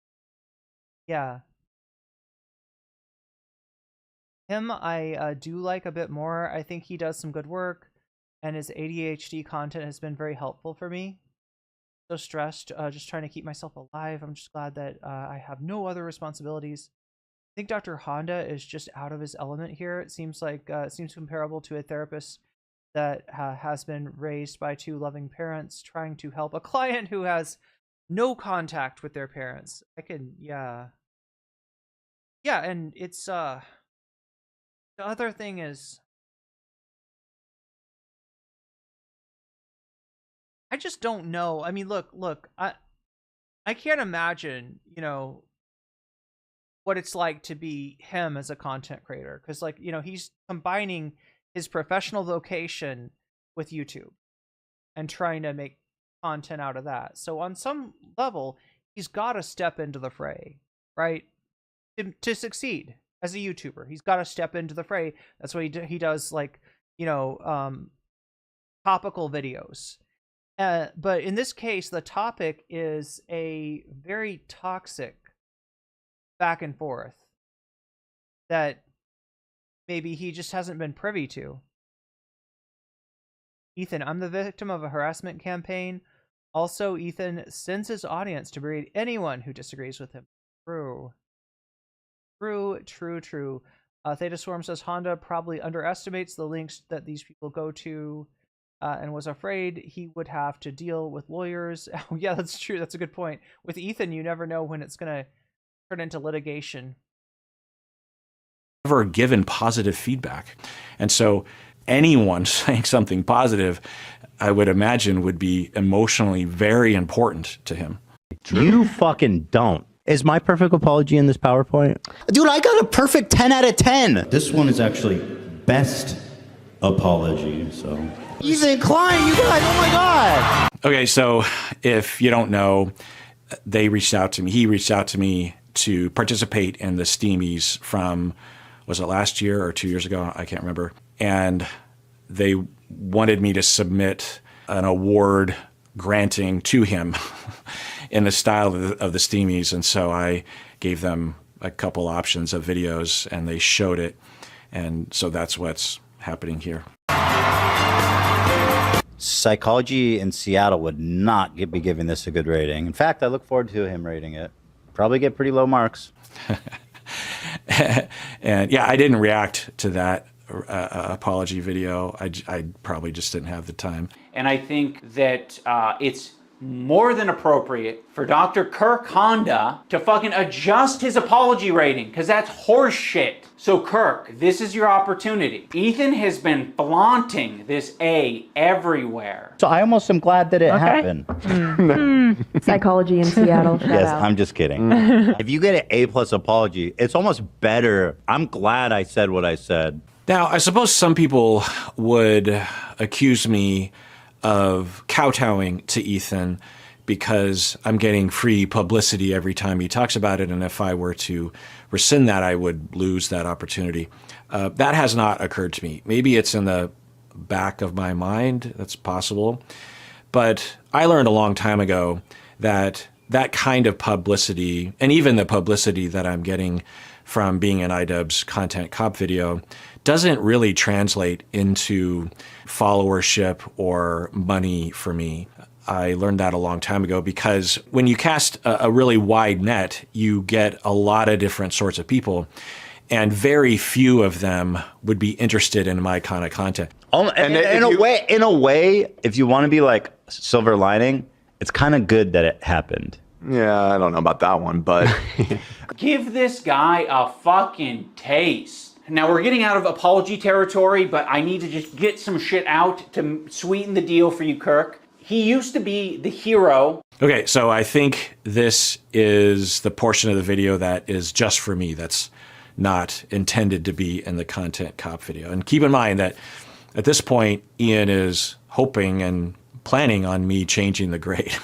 I see you out there, you fucking cockroach. So now that my presentation is over, I'm going to pass this over to Dr. Kirk Honda to give us a professional opinion, and maybe, if we're lucky, there might be some amendment to Ethan Klein's, perfect apology. Because I don't think this is a perfect apology. Every time Cutie gets an opportunity to shit on me, she takes it without a batting her I lap. don't know if that's what is Cutie. I don't think this is Ludwig. They're separate people. Right. Is it a perfect apology? I don't know if I've used that word. Maybe I have, but that doesn't feel like what I was saying or want to say. I just want to put out there that his apology had all the components that I'm looking for in a public apology and more. So that's an A+. That's all it means. Now, I don't know if you're catching this context, but this is a pretty good zinger to have at the end of this video that's meant for me, that he is later, after the apology to the person that he transgressed upon, Ethan is saying questionable, problematic things that his producer is pushing back on, which is what he often is having to do for Ethan. No, you're interpreting that wrong.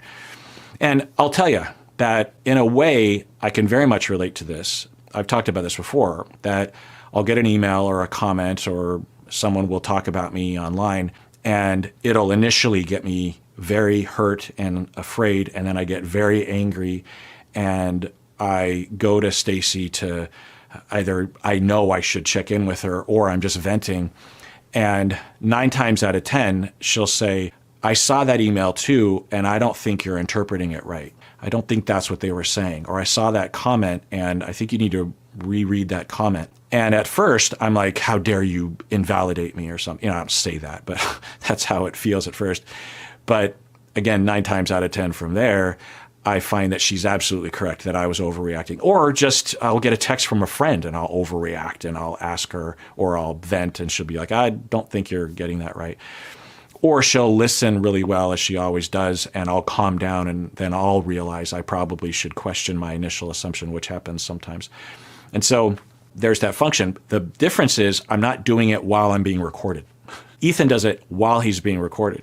People react to that. I mean, if people saw me in that state, there would be a lot of justifiable, especially if I'm publishing it, you know what I mean? Putting it out there. And I don't rescind it right away, which doesn't usually happen anyway. You know, in my when I'm venting and stuff, I don't immediately say to Stacey, "Oh, you're right, I was wrong." Sometimes it takes me a while, you know? The difference is that Ethan does it on the air, which is hurtful to those that he's talking about. Then they attack him back, and it just creates that feedback loop. That's another element here. People say Cutie defends me on her podcast with Maya. Oh, I've seen lots of clips of her shitting on me, but I guess maybe that was all I saw. So he is initially being hurtful and assuming bad things about the person that he transgressed on, and then the producer's like, no, she's actually on your side. And that's supposed to, from Ian's point of view, influence me to take the grade back. But this is further confirmation of in this little snippet. And we'll rewind this, actually, because I think this is important. It demonstrates that for Ethan, this is him after that progression that I talked about a while back, where he gets hurt and afraid, very hurt, very afraid. He initially has... All Dr. Honda did was assessing the PR value of the apology. It's not a moral judgment of character. It's just a rating of a public statement. Says Theta Swarm. That's what I'm saying. Is it's like I'm trying to be understanding of his position. Of he's a psychologist professionally. He's a YouTuber as his side gig. Steamings were started with frenemies, I believe. Like before the end of frenemies or after the end. Most normie creators would have no idea about the amount of toxicity coming from these people right now. They are bullies, and this guy had no idea what he's walking into. Yeah, that's why I'm trying to not be judgmental of Dr. I'd like to know if Ethan were making a video that didn't go his way, would he change the script to go against the narrative like Ian did? Oh, I see what you're saying. So if Ethan was making this video, would he have cut out Dr. Honda, since Dr. Honda didn't, put a stamp of approval on what iDubbbz was saying? Some slightly problematic takes and clapbacks, if you will. And he does it off the cuff, and he's absorbing all of the negativity without any filter, seemingly. Then people fight back, right? And then more people fight back in unfair ways to him, right? Pause face on Ethan. Because he's already being somewhat unfair. He gets... To be fair, there's like no way you could... If you're going to show like H3 content, you're going to get these. That's actually not one of the worst pause faces I've seen on Ethan. Right? More paranoid, more afraid. But is there a fairly good chance that in the midst of like reacting to this, that Ethan, like, do you think this is part of like what set Ethan off? I still haven't seen his Instagram post, his Instagram story that of him freaking out on Dr. Honda. What got the video brigaded, hence Dr. Honda deleting it. Privating it. More hurt, he gets more upset, he spontaneous, and so down the line, as he comes across that one, I think, tweet or something by one of Ian's former associates, he gets paranoid that, oh, Ian and Anissa are against me, right? That's not his typical stance. It's not his typical interpretation of that. It's after months and months of his mental state being harmed by himself. He's doing this to him. I mean, people are doing it to him, but he's doing nothing to prevent it, right? And maybe even he knows it's happening. I don't know. Maybe he knows, like, oh, this is good for ratings. You always have to come up with something to say. And I really feel bad for content providers like Ethan who don't have something like me where I have a professional training aspect that I can always talk about, right? I can provide that, only a small percentage of, an audience like what he has are interested in, but, enough of an audience, I can share that information. Whereas if you're just a guy who people think is kind of funny and interesting, how do you come up with... Ask your content provider about touching grass. Touching grass may be right for you. Something to say. How do you come up with content? You wake up in the morning and say, what do I have to offer? And so you'd end up just falling into this pattern of, well, what people are interested in is just me flying off the handle, So I think that might be another element that doesn't release. Look, if he keeps on doing that, yeah, that's going to be what his audience expects. He's going to be trapped with this. If he keeps on flying off the handle and in his whole content is like, who is Ethan mad at this week? Then yeah, he's basically painting himself into a corner. That will be his reality. Him from responsibility, of course, but I think is another piece of the context. So let's rewatch this and keep in mind that there's a possibility, I don't know, it's just total speculation on my part, that his mental state has been affected in a way that any of us would be affected by if all of that negativity and hatred and attacking and a lot of it unfair, because we don't see all of the horribleness that even if you pay attention, you don't see all the horribleness that he might be absorbing. And then he gets this little hint that maybe, I think her name's QT, the woman that was crying about the deepfake porn and he was laughing and then he apologized later. And he gets a little glimpse and then he's so paranoid. He's such a quick, he's got a real itchy trigger finger, goes after the producer. No. And then you can kind of see the gears churning in his mind. It's like, not only is this assumption not true, but the producer's saying, no, she's on your side, she's supporting you. And that in-group, out-grouping is happening. It's like, oh, she's out-group, wait, so she's in-group? And, you can see his brain trying to adjust that. Every time Cutie gets an opportunity to shit on me, she takes it without a batting or laugh. I don't know if that's... What is Cutie? I don't think this is Ludwig. They're separate people. Oh, people... Yeah, my understanding is I don't think... Cutie just didn't say anything about this. Nothing, Cutie didn't accept his apology, but also Cutie didn't complain about Ethan or really just, I don't think Cutie has said it, right? I'll say Cutie defends me on her podcast with Maya. Oh, I've seen lots of clips of her shitting on me, but I guess maybe that was all I saw and not the whole thing. So that's the end of that video, but I don't know if you see what I'm seeing, but that's what I'm seeing. The way I described it earlier. Anissa and I have experienced like the same kind of level of harassment makes me feel like qualified to talk to him about it because So I don't know if you noticed that, but he was on the verge of crying in that moment, or it looked that way to me.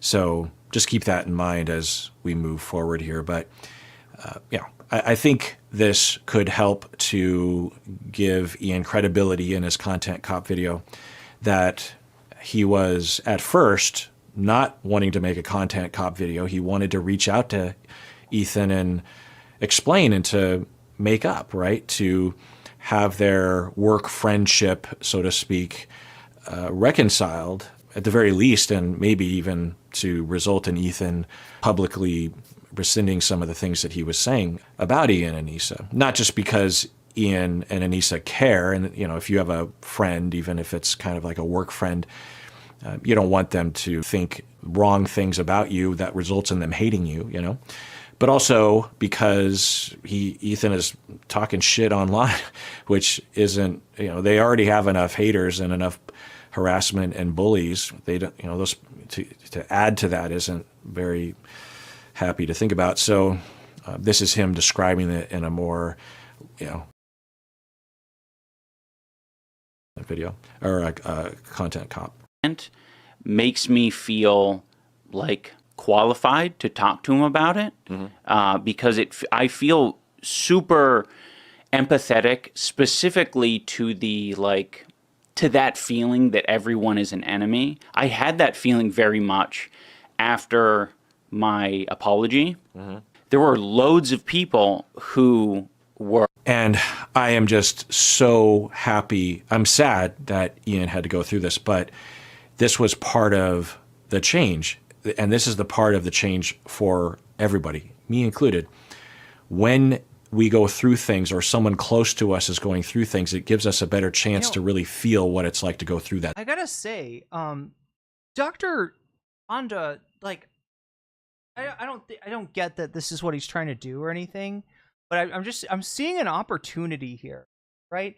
I don't know if he'd be interested in this or if he, would want to do this, but as a content creator, there's a lot that I feel like I can't talk to like 99% of mental health professionals about, right? So, there's, stuff that I could kind of, talk about general, reactions, my emotions, interpersonal relationships, etc. But when it comes to content, I'd never want to try to explain something that happened within the context of my content to like a therapist or counselor that just didn't have a frame of reference for that, right? And it seems like maybe Dr. Honda, especially after this experience that he's had, it seems like maybe he's an exception to that, because of the fact that he does counseling or some kind of psychology professionally, and he does this YouTube thing also professionally, like as a side thing, right? I feel like he's sort of uniquely positioned. He's sort of uniquely got a unique perspective where he might understand, like, I don't know, it's just an idea. It'd be kind of a nightmare, right? If your clientele were content creators, I feel like they'd come to you with a lot of problems. But maybe that's challenging. Maybe that's fun to deal with, right? For somebody in this field. I don't know. I'm just pointing out that there's probably not a lot of people that would have his level of understanding towards some of the unique challenges, unique emotional challenges, I guess, of content creators. That thing. Then when someone else is going through that thing, we have a much greater chance of having empathy for that person. And until that happens, it is hard to have empathy for someone else. Not because we lack empathy, but because it is lost on us why someone is having a reaction that they're having. And Ethan, at least from my understanding, isn't crying on his podcast. He's not talking about the pain and the fear and the terror that he's going through. He's exhibiting the anger, and Ian sees that and understands what's beneath it. And initially was reaching out, even though Ethan was publicly saying horrible things and causing a lot of Ethan's fans to go after Ian and Anissa. What Ian initially felt was empathy, because he had been through that himself. And so that resulted in him seeing Ethan in a compassionate light at first. And so he reached out, gave him the benefit. Wait, what is this? Is the turned snarker also Icarus drowned? And this whole thing has been fueled by that ACC sending Ethan altered evidence?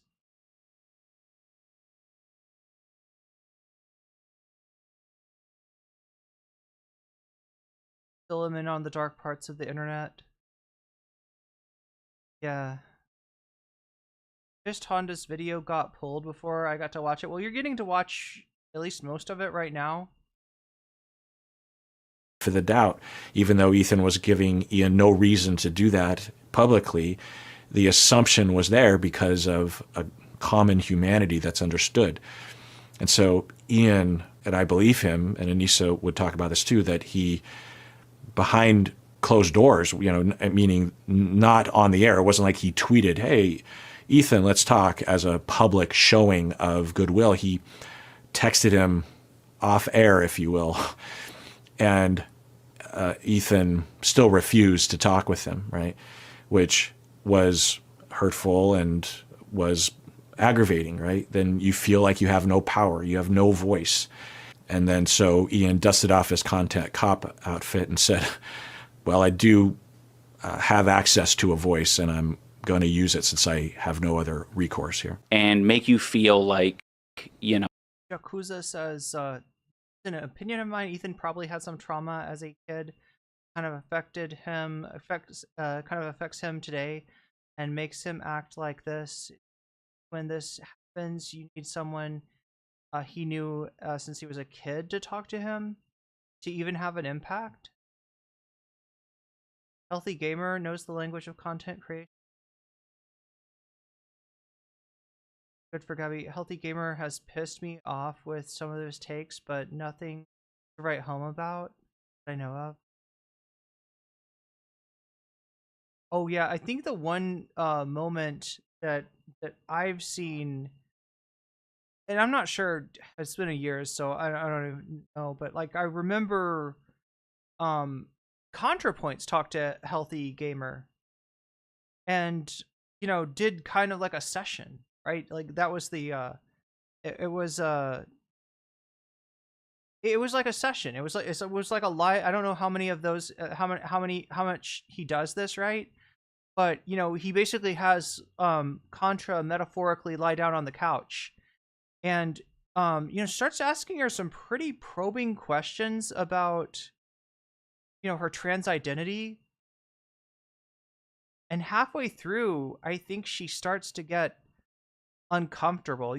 Right, if you've had a good therapist before, and you have trust for somebody that you're working with as a counselor, then it's really easy to kind of open up, and maybe easy to forget that you're not just opening up for the counselor, but you're making content, in this case for Healthy Gamer GG. And I think like halfway through, like you could tell that she got a little bit uncomfortable. Maybe she assumed more knowledge and familiarity with trans people of Healthy Gamer. What's his name? Dr. K or something? Yo, Amy Komori with the super sticker. I don't know why, chat. Super stickers are not showing up today. But this one is a Shiba dog happily massaging his cheeks with his mouth wide open. Like that. Ah, actually, that kind of feels good. Thank you for the super sticker, and thank you for the idea to massage my, what are these, the temporalis muscles right here? Yeah. Yeah, they are kind of tight. No, that's actually good. No, there's no winning. Well, I remember people reacting to your apology video were saying that you were grifting or something, that it was all a lie, and you were trying to trick the audience so that you could, I don't know what you'd be tricking the audience, because it wasn't necessarily a good career move. You know what I mean?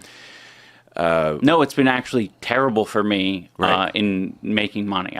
We've talked about that. It's only gotten worse. Yeah, but it's easier to sleep at night, I hope. Yeah.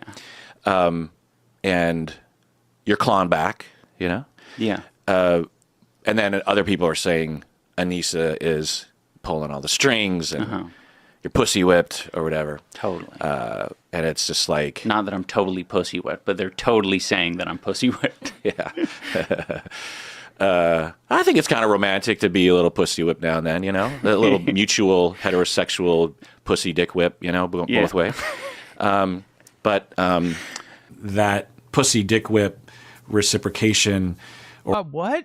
Pussy dick whip? Is this some new fetish that I'm not aware of? Damn, that's interesting. Okay, Dr. K is kind of very sus, says Theta Swarm. Yeah, I remember there being some other controversies about Dr. K. I haven't really looked into these. Or mutual whipping became a theme throughout our 3-hour conversation and after. So I guess Chat, I gotta look up pussy dick whipping after this. Am I missing out, chat? I don't know what this is about. Doctor getting horny. I know. What the fuck? The stuff the heterosexuals are coming up with these days. Yeah, what's up with pussy dick whipping, Myelin?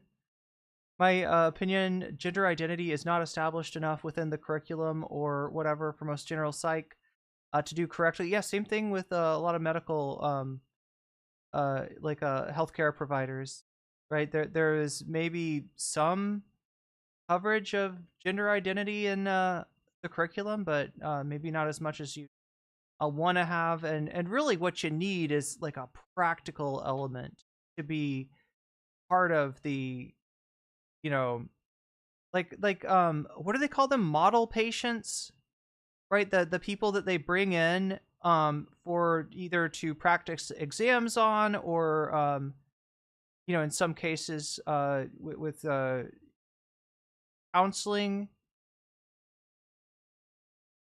right? If they consciously try to get trans people as medical model, I think it's what it's called, if I remember correctly, then maybe they could give the but yeah, I think Contra just assumed a lot more familiarity on Dr. K's part than was really there. Any Audi high fives? I'm just listening while playing solitary. My delicate ears. I know, right? What is going on here? The pussy dick whipping is.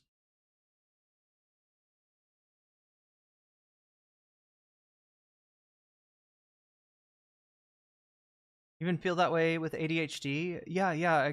I see what you're saying. Yeah, there's a lot of stuff that maybe a healthcare professional is not as familiar with as you'd hope. Sound like he has no idea the correct term and how to use it and is messed up. Yeah, what is up with this? Like, okay, so the pussy whipping thing is like supposed to be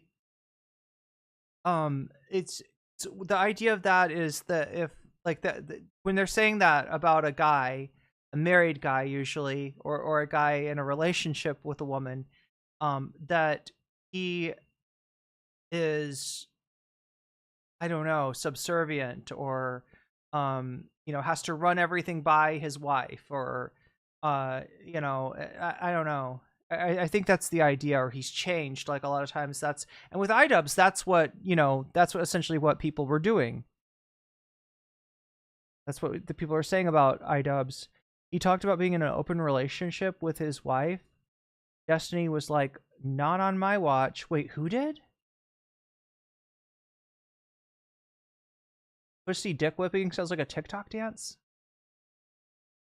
Not doctors who graduated a long time ago. I think sometimes people don't consider. Oh, they think older is more experienced, but yeah, older might be outdated. That's true. If they're not keeping up with their they have continuing educational units that they're or CEUs that they're supposed to keep up to date with, but they're going to take it in this or they're going to take it in that, and there's going to be a lot of stuff that they don't get updated. They don't get the latest patch, so to speak. You can get pussy whipped when no vaginas are involved.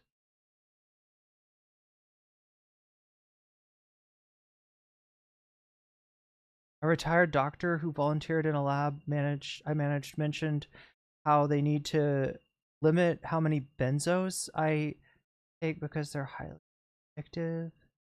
And I was like, they're addictive? Pussy dick whip wow threatened me with a good time. I know. What's up with the pussy dick whip? A lot of teaching professors often also openly or secretly see transgender as a condition like homosexuality back in the day. When I watched this ADHD video for women, I think most trans non-binary people who have ADHD could relate to it, but it's annoying because it's like I wish the language was more inclusive. Well, you can't be too inclusive or else you'll piss off Anna Kasparian. I think it would help so many people who had leftover shit from being raised with ADHD without the cis boy pass. I prefer phallic cooter nuking. I like the There's poetry in those words, Tanner dude, man. Dr. K did sit down with the session with Destiny.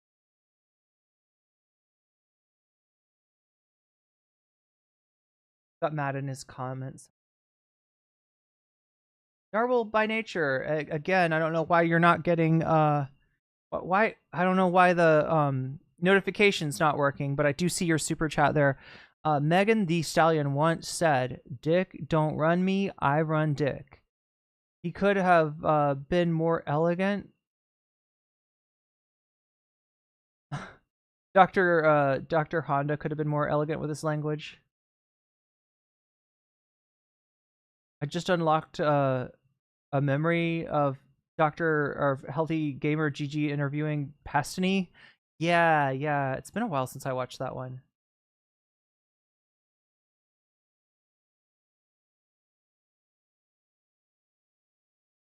Could be very interesting to look back on the new information. Come to light with the Sex Pastany's session with Dr. Healthy Gamer GG.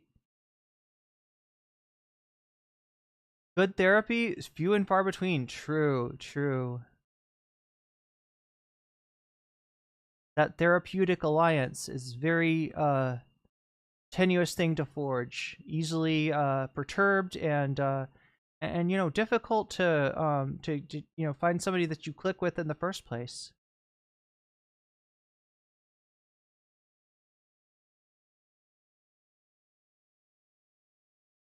Oh yeah, happy 420. I forgot it was 420.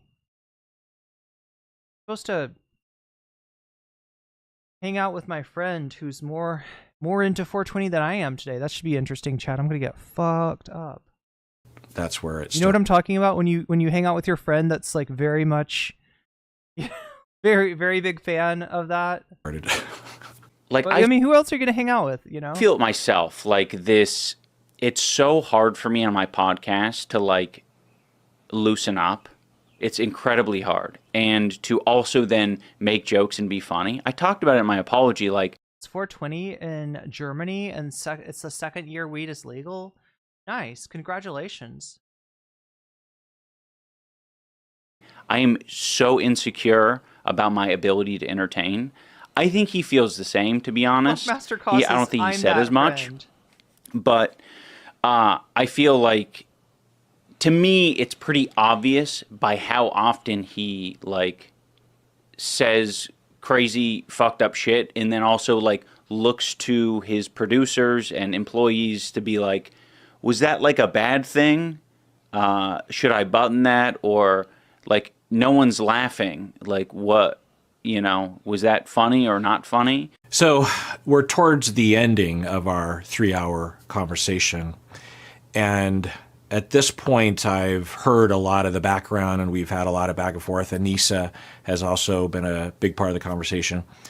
And as he was approaching his thesis or stating his thesis that he would eventually have in his content cop video, or at least an earlier version of it, I was both curious about what his conceptualization is as to why Ethan would refuse to change or not be self-reflective or to not exhibit empathy. I was curious about that, but I also was asking a question that I often will ask my students, actually, in that they'll talk about a client and they'll say, oh, this client, or maybe more commonly, I'll have a student or a trainee or a supervisee or a Somebody explained to me, I see some mental health professionals refer to their, the folks that they see as clients, and some of them refer to them as patients. This is something I'm kind of familiar with in that,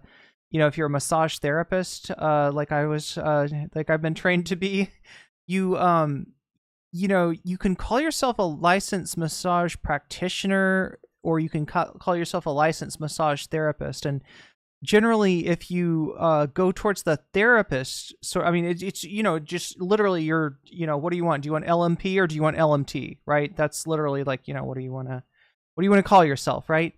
But the mind frame of like a licensed massage therapist is a little bit more medicalized in that, like, they often will refer to their the people they work on as patients, right? You're solving the patient comes in with a, musculoskeletal dysfunction, and you've got an hour or 45 minutes or however long you're booked for. You've got that long to try to solve that problem for them. So you're thinking of them as a patient, right? Whereas the LMP mind frame is more like the client is looking for relaxation. The client is right. So it's kind of it's a different paradigm, and I'm kind of curious how that works in the mental health field.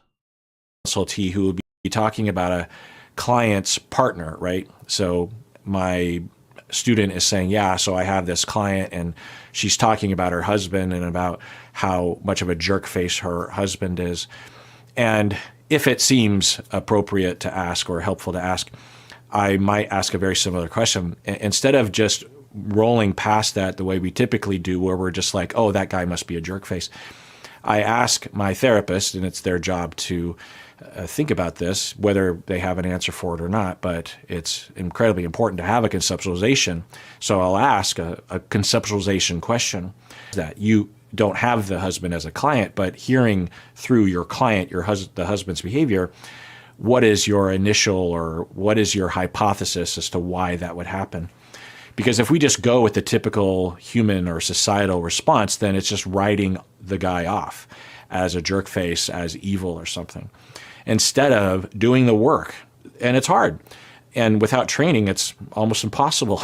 Lay people aren't trained in this way.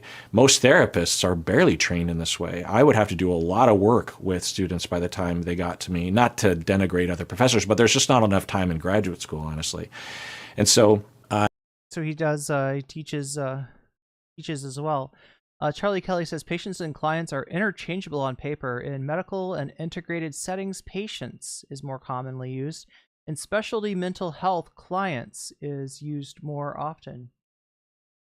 Yeah, I mean, I could see like that it has a sort of ramifications on, your who you're practicing on, too, as far as, some people might feel like patients pathologizes them, and clients maybe could be empowering to some people.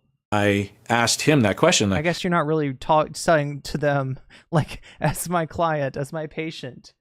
Okay, so you've laid out a very strong argument that Ethan has changed and that he is being more of a jerk face now than he was before, and more toxic, and there doesn't seem to be any guardrails. And you've laid out some of the details about that, the button, the yes men, the absorbing the snark subreddit, that kind of stuff. Why would he do that? What do you think the reason is? And so what that provoked in Ian, because he takes that question to heart. Audio is cutting out in every few seconds. Anybody else getting that? Chat, I've got food coming.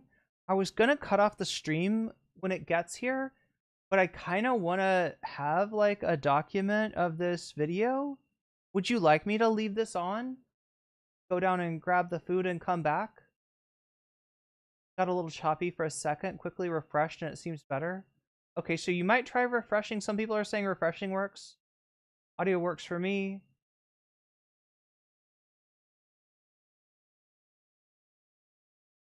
Very outmoded and only really used by old and set in their way therapists, conservatives.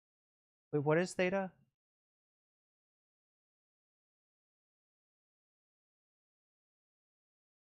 Patient implies a passive role, care directed by therapist in an authoritative manner. Patients is medicalized term, and I think most non-MD therapists don't like that. They will, yeah, I can see the advantages of putting the client, as it were, in the driver's seat.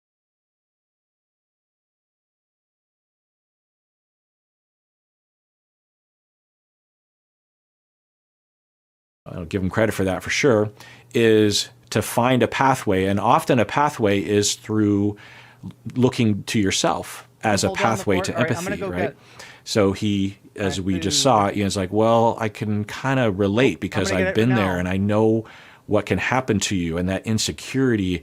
And I just wanted to point that out as an element of something. I didn't notice it at the time because I'm not conscious necessarily of that.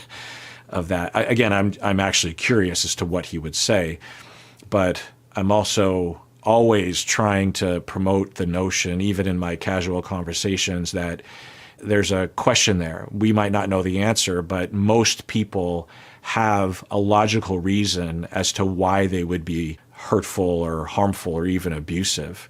It doesn't justify it at all, but it explains it and gives us something to work on.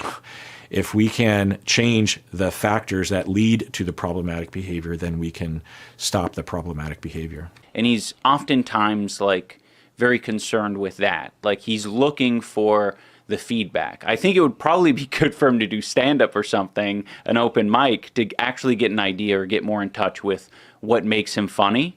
Because that's something that I like. That's going to be probably a constant journey for me, is figuring out what makes me funny. Or what people like about me or my content. So I just want that for him. Okay.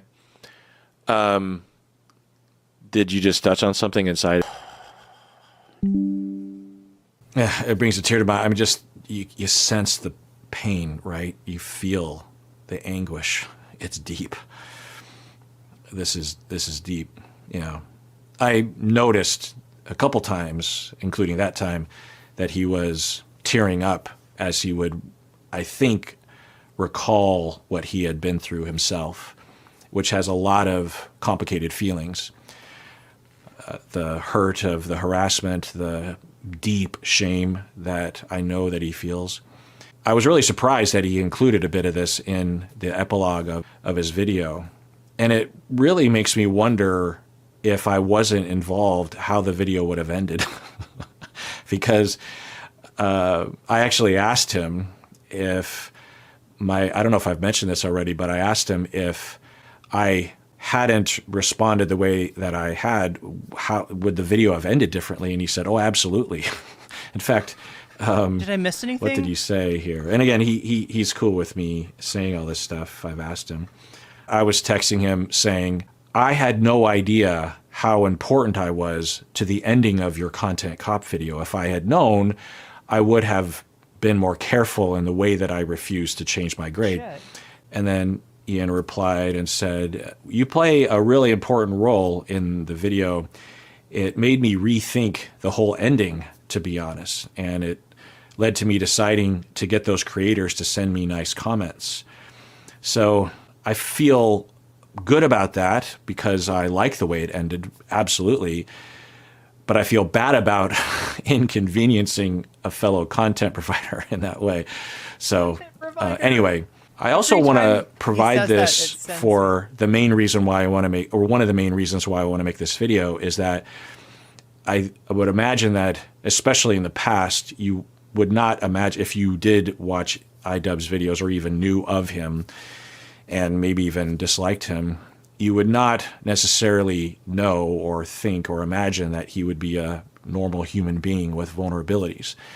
You know, one of the big reasons why I want to make this video is to demonstrate for audience members and for content providers that a thick skin is a myth. No one has a thick skin. You can't protect yourself. What difference does it make if you're a content provider or not? You're a human being, and you cannot protect yourself. No one can, from harassment and bullying and hatred. And we also understand that you can get 10 comments, 9 of which are positive, but 1 that's negative, and everyone focuses on that one negative thing. We all understand, everyone understands that. Content providers understand that every day of their lives. And unless there's a management system that involves not reading every single comment, that involves therapy and perspective and telling the audience, one of the best things that I ever did over time, because it sort of had a crescendo during the Amber Heard Johnny Depp trial 3 years ago, I couldn't help myself but to tell people like how it was affecting me, the hatred that was coming my way. By telling my audience that, even people that didn't like me, I think it gave a lot of people the opportunity to understand and therefore have empathy and therefore take care, right? Fuck. I did miss something, didn't I? I've really Starts crying. tried hard to like control what I've been putting out online and like what I'm going to react to and you know, think about other people. And it was like, you know, at minimum like a full year of me like really questioning like everything I was putting out. And you know, I had some confidence at the start of that, but like every video I put out, I'd be like, oh shit, like Yeah, these are they're like cabbage rolls. So it's like you know, like a fresh roll. You know how like a fresh roll is like rice paper rolled around some kind of filling, right? This is cabbage rolled, like fried. I wouldn't even call it fried. It's just like, you know, slightly fried, make it soft so it can serve as a wrap.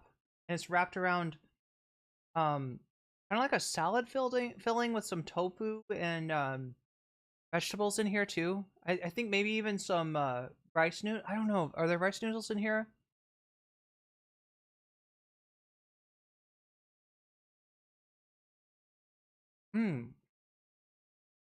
And basil.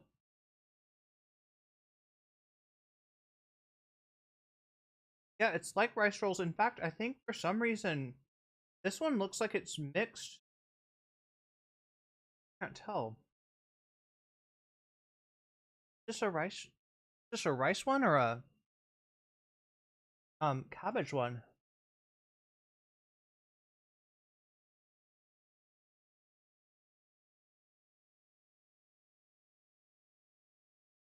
No, it's all cabbage.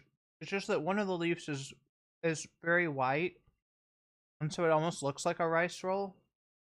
Then it's got a little Thai basil on the top here.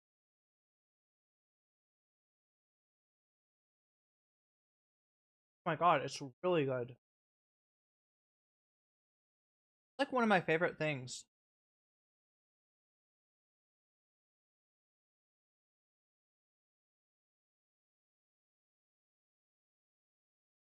views aren't good. The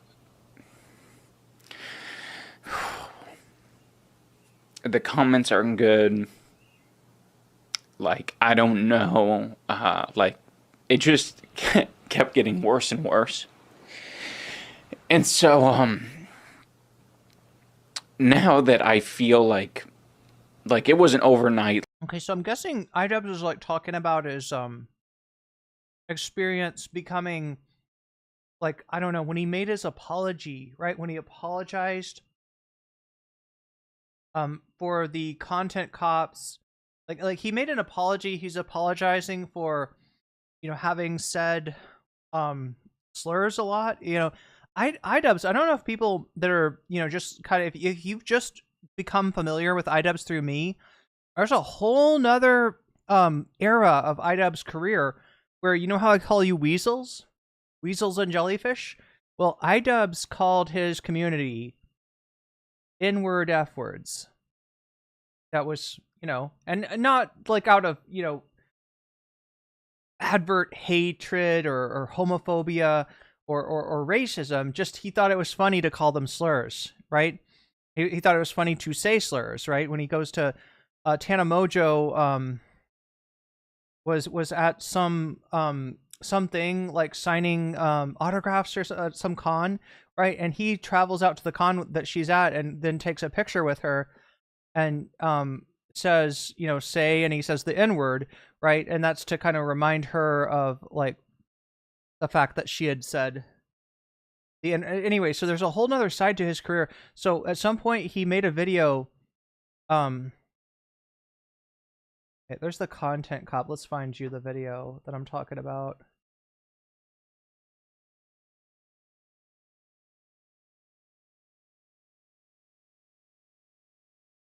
What do you think someone on the internet?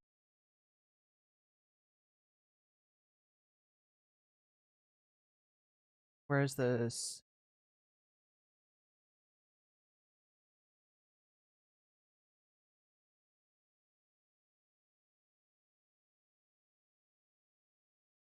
Is it this one? The harsh reality? No. I miss the old iDubbbz. It's around there. Froggy Fresh drama. Yeah, I think it was it this one? Was it I miss the old iDubbbz? And you know, he's basically apologizing for, you know, the fucked up edgy jokes that he made that might have hurt people, but also, you know, for people that he's gone after in Content Cop, including absolute assholes like Keemstar, Rice Gum. Well, I don't know about. I actually don't know anything about Rice Gum. Keemstar and Leafy, though, I think they count as assholes, right? He also apologizes. He's just like apologizing to everyone, and people are, you know, accusing him of being, pussy whipped. They're saying that he doesn't need to make an apology. They're mad at him for making this apology that has everything to do with him. Nothing to do with them, because it implies that the stuff that they used to like iDubbbz for makes them bad people. He didn't say that, but they just intuited it from that. So I mean, like, this was like a watershed moment for him, and yeah, he got a bunch of harassment. This is an apology. He makes an apology, and he gets like massively shit on by all of his former fans. And so I think that's what he's crying about here, right? That's what's got him so emotional. Like me gaining my confidence back, and I'm still probably not all the way there, but like... Does he deserve to feel some amount of concern or pain, or does he deserve some consequence for the bigotry that he put out there? You can answer the question how you want to, but I would answer that question, yes. It is fair that he experience some level of consequence, and that consequence could cause him some level of pain and insecurity.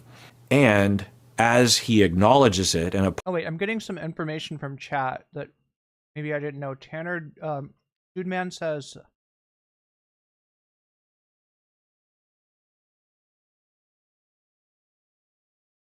it was actually because, okay, so you're explaining him calling his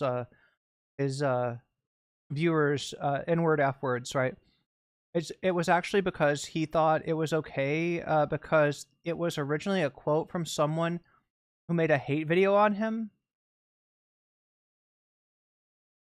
And then the person called him an N-word F-word, and by his logic, he was making fun of that guy, so he was like, hey, you N-word okay. I mean, that's a little bit more. I mean, obviously, like, he, you know, disavows, like, stuff like that. He's not proud of that.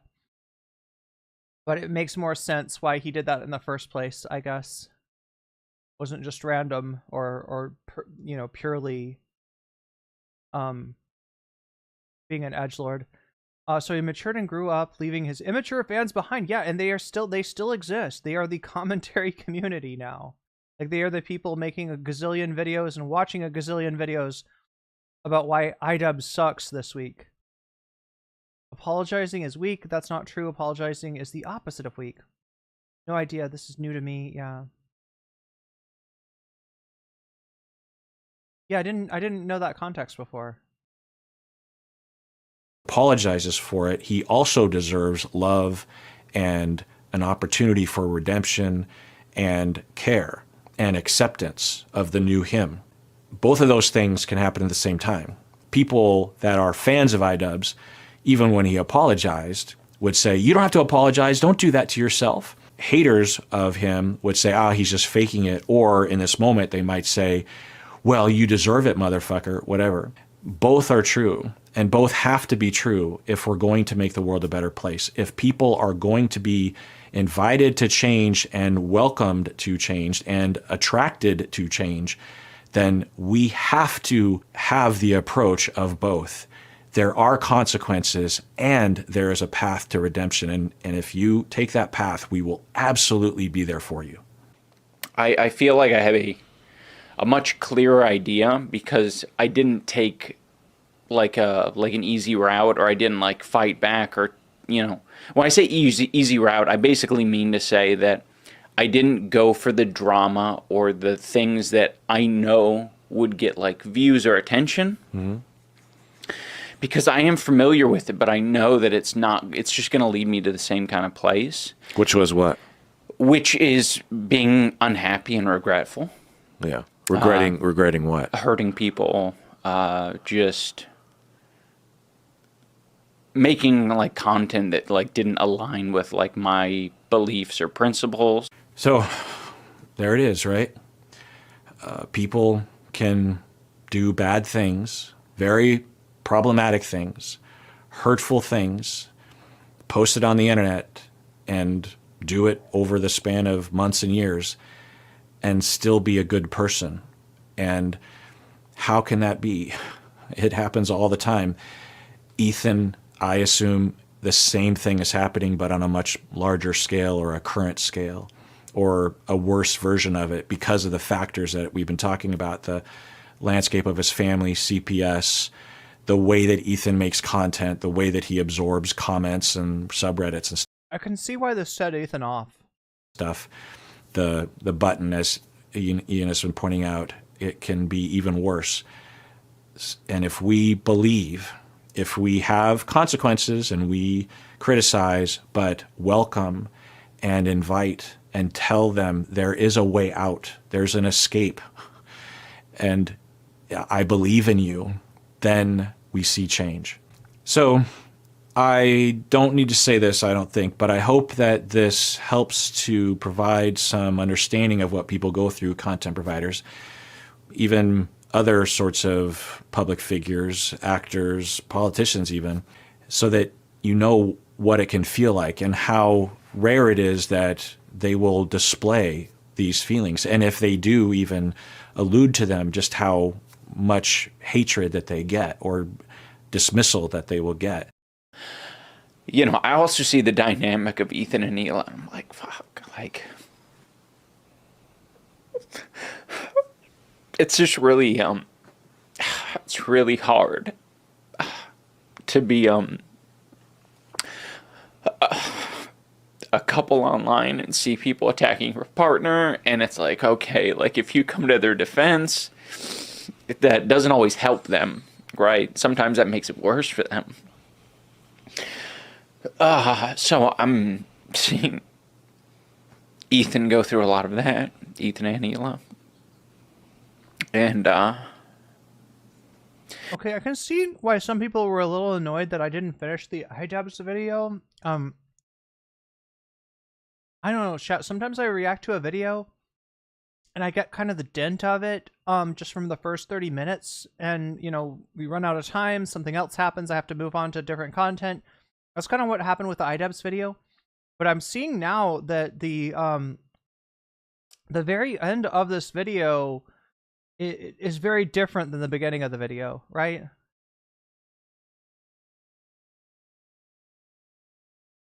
I'm also worried because I know that the communities that are attacking iDubbbz and Anissa right now are the kind of communities that have no empathy for somebody showing emotions, a content creator specifically showing emotions like this online, right?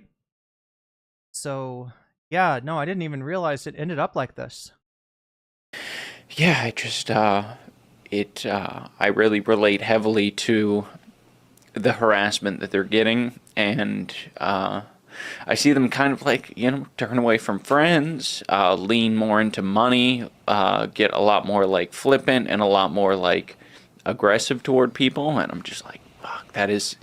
So a major reason as to why he made the content cop video, I think, was because he's trying to help in his way. I don't know if it will help. One could argue if it was really trying to help, it would have been less negative, so to speak, towards Ethan. But then one could argue maybe you have to be that pointed in your critique for it to break through and to get any sort of views and attention, that kind of, I don't know. But yeah. Unfortunately, I think it's convincing that he cares about the two of them, Ethan and Neela. Not ultimately going to like solve it for you. You could see, so that's that Y in the road. Yeah. You took the healing, touching grass, or touching marriage yeah, route away from the internet toward stability and attachment and love, whereas he's taking the other path, which is to go on the offense and to maybe convince himself that he's right and everyone else is wrong. And I mean, like, you know, ironic, since he was one of the last people to have a conflict with Keffels before Keffels left the internet entirely. But it does remind me of Keffels, right? This was Keffels at every single turn, you know, leaned into the toxicity, leaned into the conflict. And at some point she wasn't even noticing like who she was having conflicts with, especially when it became her own community or you know, her own friends, you know, like her own people who were, you know, sort of functioning. Like a content creator needs people to talk to about what they're doing, and Keffels had those people, and some of those people did not like what Keffels was becoming and let her know in, you know, in confidence, in private. And they got frozen out and they got thrown on the outside.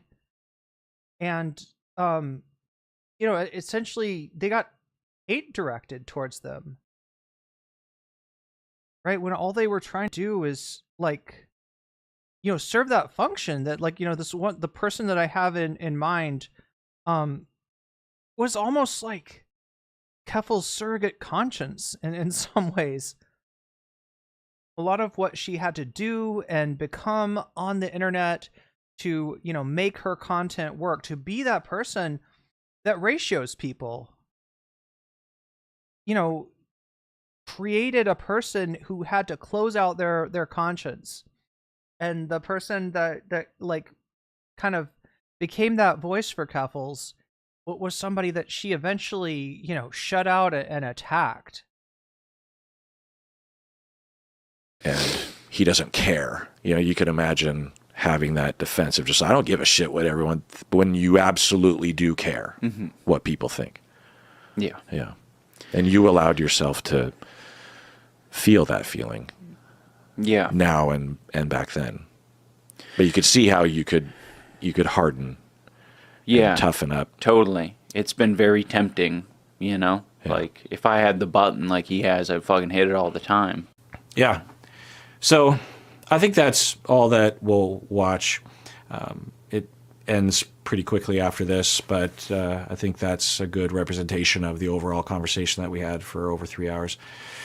So for those of you who never watched the Content Cop video, I thought we would watch a bit of it towards the end, in case you have been wondering this whole time what I've been referring to. Okay, iDubbbz, I hear you. You're in the room with me right now. I hear you. I hear your request. I understand it. I can understand where it's coming from. And I guess have a policy that when there is a grade for an apology, I am just grading that discrete apology as I see it without taking any consideration of prior or future behavior. If you're wanting me to comment on the overall behavior or the recent behavior from the clips that you have shown me, I believe that Ethan is a good person, and that eventually he will feel sorrow and will feel sorry and will apologize, and I will be there to evaluate that apology when it happens, which I know it will. Oh. Wow. I see exactly what's happening here. Right? There's a certain assumption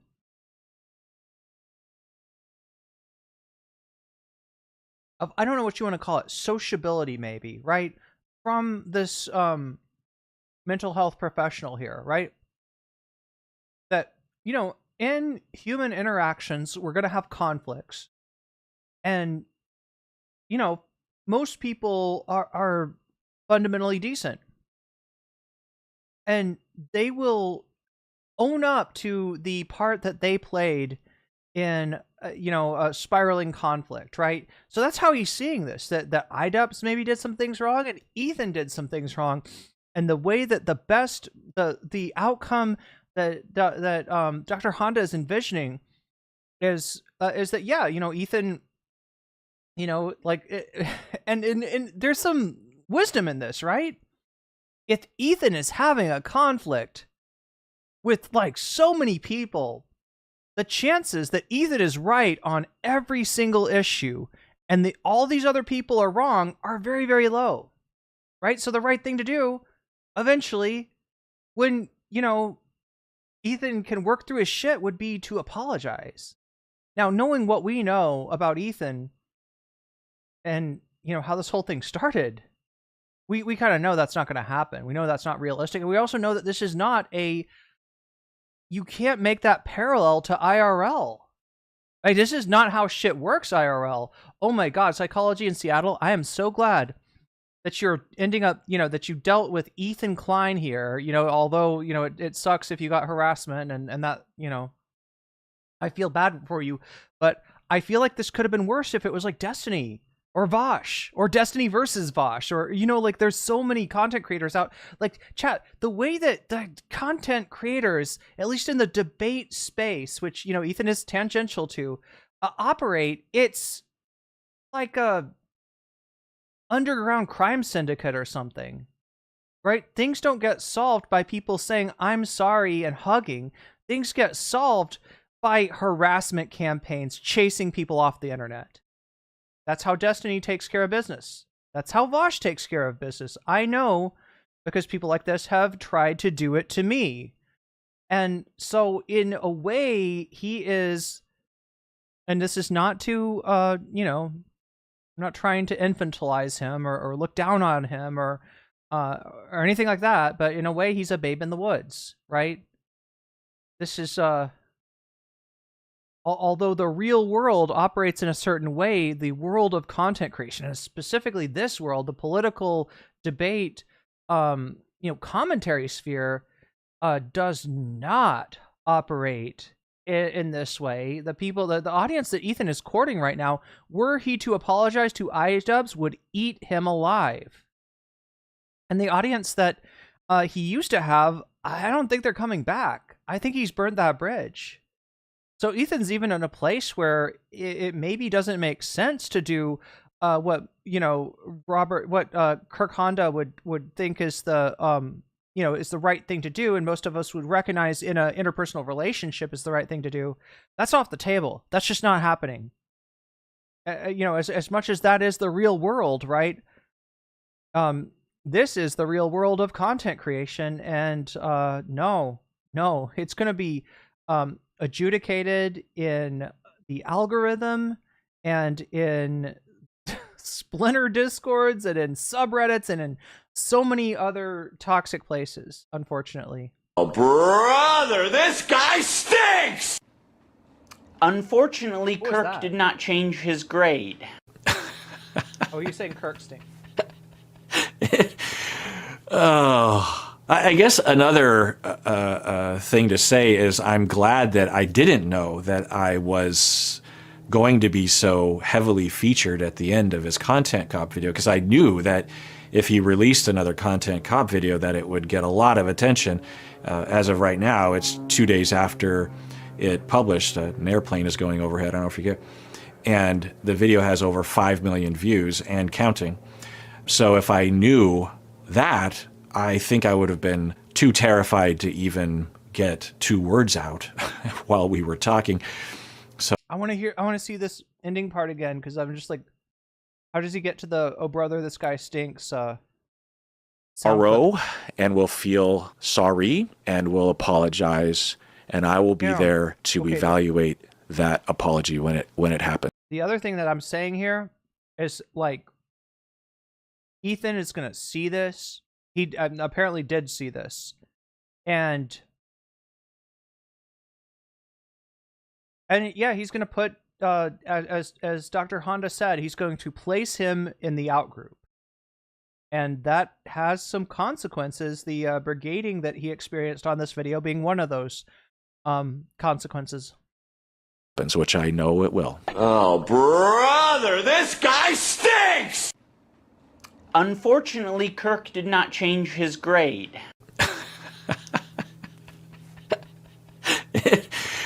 Oh, I guess another thing to say is I'm glad that I didn't know that I was going to be so heavily featured at the end of his content cop video, because I knew that if he released another content cop video that it would get a lot of attention.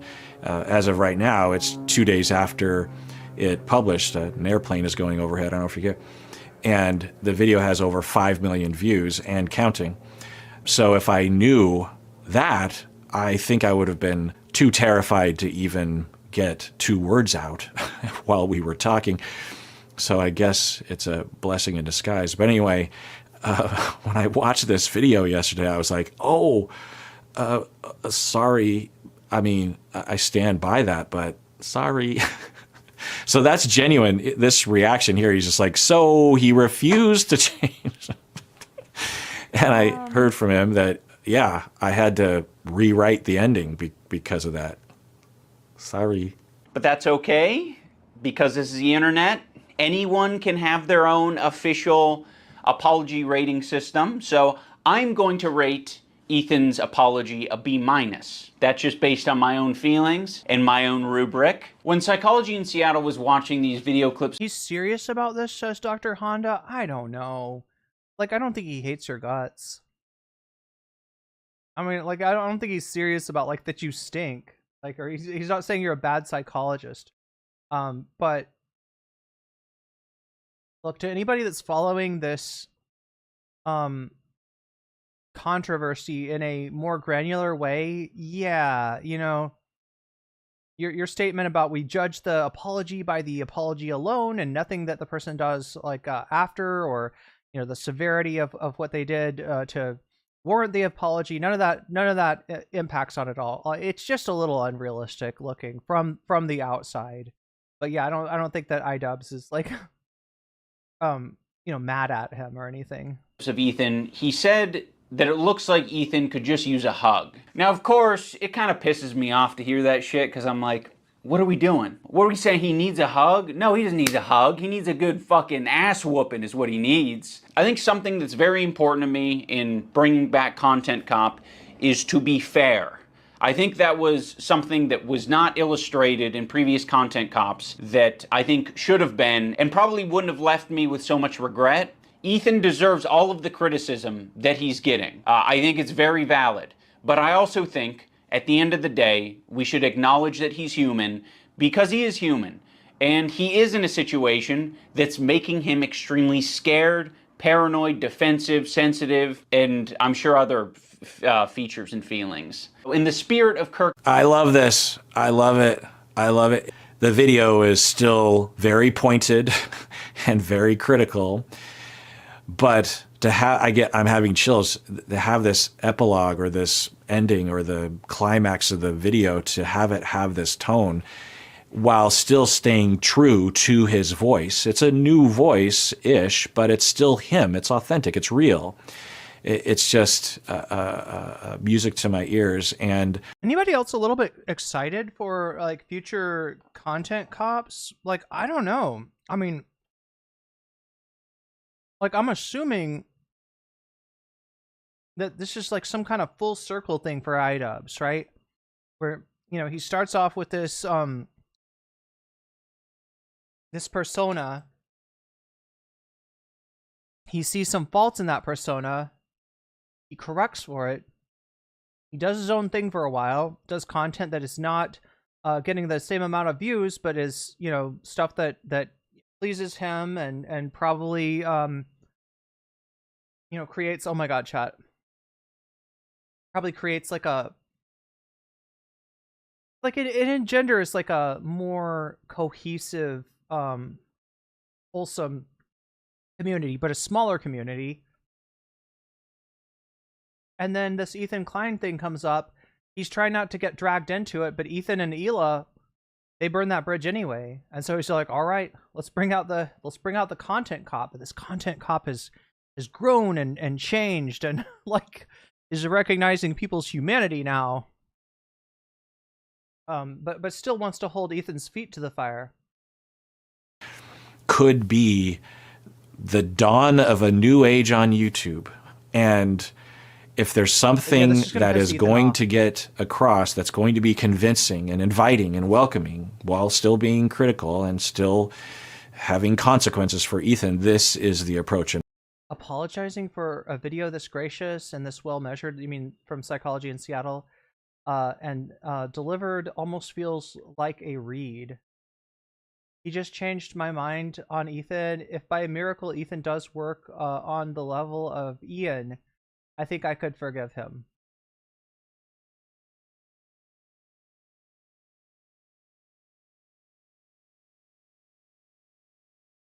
Some of the people are the most toxic dirtbags that haven't changed in decades.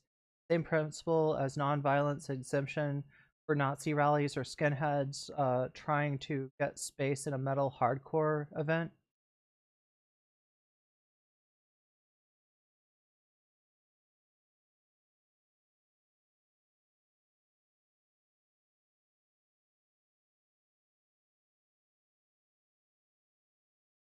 Guys, tears are my kryptonite. It's like watching a puppy cry. Oh, iDubbbz.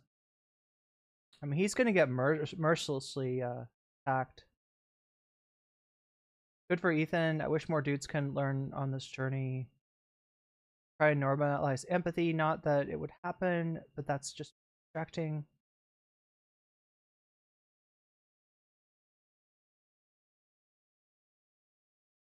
I said, I don't know, or iDubbbz shouldn't have apologized to everyone. Would he make the...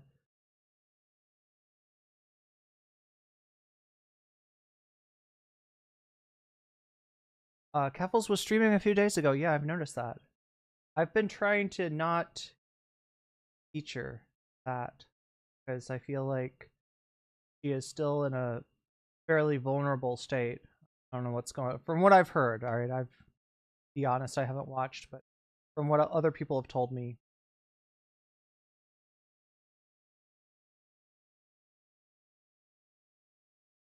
the only reason I really covered her in the first place is because she was unjustly attacked, and then she started unjustly attacking other people, especially people in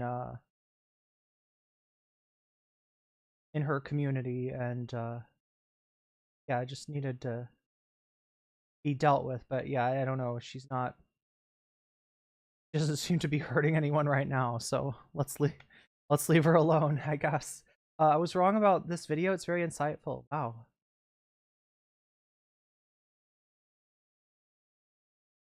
Sucks because the whole cycle feeds into itself. Men act poorly, modeling the behavior they thought would lead to some kind of peace of mind. Mental care provider of content. That's right.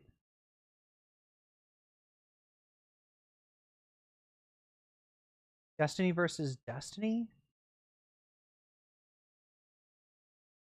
Like too far behind on reading chat. I just want to make sure. I took a minute to eat, chat, and I lost track of what. Online nerds tend to normalize this insane behavior from online debate bros. It's extremely not normal in meat space. True. Yeah, that's what I was trying to say.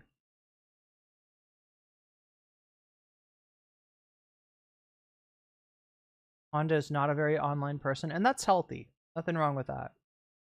I saw someone point out that Ethan has been lashing out about people saying his behavior was due to mental health.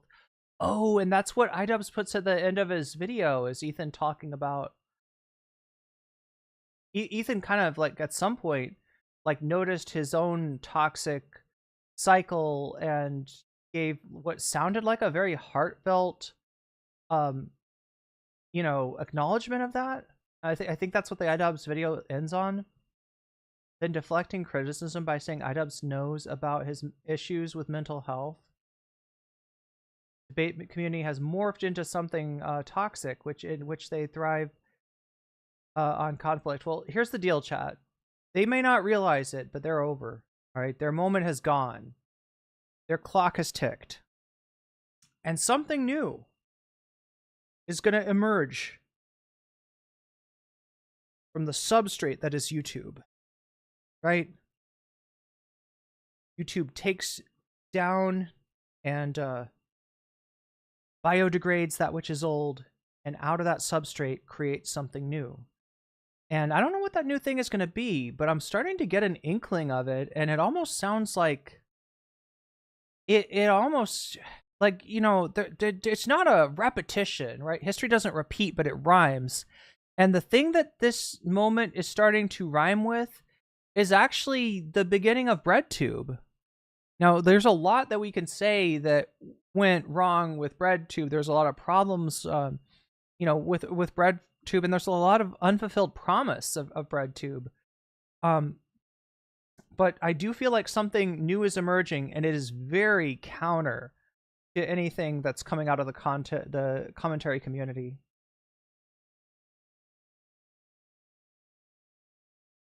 Very clean flip of the plane.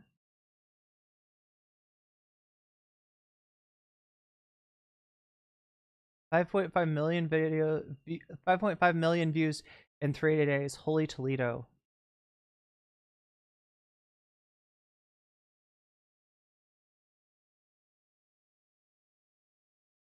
He's never shown any real interest or concern about improving himself apart from losing weight,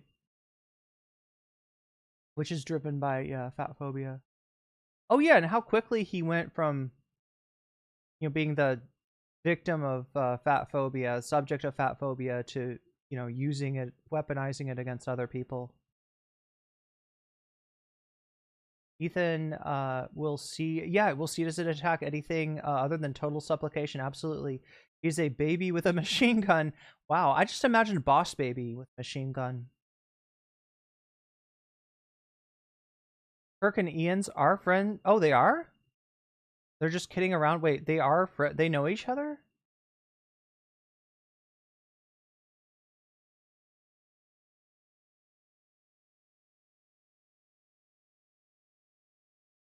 Saw someone comment, I wonder what Dr. Kirk would say if he saw Ethan.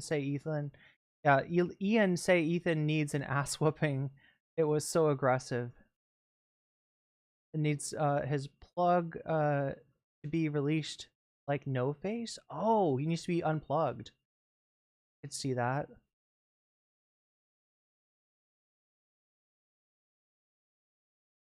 You think that he's mad that his nuke is not ever going to be as big as the content cop?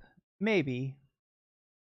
I mean, he's going to satisfy himself by pointing out the dislike ratio, which I think we've been over this, chat. The dislike, so YouTube doesn't keep tracks of dislikes other than to you, the content creator, to me or to Ian or to Ethan, right? We get to see how many dislikes that we have, but it doesn't put out that information for anyone else. But what does exist is a plugin called Return Dislike Button, and this somehow estimates the dislikes. Now, from what I've heard, this estimation isn't very accurate, and it may be a skewed estimation if you think about it this way, because where it's getting its data from is the people who download Return Dislike Button. Probably some of the most toxic people. No offense to any of you that have got the Return Dislike Button, but I'm just saying, like, as a group, as a cohort, right? People who download this app, like, they're looking to see people get owned, right? And so that means that from this group, there's gonna be more dislikes than on average. What this does then is it takes the cohort that's using the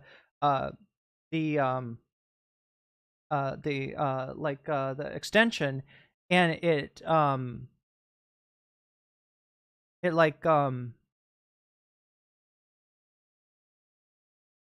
what's the word?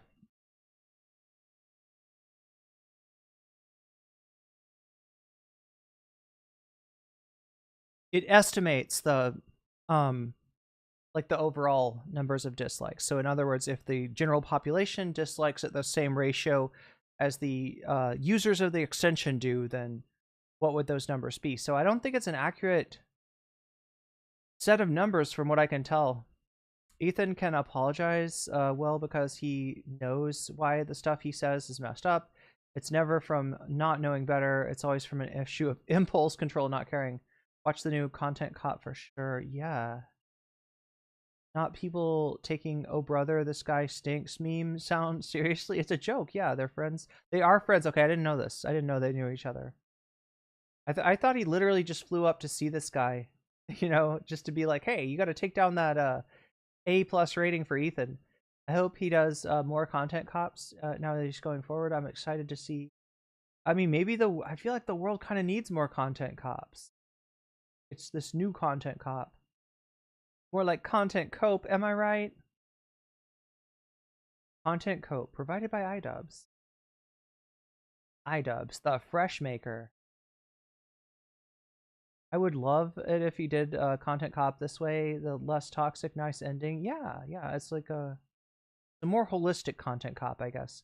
Which pills or mushrooms do I need to take to be positive about the future outcomes as the good doctor? Damn. Yeah, I see what you're saying there, Theta Swarm.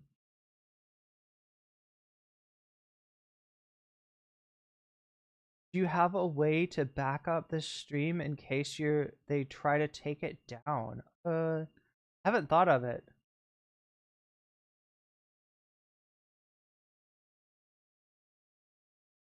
I mean, at this point, chat, I probably need somebody to download it. I could try downloading it onto I don't know how big my hard drive is on the laptop. I miss Jenna Marbles' dogs. Those dogs were awesome. Those dogs were very patient with what Jenna wanted to do with them too in terms of content. Ethan has rare moments of introspection, but he's incapable of acting upon them. He's a prisoner of his impulses. I'm a prisoner of my burps. The time of art. That is my hope too. Kirk and Ian are just displaying healthy boundaries. We'll take that as an offense to their sensibilities. Yeah, it's not very Hilo will never let Ethan apologize. Oh, he was fat phobic during against Trisha. Yeah, before the weight loss. I'll just say weight loss, chat. We don't know it's Ozempic. Yeah, Ian commented on Kirk's rating of his apology. That's how they got to know each other. I see. That makes sense.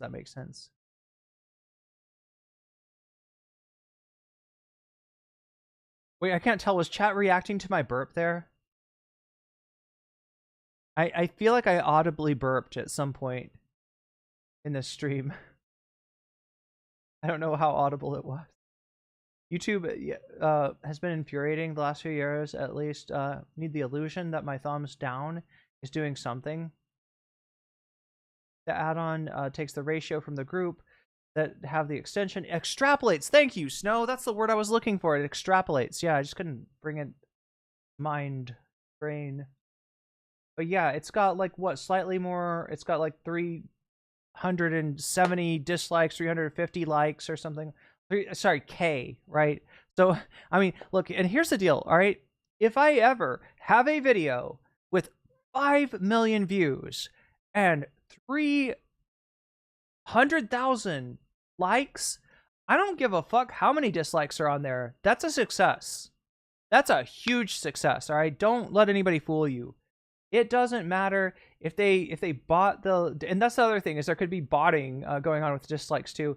It could be botted up to like, 1 million dislikes. It wouldn't fucking matter. 300,000 likes on that video. That's a success.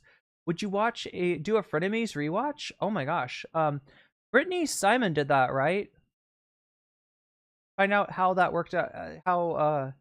If Brittany Simon got some good content off of that, and maybe get some external. Oh, I do have an external hard drive. I just haven't plugged it in. Doesn't a creator make money for the views, not the likes? Well, okay. The creator makes money for watch time. So it's not necessarily for views, right? But views will correlate most of the time with watch time. And especially if you take views and likes, those correlate heavily, right? Because a like is something nobody makes you like a video. And like most people don't like videos, right? They watch a video, they're on to the next video. They're not even thinking about that, right? It's like if you live in a country that doesn't do tips, you know, you're not going to leave any tips unless it is it 420 in Thailand? I think it's oh, you're right, it is 420. God damn it. I missed 420, chat. What am I going to do? Frenemies is amazing. Their chemistry was wild. Speaking of farts, wait, who brought up farts?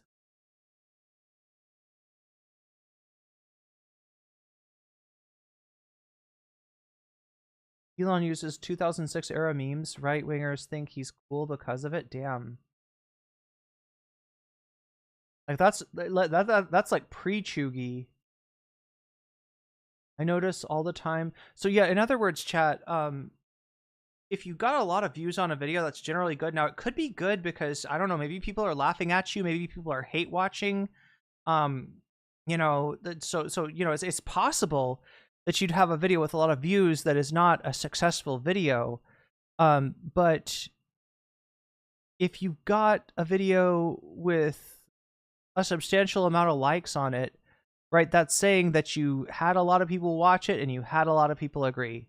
That's, I guess, what I'm trying to get at. Time for some Thai herbal medicine. Actually, I think the pea flower blossoms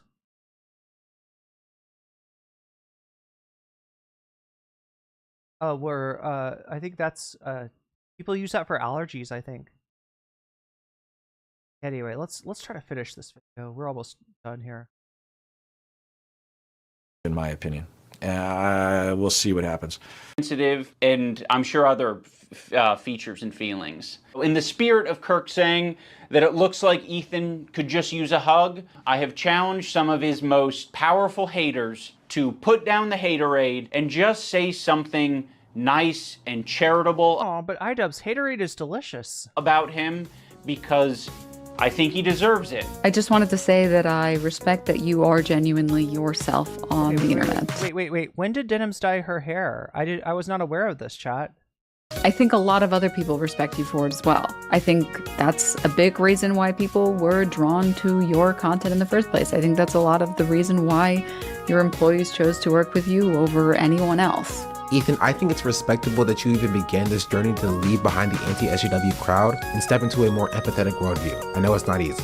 Ethan Klein, I think that when you are being goofy, when you're being silly, when you are being lighthearted, and just having fun with your friends, I think that is when you're at your best. So I'd love to see more. I even feel guilty for causing Ian to reach out to these other content providers and making them or asking them to prompting them say something positive. I don't know. I feel the question is, did he facilitate them saying something positive, or did he effectuate them saying something positive? Funny about having influence in that way when I didn't know that that would happen. You know what I mean? I don't want to be inconvenient to anybody. So as I said at some point earlier in this video, I said I was going to end the video with someone attacking me because I was involved in the content cop video. He's had the collar for over a couple weeks now. I guess I hadn't seen Denims in a while. Rematch of Frenemies episodes when they get psychologically assessed and the dude hates Ethan. You know, the thing is, if I cover Frenemies, and especially chat, do you mean like sequentially cover all the episodes, all the podcast of Frenemies? Because like, look, that I'm sure that would have a lot of people would really like that. That would be really cool for some people. I feel like though there's definitely some viewers out there that They feel like there's too much Ethan coverage already. Maybe we'll give it a little break. We can get a break from Ethan, and then maybe do some reactions to the content provider is still getting me. We are a step away from content dispensaries. Yeah, medical content. That's what we're doing, chat. Would you like your content in salvia or indica? Hard to watch Frenemies recap with Brittany. It was exhausting. I wasn't there for Frenemies when it happened, and damn, people do be loving the most toxic content. Did Brittany do it fully sequentially? Is that what Brittany did?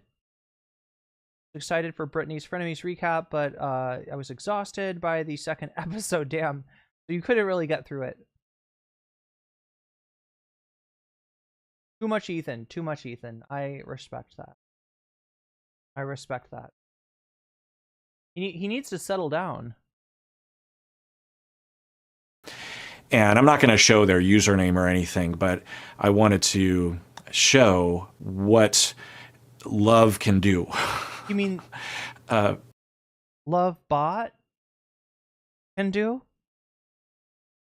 Or what fat love can do? Or what? Wait, what? Which love are we talking about? Like Love's dad? What Hawk can do?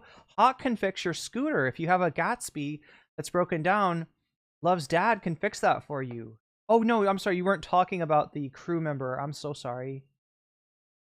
And how if we all participate in that, then we can all make the world a better place. Not only just a happy rainbow unicorn place, but a meaningfully better place for us and our kids and our grandkids in the world. I don't say that lightly. I'm not the one who invented this idea.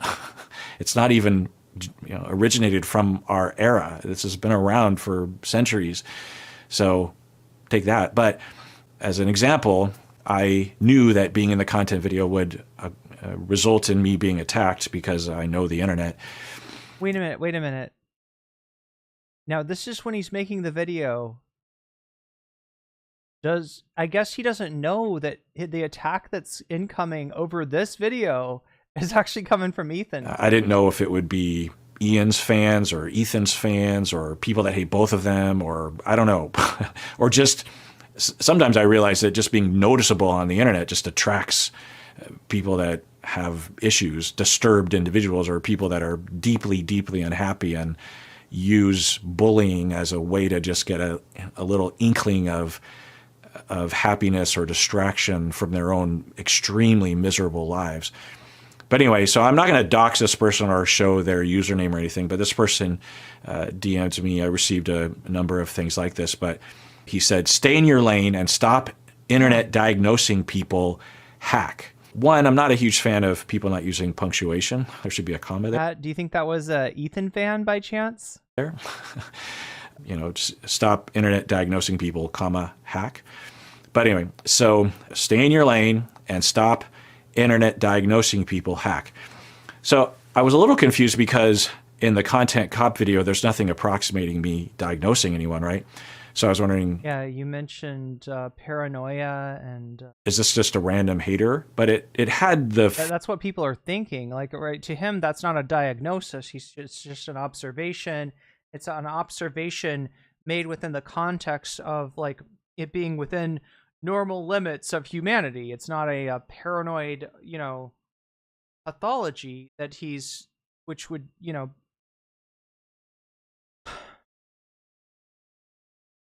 it's just the exhibition of some amount of paranoid behavior.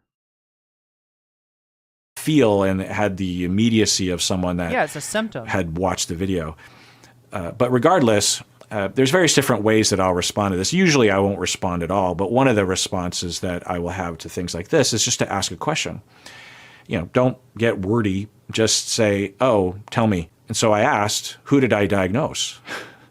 That's all I asked. And given the screenshot that I took, it's actually hard for me to show both sides of the conversation. You're just going to have to trust me that that's what I said was, so who did I diagnose? Partly as a hope that what happens a lot of times that I find is that when a troll or someone who's hating you online, someone that's being really unreasonable, if you just acknowledge that they exist and show up as a human being, they will immediately soften. Not only because they're not that way in their real life, but also because I literally tried that against against my haters back in the day. Like, I literally thought, they're gonna hate watch me, that the best thing I could do is just kind of be chill,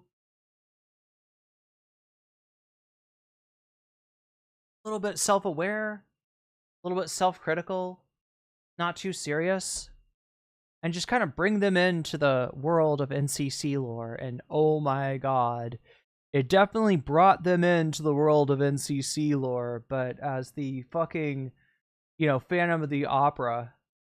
Because they're desperate for contact. I have the benefit of growing up as a child as a very large kid. I was gargantuan compared to a lot of my classmates, particularly in the tween years, when I hit puberty early. I was often mistaken for an adult when I was like 12 years old, that kind of thing. Anyway, so that has some pluses, when you get to high school and would occasionally get bullied. Sometimes racism would happen. That's a funny way to put it. But I grew up in a primarily almost completely white community, and I was regularly called, gook and Chinaman and all the things, and attacked and violently sometimes. But because I was large, I was never really that afraid, and I could defend myself. And I'll never forget that there was this one bully in junior high that was bullying me in the locker room, actually. I'm sure that giving more love to Trump will make him see the error of his ways. That's what I was thinking during this whole thing. And they're talking about, like he's talking about maybe we could, I don't know. I was just imagining what it would be like if Trump gave an emotional apology after all this shit that he did. It's a little bit absurd. After PE, and he was just pestering me with these insults and just coming after me, and no one else was doing anything, and I was ignoring him at first, and then I would try to fire back, but he was better at it than I was, I think. Yeah, Jerry, I said there were some benefits to it, but yeah, you're right. There's a lot of drawbacks. And then eventually I just kind of lost my temper, and I just grabbed him by the collar and lifted him up and slammed him against the lockers. And he immediately apologized and was nice to me almost forever after that, I think. And he was always a bit of a dick all the time. But after that, he was not only just afraid of me, I guess, but I think it was weird that I've since understood this, that he was lonely. No one was acknowledging him because he was an outcast. I had friends. He did not. And in the locker room, it can be particularly noticeable, I think. And he just had an outburst, and he was looking for attention, and he couldn't get it, so he tried to get negative attention. And I gave him that negative attention, and it satisfied him. I acknowledged he was there. I showed him that he mattered in the world, that he has an effect on the world. Sometimes... Okay, chat, no, I did not mean to imply that Dr. Honda is a... I was just thinking, like, cause he was talking about, like, with the people that are, doing this stuff and being toxic and being awful, sometimes they just need to, I don't know, the whole, like, language, the whole, like, idea of, like, social redemption. Everybody just needs to own up to what they did wrong, apologize, and we can all hug it out, right?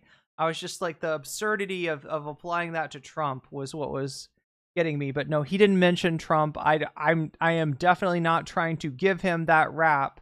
I don't know anything about this guy's politics, and I don't want anybody assuming by what I said that he is has sympathy for Trump or anything like that. I haven't.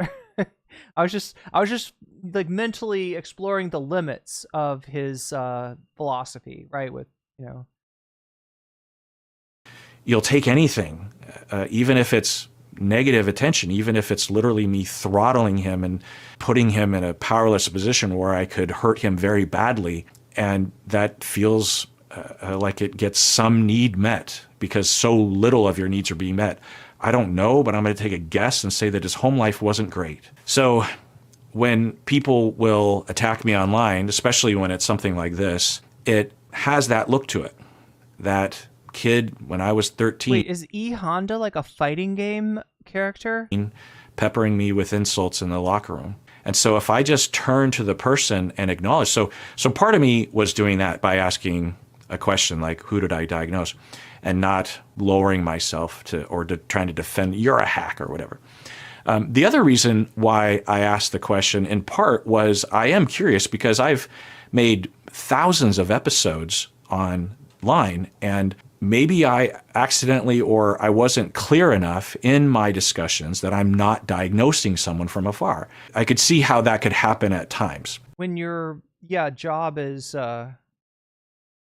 because of, you know, your identity as a content creator, people are gonna maybe make assumptions about things that you say, where you say somebody's exhibiting, you know, paranoia and anger and this and that, you know, it's more of a description of pathology rather than what you're trying to do is just like, you know, just identify like a normal human emotion that somebody is experiencing that we all experience.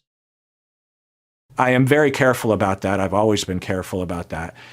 But sometimes I make a mistake, or maybe it just requires me to clarify, well, actually, that isn't a diagnosis. And if you heard earlier, I was saying it was completely... Chat, my friend's trying to get me into playing fighting games with him. And I don't know anything about, like, I gotta admit, how embarrassing is this, chat? I'm a button masher. That's all I ever do. That's all I've ever done in fighting games. Button mashing. Right? And I have been okay at them, but like it's from finding like one cheap move and just using it over and over again. Completely speculative, and I actually wasn't even talking about that. I am not good at fighting games. Cast member on reality TV. I was talking about a hypothetical client or whatever, you know. And so I'll invite, and sometimes that's good feedback for me to receive. It's like, oh, I need to word that differently because someone interpreted it. So I was asking for both of the reasons. I mostly expected him to say, well, you're a jerk face. I don't want to, if you don't know, then you're even more of a hack. Like you don't even know what you did, like, you know, something like that. Or just someone not replying. But a lot of the times what happens is what happened. So let me show you what they said. I acted. Did I get to participate in the water fights? Oh yeah, Chad. I got a water blaster, and I got glasses, and yeah, no, it's a lot of fun. Extremely rash, rude, jump the gun. I need to take time away from the screen. I apologize. I'm not sure why I felt the need to express any vitriol over internet drama that you seem to be kind of thrown in the middle of. Learn the combos and specials from Street Fighter and it will help you with other games. Really? So it's like the base. Okay, maybe I should get my friend to play Street Fighter with me. Maybe I can... He's trying to get me to play... What is it called? Grand Blue something? What is it called, chat? Grand Blue... Oh my god, I don't even know. Somebody tell me, what's the Grand Blue game? And I misheard and interpreted what you said. Or vitriol in general, as it doesn't help anything. I hope you have a good rest of your week. And thing is, after reassessing what you actually... this video is called Ethan Klein, iDubbbz, and Somehow Me by Psychology in Seattle, Dr. Kirk Honda. ...actually said, I felt incredibly stupid and thought you handled the iDubbbz thing well. Not that my opinion matters on that. You are not a hack, Narwhal. And from Have a good sleep. What I've since read, you do some good stuff.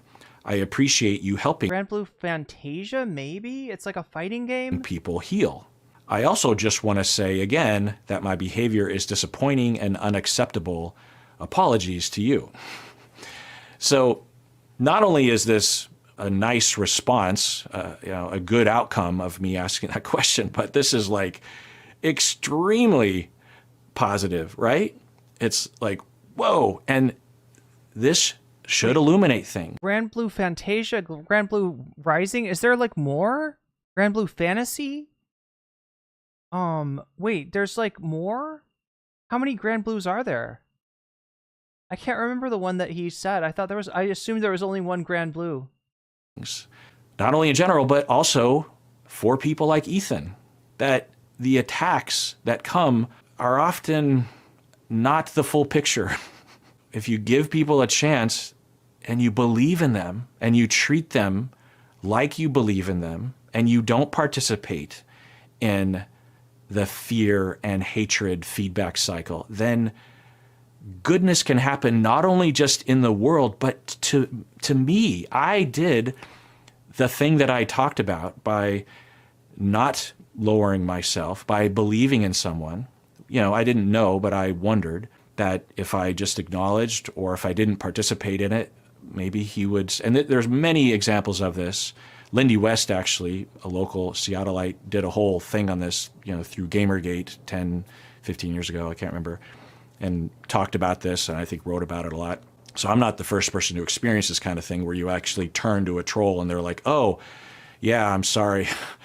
I actually am a fan of your, or whatever, you know. So by doing this, not only am I putting goodness into the world, but I'm getting goodness back. And isn't that the golden rule, right? It's not just something you hear about in church. It's not just something that your parents tell you when you're 4. What comes around goes around. It's a real fucking phenomenon that has real empirical elements of a causal nature. There's a logical A, B, and C. Anyway, so I replied to him. Again, you can't see it. Message him and ask. It was something along the lines of, thank you. It's very heartwarming to read your response. We all make mistakes. I make mistakes sometimes. No biggie, that kind of thing. That's how I want to end this video. On the off chance that Ethan is watching or someone that's close to him is watching, I do believe in you, Ethan. I believe that you're a good person. I know you're a good person. You've demonstrated that many, many times. And I also, as Ian does as well, empathize with the harm that you have experienced, the real harm that you have been subjected to by people on the internet, by maybe even other content providers, you know, Twitter, this sort of thing. It's unfair. It's not okay. I also will say that there are lifestyles regarding content provision that protects you so that you can live another day to make content. You're not sticking your head in the sand. You're not ignoring the criticism. You're not putting up an ivory tower or something, but you're monitoring how it is affecting your soul. And one of the first very noticeable signs you will see in your behavior, and this is shown in empirical science as well, that as you absorb more toxicity, the first sign, or one of the major signs that you're being affected, is you will lose empathy. You will lose the ability to care about other people's feelings because you're in a state of shock, essentially, and you don't have the capacity to care. We study this in my field. We call it secondary trauma or burnout or post-traumatic or vicarious trauma. Versus rising. As therapists, we will hear a lot of difficult traumatic stories. One of the things that will happen... Does that mean anything to you, chat? Grand Blue... full title is Grand Blue Fantasy versus Rising, he says. If we don't monitor it and have systems in place, is in our effort to help other people, we will absorb too much of it and we will lose empathy and we won't be able to help any one of our clients because we've lost our empathy. We end up having negative points of view. We get annoyed with people, but also we don't have empathy for ourselves. We don't have empathy for people in our lives. Everything starts to fall apart. And it very much looks that way. And that is unsustainable. There is no way that Ethan can survive if he does not change that. He can hold his principles. He can hold his opinions. That's a really complicated his core opinions. Game. He can still fight back. But there has to be touching grass, as I was saying to Ian in that video. There has to be touching relationships grass. Yeah, I mean, look, like he's trying to navigate non-toxic standpoint for himself, assuming the best out of everyone. Unfortunately, half of the equation is Ethan Klein, and so he's kind of fucked there.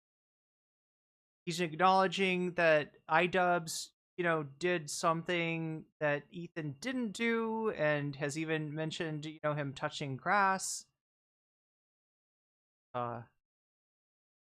Logging off, which is not the path that Ethan did. Yeah, Ethan is going to take the. I can see why this caused Ethan to blow up.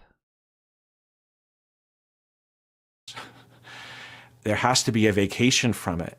And there has to be a system to protect you from absorbing too much of the negativity. Gear? No one can I handle played that that. one a little bit.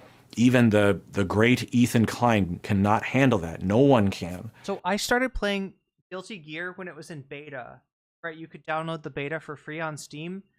Unfortunately, I ended up getting the game on Xbox Live. Because it was on there, so I got it for free. But the version of the game I got, there's like no extra characters, and they made Bridget an extra character. And I had practiced like exclusively on Bridget. Like I only ever fought as Bridget. So then then when I got the real game, like I couldn't play as Bridget, and I just like lost interest in it. It's at the very least not good for you and your marriage and your health, but it could be bad for the world. It could be bad for your fans. It could be bad for your content. It could be bad for your friends, like what happened to Ian and Nisa. And I'm guessing many, many others around Ethan have also began to suffer because of what's been happening. So that's what I want to say. And everyone out there, please take care of yourself because you deserve it. Spread the love. Aww. Spread the empathy because we all deserve it. We really, really do. Hey, deserving listeners. So I was recently in an iDubbbz content. All right, look, we skipped to the beginning of this because I wasn't sure if I put it back to the beginning, if it would even stay up. This video, if you're just joining us, has been privated. And it's been privated because Ethan Klein brigaded, apparently, like H3 FUPA Troopers brigaded this video. Ethan Klein put something out on Instagram, and Dr. Honda did not want any of that business. I can't say I blame him. But so we're, just going to watch it for posterity's sake. So the first part we didn't, I think the first like 20 minutes or something we did not watch. Let's take a look at that and see what we can glean. Cop video, as some of you know. And I wanted to make a follow-up video of my own. But first, I thought we would watch a little clip of the interview that Ian actually pulled from to include in his Content Cop video. Are you in pain? Are you remembering the pain of what was hurting at that time? What is the pain?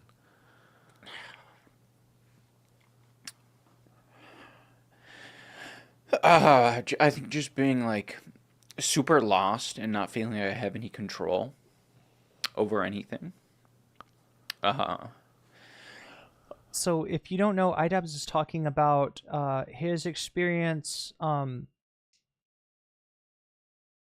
losing a lot of his fans from early on when his content changed. Even just like when he met his wife and they got together, right? People were treating him differently and acting weird about their relationship. They could tell that something was different from him.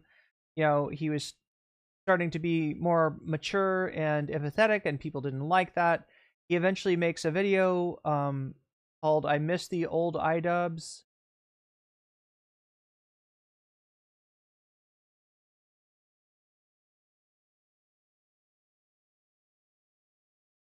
Somewhere here. I miss the old iDubbbz. There we go.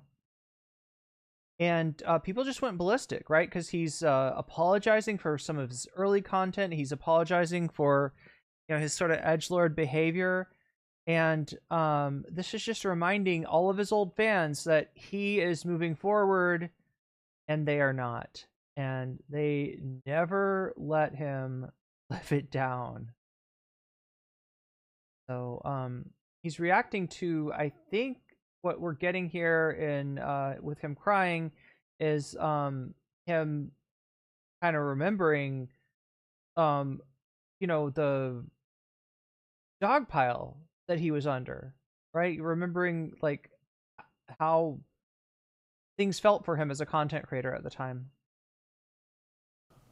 But I will say that Anissa was like my only amount of like stability during that, so like that kind of helped me in a way. Yeah. Because she was very I mean, she was experiencing it too, but I think she was much more grounded, like leading into it. So, I also see the dynamic of Ethan and Neil, and I'm like, fuck, like, it's just really, it's really hard to be a couple online and see people attacking your partner, and it's like, okay, like if you come to their defense, that doesn't always help them, right? Sometimes that makes it worse for them. So I'm seeing Ethan go through a lot of that, Ethan and Hila. Okay, so I wanted to use that clip as an introduction to this video. I'll show more from that interview later on. So recently I was in an iDubbbz video, a content cop video. The first content cop video that he has published in 7 years. In this video, iDubbbz goes after Ethan Klein. The video, of course, has millions of views. Everyone is talking about it on the internet right now. And I have heard from a lot of you saying that you're worried about me because you know about the toxicity of these kinds of dramas, and this drama specifically, and the larger drama about the war in Gaza. And along these lines, the online assholes have already showed up in my inbox, of course. I knew that this would happen. And I wasn't planning on doing this, but I thought that I would provide a little video here describing my involvement in the video. So first off, if you're new to this channel, my name is Dr. Kirk Honda. I have been a therapist and a professor since around 1997, and I started this podcast, Psychology in Seattle, in 2008, 17 years ago. And I have been making all sorts of content, psychology related. So I thought the best way to explain my involvement in iDubbbz's content cop video was to give a brief summary of the chronology up until this point. So I took some notes here. Oh, wow. Back in May, we're going to get his synopsis of the conflict of 2023, so 2 years ago, many people were asking me to analyze an apology video by iDubbbz. I only a rehash of his involvement in the Ethan Klein knew iDubbbz from Creator Clash, which was the year prior. So I didn't know what he would be apologizing for because I didn't know what he was known for or what he had published prior. So I watched his apology video and analyzed it, and I gave him a B. And to my surprise, he commented on the video, which was interesting because that doesn't usually happen. And I came to learn that he and his wife, Anissa, have been fans of my channel. Then about a year later, in February of 2024, so about a year ago, Stacy and I, my wife, we were at a breakfast joint here in Seattle. And Ian and Anissa, if you don't know, iDubbbz, his name is Ian. Ian and his wife, Anissa, approached our table because they saw us walk in. We connected and started talking about being on each other's podcast. And then we started to chat more off air and text each other and stuff. And I would watch one of his one thing led to another and unboxing videos and laugh. And I would text him and say, that was a funny bit there or whatever. And I, over time, started to learn more about their lives. Even on the podcast, we talked about their lives and the history of their childhood and their families, and also what they went through regarding the recent cancellation or internet drama that they had been going through. And it might surprise many of you that Ian, BJ Klein? off What is air, BJ Klein? is very soft-spoken. He's a really good listener, actually, as well. In fact, my wife only knows Ian through meeting him in person. And when she saw the content cop video, the one right here with Wait, where did the BJ Klein thing come from? Ethan, my wife was actually surprised at how brazen and how outspoken he is in the video. The other thing that is notable is that it was pretty clear to me that he deeply regretted what he had done before online, that he knew now just how bigoted and toxic and hurtful it was. I'll never forget him telling me a story. I don't know if it was on the air or not, but he was at a public event of some sort, and one of his fans approached him and said, "Look, I know you don't like my people," meaning trans, "but I'm a big fan, so can you sign this?" or something like that. And in that moment, I wish that Idubbbz and Ian and Anissa would look at me across the bar and suggest my vibes seem cool. This sounds like the beginning to like a dating sim or something, but it's like a couples dating sim. They make those? Ian just, his heart broke and sunk and was hurting because he thought, oh, this is a human being. This is someone, and they're a fan. They know that I don't like them just because they're trans. Like there's something terribly wrong. Oh, wait, what? Wait. Oh, I've forgotten about this. I would forgotten. Wait. What was it again? Yeah, Idubbbz runs into somebody that's trans. They like assume that, you know, the edgelord Idubbbz is the real character, and based on that they wouldn't. One of his fans approached him and said, "Look, I know you don't like my people," meaning trans, "but I'm a big fan, so can you sign this?" or something like that. And in that moment, Ian just, his heart broke and sunk and was hurting because he thought, oh, this is a human being. This is someone, and they're a fan. They know that I don't like them just because they're trans. Like there's something terribly wrong with my career at this point. And that had been a buildup. He had started to notice the way that the internet was, or the way his fans were, or the monster that he had created online because his fans were going after people, that kind of thing.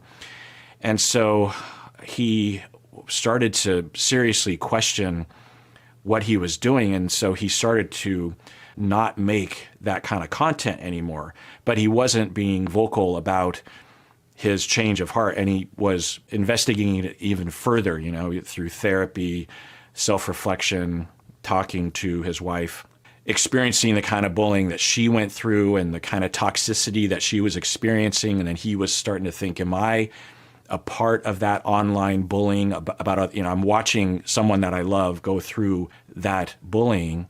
Am I one of those bullies? Not to someone, not to Anissa, but to is there another Anissa out there that I've been attacking? And having that empathy, right?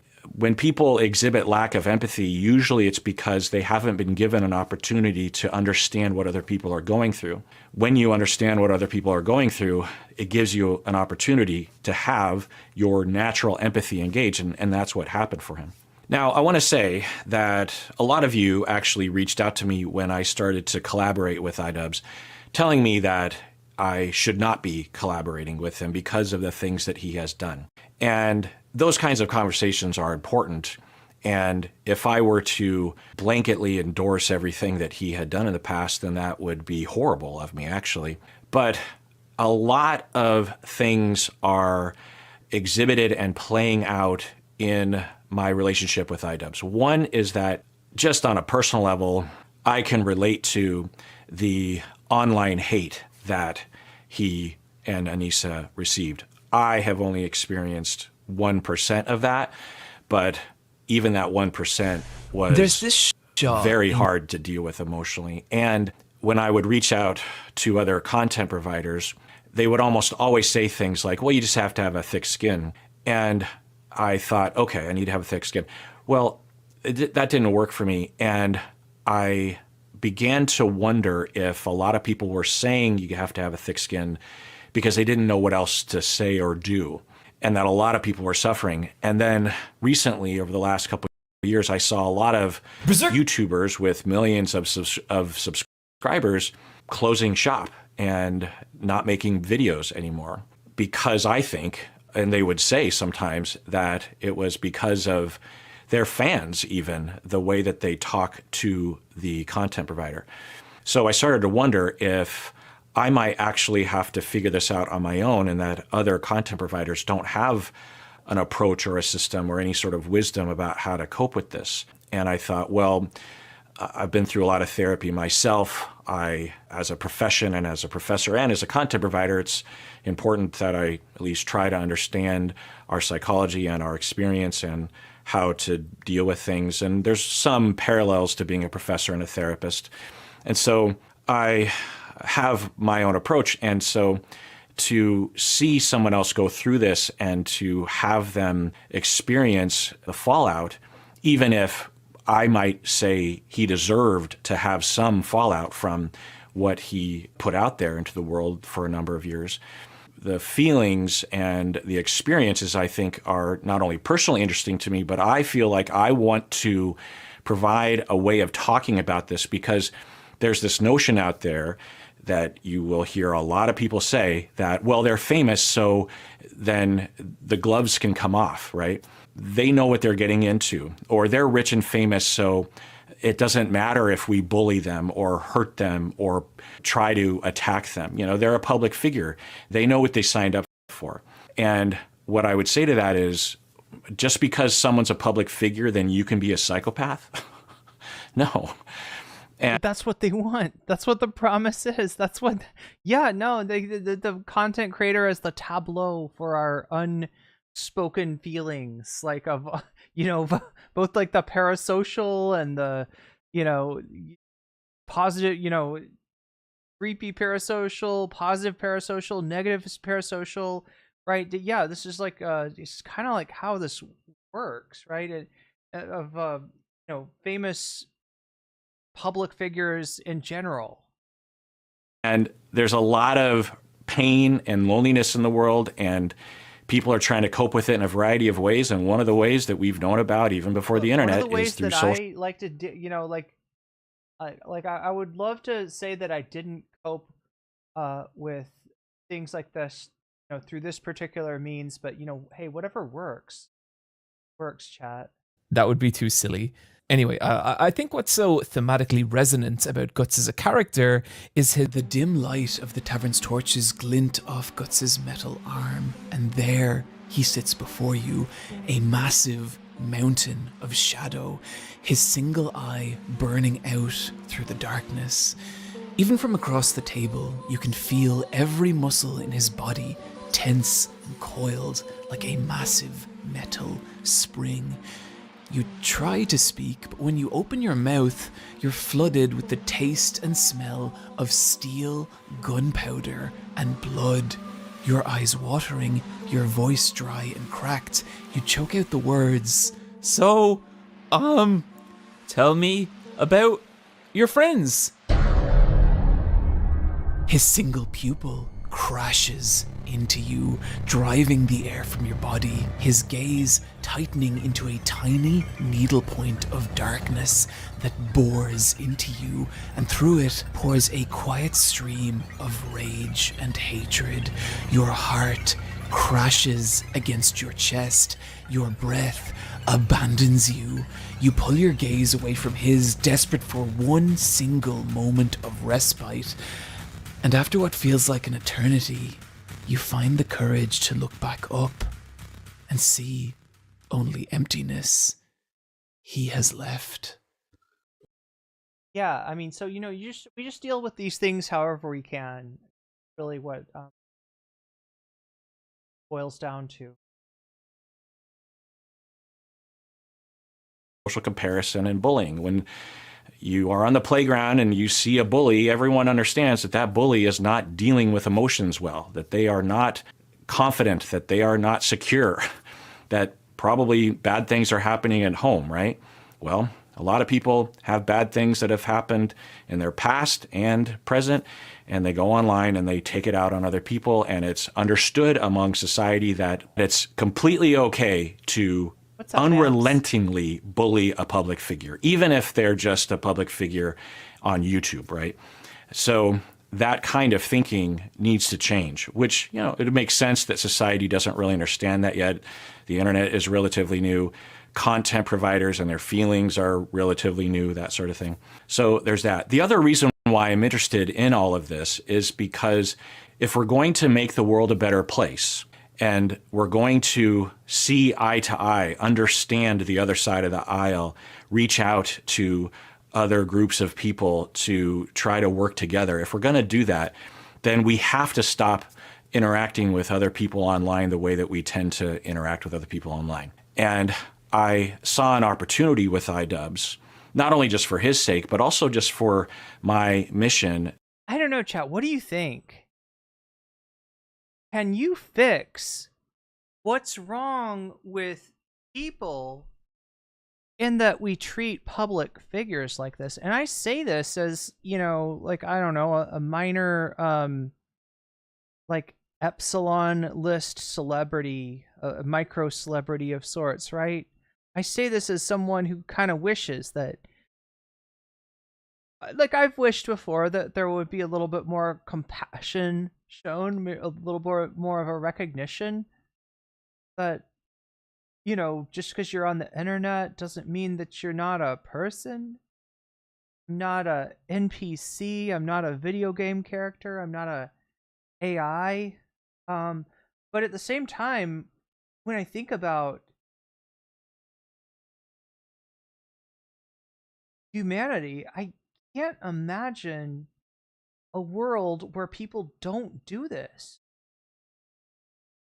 Right? And I obviously have it a lot less bad than an actual somebody that's actually well known, right? It's like on a whole nother level. Like within the niche little sphere of content that I was in, I was hated for a while. But that hate has washed over, and it really is nowhere to be seen. Whereas, you know, had I been on a larger stage, I don't know, you know, it might have never gone away, right? So I don't know, as much as I want what he's offering, that humanity, you know, recognizes itself even in people coming to you through a screen, I feel like there's something about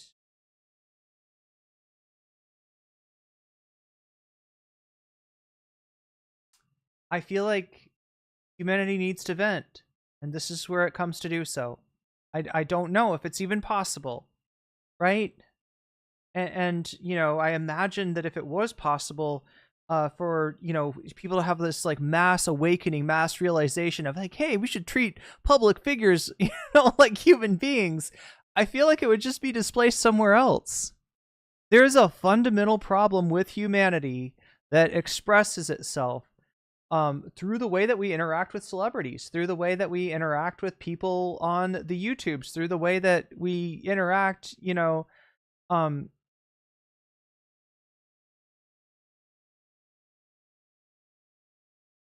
through that wall. And I don't know how to fix it, and I doubt that Dr. Honda does either. Happy to offer people compassion, but only if it doesn't put me in danger. That's why TERFs get nothing from me, no compassion. Australia, there is a tall poppy syndrome where those seen to be in high places need to be humbled. Yeah, and chat, just for the record, I'm not saying that I'm in it.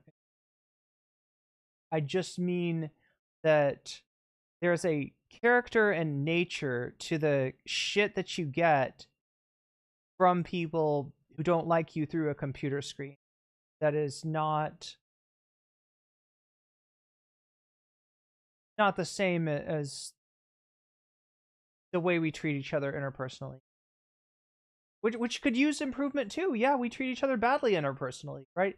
Interpersonal relationships aren't great either, but you know, the kind of unbridled toxicity that expresses itself, you know, through our interaction on the internet is fearsome to behold. Let's just say I have a respect for it. that I wouldn't have otherwise gained. There are a lot of edgelordy Gamergate YouTubers who have apologized for their behavior from decades ago. Armored Skeptic went through a whole apology and rebranding campaign.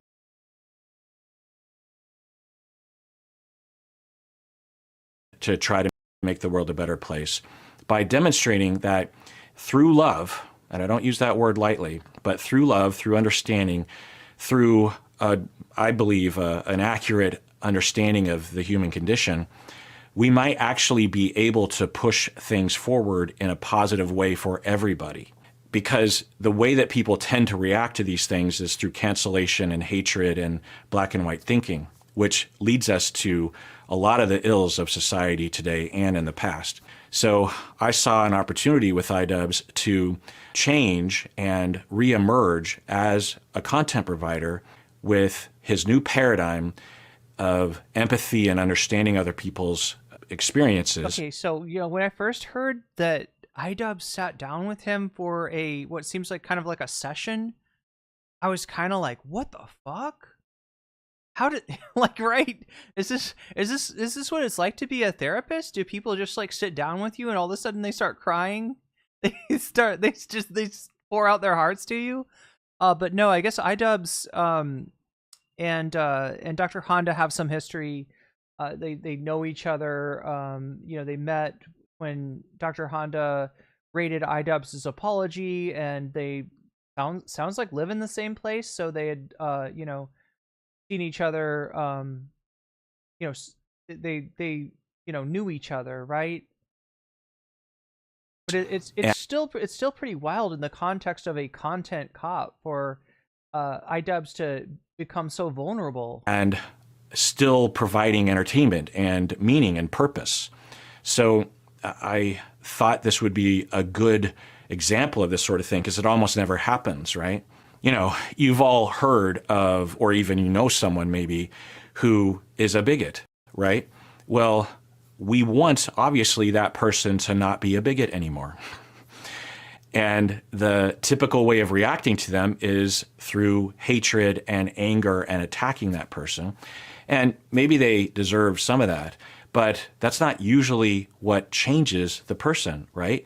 It often just makes them worse. And we have seen that in other content providers, people like Joe Rogan, for example. So if we're going to actually get what we want, what my political side wants, it has to be through love. It has to be through understanding and empathy, giving people a second chance, people who exhibit that they want a second chance. We have to give them that chance. Otherwise, no one else will repent. No one else will apologize. No one else will make that choice that iDubbbz made, which was to say, oh my God, I was a bigot. That was horrible. I apologize. I feel bad. If we don't help someone like that, then why would anyone else do it in the future? I'm really passionate about that, again, for personal reasons, but also for the greater good of society, which is the whole purpose of my career. I decided to become a therapist in large part because I wanted to make the world a better place in that way. Going back to my notes, Ian and Anissa were both being heavily bullied before, during, and after the apology. People were saying things like, iDubbbz, his apology was fake. He's a grifter. He doesn't really care about anybody. He's always been a bigot. He still is a bigot.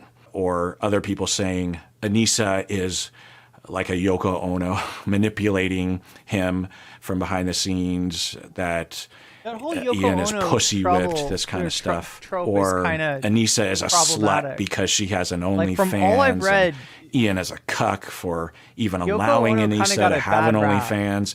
If you know, you know, and it's way worse than even I'm describing it. And these aren't just random a-holes on the internet that are rare. This was the dominant discourse around the two of them. So when I was interacting with Ian and Anissa, both on their podcast, my podcast, and off microphone, I noticed that Ian was deeply unsure of himself, and he was deeply ashamed. It was almost like he was cocooning after realizing what he had done and also experiencing the amount of vitriol that he had been experiencing, both from his long-term haters, but also even his own fans, right? Not only experienced the regular sort of criticism, but even his own fans hated him, that kind of thing. So he was, in a very raw way, questioning everything and also just questioning whether or not he would ever make content again. He was still making some content, but it was more safe for, right, the podcast or an unboxing video or something. And he wondered if he could ever make videos again without it devolving into toxicity and bigotry and hatred, and without it involving the kind of toxicity that happens from the audience, that kind of thing. Or without him 10 years later regretting harming people in that video, right? He was really ashamed, deeply ashamed, and deeply unsure of himself. And by the way, I asked... Just like you would feel, chat, just deeply unsure of yourself, just like you would feel if you were to ever go on a date later, and he is with Griffith. Very beautiful. I mean, can you imagine going on a date with Griffith? Griffith sits before you. The light spilling in through the window filters through his snow-white hair, and it makes it look like, my God, he's glowing. You struggle to find words, anything to carve a verbal path between you and this divine creature, when suddenly he raises his goblet to his porcelain lips, only for a tiny drop of crimson liquid to plummet from it, splashing gently against his pristine white armor, and it leaves a tiny red blemish. His eyes glance upward, meeting yours, noticing you, noticing this, and across his cherubic face escapes a gentle, mischievous smile, as if you've both just experienced an intimate, private joke the rest of the world will never be privy to. In that moment, only you and he exist. His lips part, your hands shake, so, his voice warm, serene, inviting. Who are you? This question collides with you. Nothing in its tone implies polite conversation. He's really asking. He really wants to know what you are at your core. And it's intoxicating. Before you can stop yourself, all your hopes, all your fears, all your dreams, they all spill out of you. And as they do, Griffith's gentle, powerful gaze never leaves yours. His eyes taking in each little detail. It is the most seen, the most understood you have ever felt in your entire life. Everything about this man, the way he speaks, even the way he looks at you, he doesn't just see all of what you are, he sees all of what you could be, and he makes you want to become it. It is impossible that a man like this would not achieve his dream, but maybe, just maybe, if you fulfill his expectation, there is a place in that dream for you beside him. This man makes the future make sense, makes you make sense. And in that moment, it is impossible not to fall in love with him completely. This is how... Yeah, so that was, what were we doing? Oh, yeah. Asked him today if it was okay that I talked about all this, and he said, yeah, you have full license, talk about whatever you want to. So after learning a lot about his life and the sort of things that Ian and Anissa had been experiencing, and also learning about what sort of content he had been making prior. I was suggesting that he start thinking about, if he wanted to, how to make content cop videos that were from his new paradigm. Maybe they wouldn't be called content cop videos, but they would be in his voice that he had developed over time and that the audience was hoping from him again, right? And I was, probably just a minor element of the story for him, the story that he's been on, the therapy and his relationship with Anissa has been very therapeutic for him and Anissa, and just all the ups and downs and trying to figure out how he fits into the creator world. And, I'm just a tiny part of it, but I do remember having that hope that he could come out of this on the other side with a new perspective, a new foundation, start experimenting with his new perspective in a way that could be a force for good. So along those lines, when Ian recently, a couple weeks ago, texted me and said that he was working on a content cop video that he wanted me to be involved in, and I was curious as to what the video was going to be about. And so what would it entail? He told me what it was going to be about, and he showed me some footage of Ethan bullying him and Anissa during some of his live streams. And I agreed to do it because I wanted to support my friends, Anissa and Ian, but also because I wondered if I might be able to, in my small way, enter into the conversation with Ethan, that maybe I could influence the message that would be sent to Ethan. Not that I would manipulate Ian's video or anything, but that my vibe or way might, get to Ethan somehow, because what I was seeing from the clips that Ian was sending me, it very much seemed like Ethan was struggling deeply. This is what Ian was talking about in the Content Cop video, where I said to Ian, it kind of looked... I said to Ian, can you imagine what it would be like, Ian? Can you imagine for one moment what it would be like to actually date Casca? And I love her. I mean, can you imagine going on a date with Casca? Okay, no, there's actually not a date this time. Delight dances in her golden brown eyes as she selects an item from the tavern's menu she's never tried before her gaze falls on you, and for a moment, there is only stillness. She's measuring you, considering these small details of your appearance before a small smile tinges the edges of her mouth. She asks you about yourself, and there's a blunt, nearly forceful edge to her questions. It's a little intimidating, but also invigorating. You begin to feel your mouth run dry as you realize nothing you say seems to be particularly impressing her, but neither does she dismiss it either.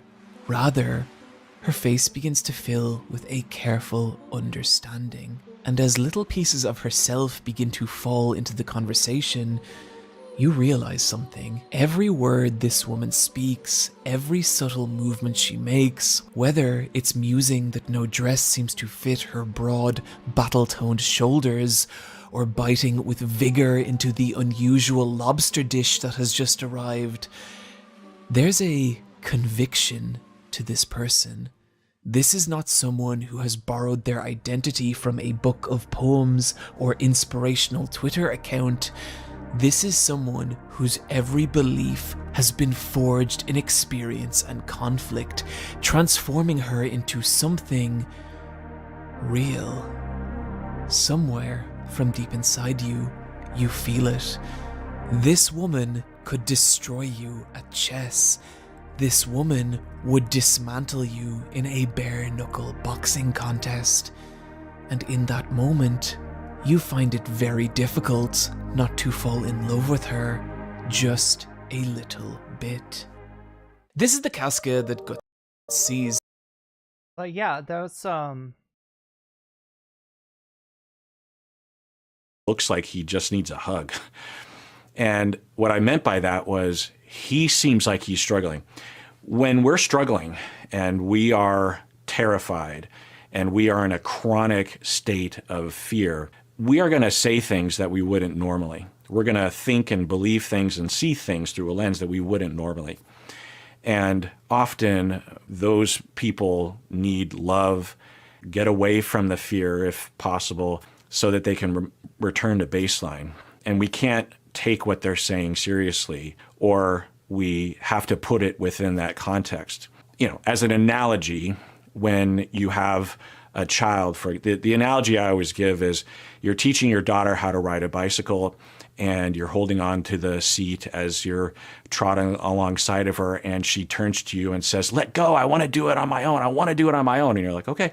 And you let go and she goes for a while and you're going, "Yay." And then she crashes and she falls down and she skins her knee, and you run up and you're trying to help her. And she screams at you, "Why did you let go of my seat?" Well, in that moment, that's Ethan. We as parents don't yell at the kid and say, "You told me to let go of the seat, you jerk face." We don't do that. We understand. When people are going through something, they're going to believe and say things that they wouldn't normally, right? Well, that applies to. Chat. I remember having a experience as a kid where I was taking to the doctor, and I don't remember if they were supposed to give me a shot or there was some kind of it was something like unpleasant, right? I don't remember what it was, but I remember my parents like taking me back into the room and telling me that I had let out a string of expletives at this doctor, right? That I just like really offended him, right? And that, you know, he was going to come back in now and I needed to apologize to him. And I could not remember a single thing, right? I was seriously like, what? Did I say something bad to you? And he's like, uh-huh. I don't even know what I said. Like, I don't feel like I really knew any cuss words or any rude things. Like, I was just a little kid. But somehow I had just gone off on this doctor and had no memory. Whatever it was that was done was so traumatizing that I was just completely out of it, aware. Yeah, that's what this experience is like. The, you know, being a child and just being lost in your own experience to the point where, you know, you're not noticing how you look to the outside world. You're not noticing how you're coming across. Anyone of any age. That doesn't excuse things, but it explains things and provides a treatment. It provides a path to help them. If you actually are interested in helping Ethan or helping to divert his pathway, whatever that's on, and the influence that he has, then love and understanding is the answer. Not that I'm just like, oh, everything's about love, but it works. And it feels better, and it feels more logical, and I sleep better at night. So I was hoping possibly that he might get some of that message. And the way that it looked to me was that, again, Ethan was struggling with really a classic case of fear and paranoia. He had started with legitimate fears about Israel, Palestinians, Jewish people in general, his wife, his extended family, that sort of thing. His fears were totally justified. And Dr. McRib, there are worse things in this world than Ethan, or there are worse things than Ethan in our world. Yeah, there's some bad things in our world. There's some truly horrible things. Like, chat, can you imagine dating the God Hand? Okay, I don't actually have that one. That's not that one's not real. There's no God Hand dating sim, is there? Just kidding. And legitimate. Then, seemingly, I wasn't there for this progression, but and actually talking with Ian, he confirmed this path that seemingly Ethan did not have an approach to managing his mental state and his contact with the news cycle and the comments.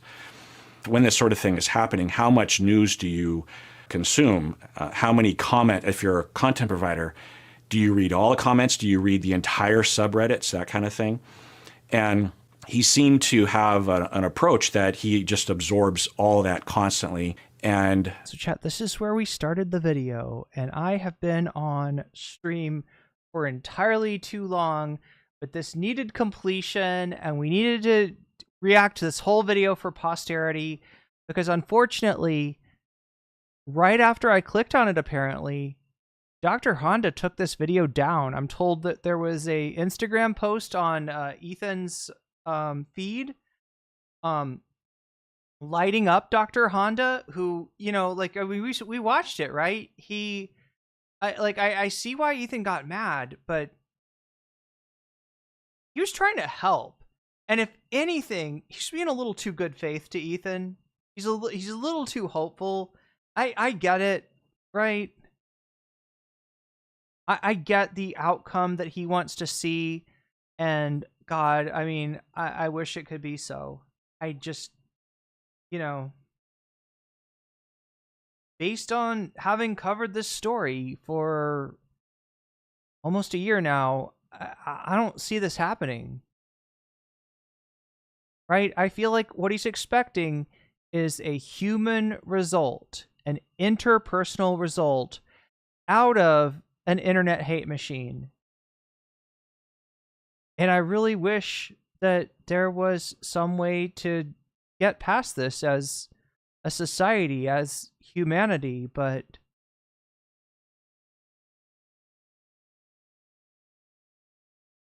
I don't know. Like, everything that he's saying, you know, noting, you know, how Ethan absorbs content, how he absorbs hate against him, and how it fuels him and drives him further. That's true.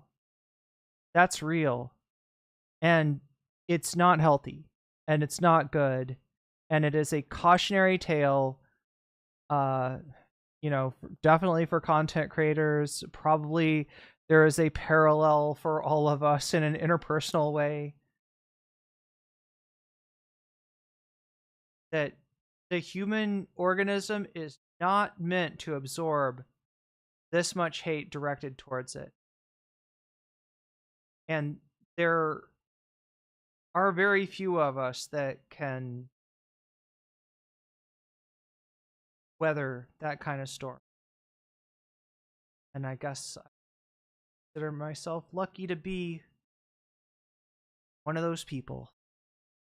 Not that I would wish it on my worst enemy. It can be rougher than you imagine. That being said, I mean,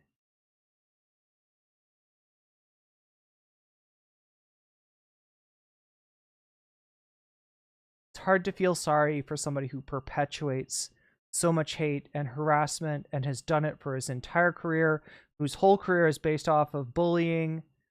You know, even people that he pretends to be nice to, he's, you know, using them in the most cynical way possible. And he loves to punch down. He still, to this day, loves to punch down. Could be worth it to edit it. It's an NCC exclusive, I guess so.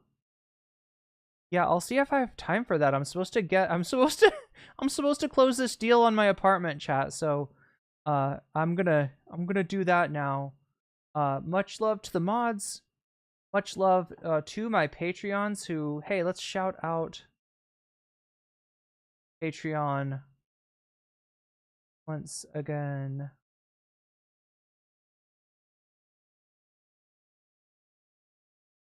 And no, I promise it's not a berserk dating sim this time. Right, so everybody who supports me on Patreon, you get my videos before they come out. Get them unedited, unredacted.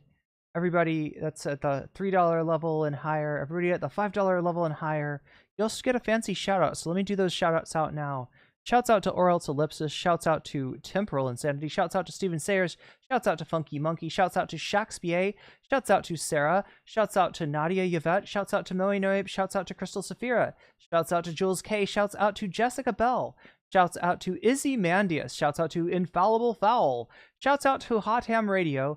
Shouts out to Good for Gabby. Shouts out to Buffy Geek. And shouts out to Animus. And a fancy shout out to Zara Xerix, to Rachel K, and to Omega Star. I'm gonna have to get out of here now, but take care of each other, take care of yourselves.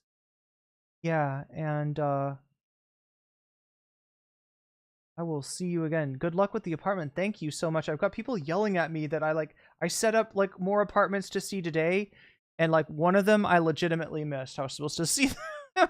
Like I don't know, chat. And I missed 420 too. I missed 420. So anyway, have a fun 420. Hopefully nothing, no rumors about what Trump and Elon plan to do today are true. But I guess I'll find out as soon as I check the news. So and you will too.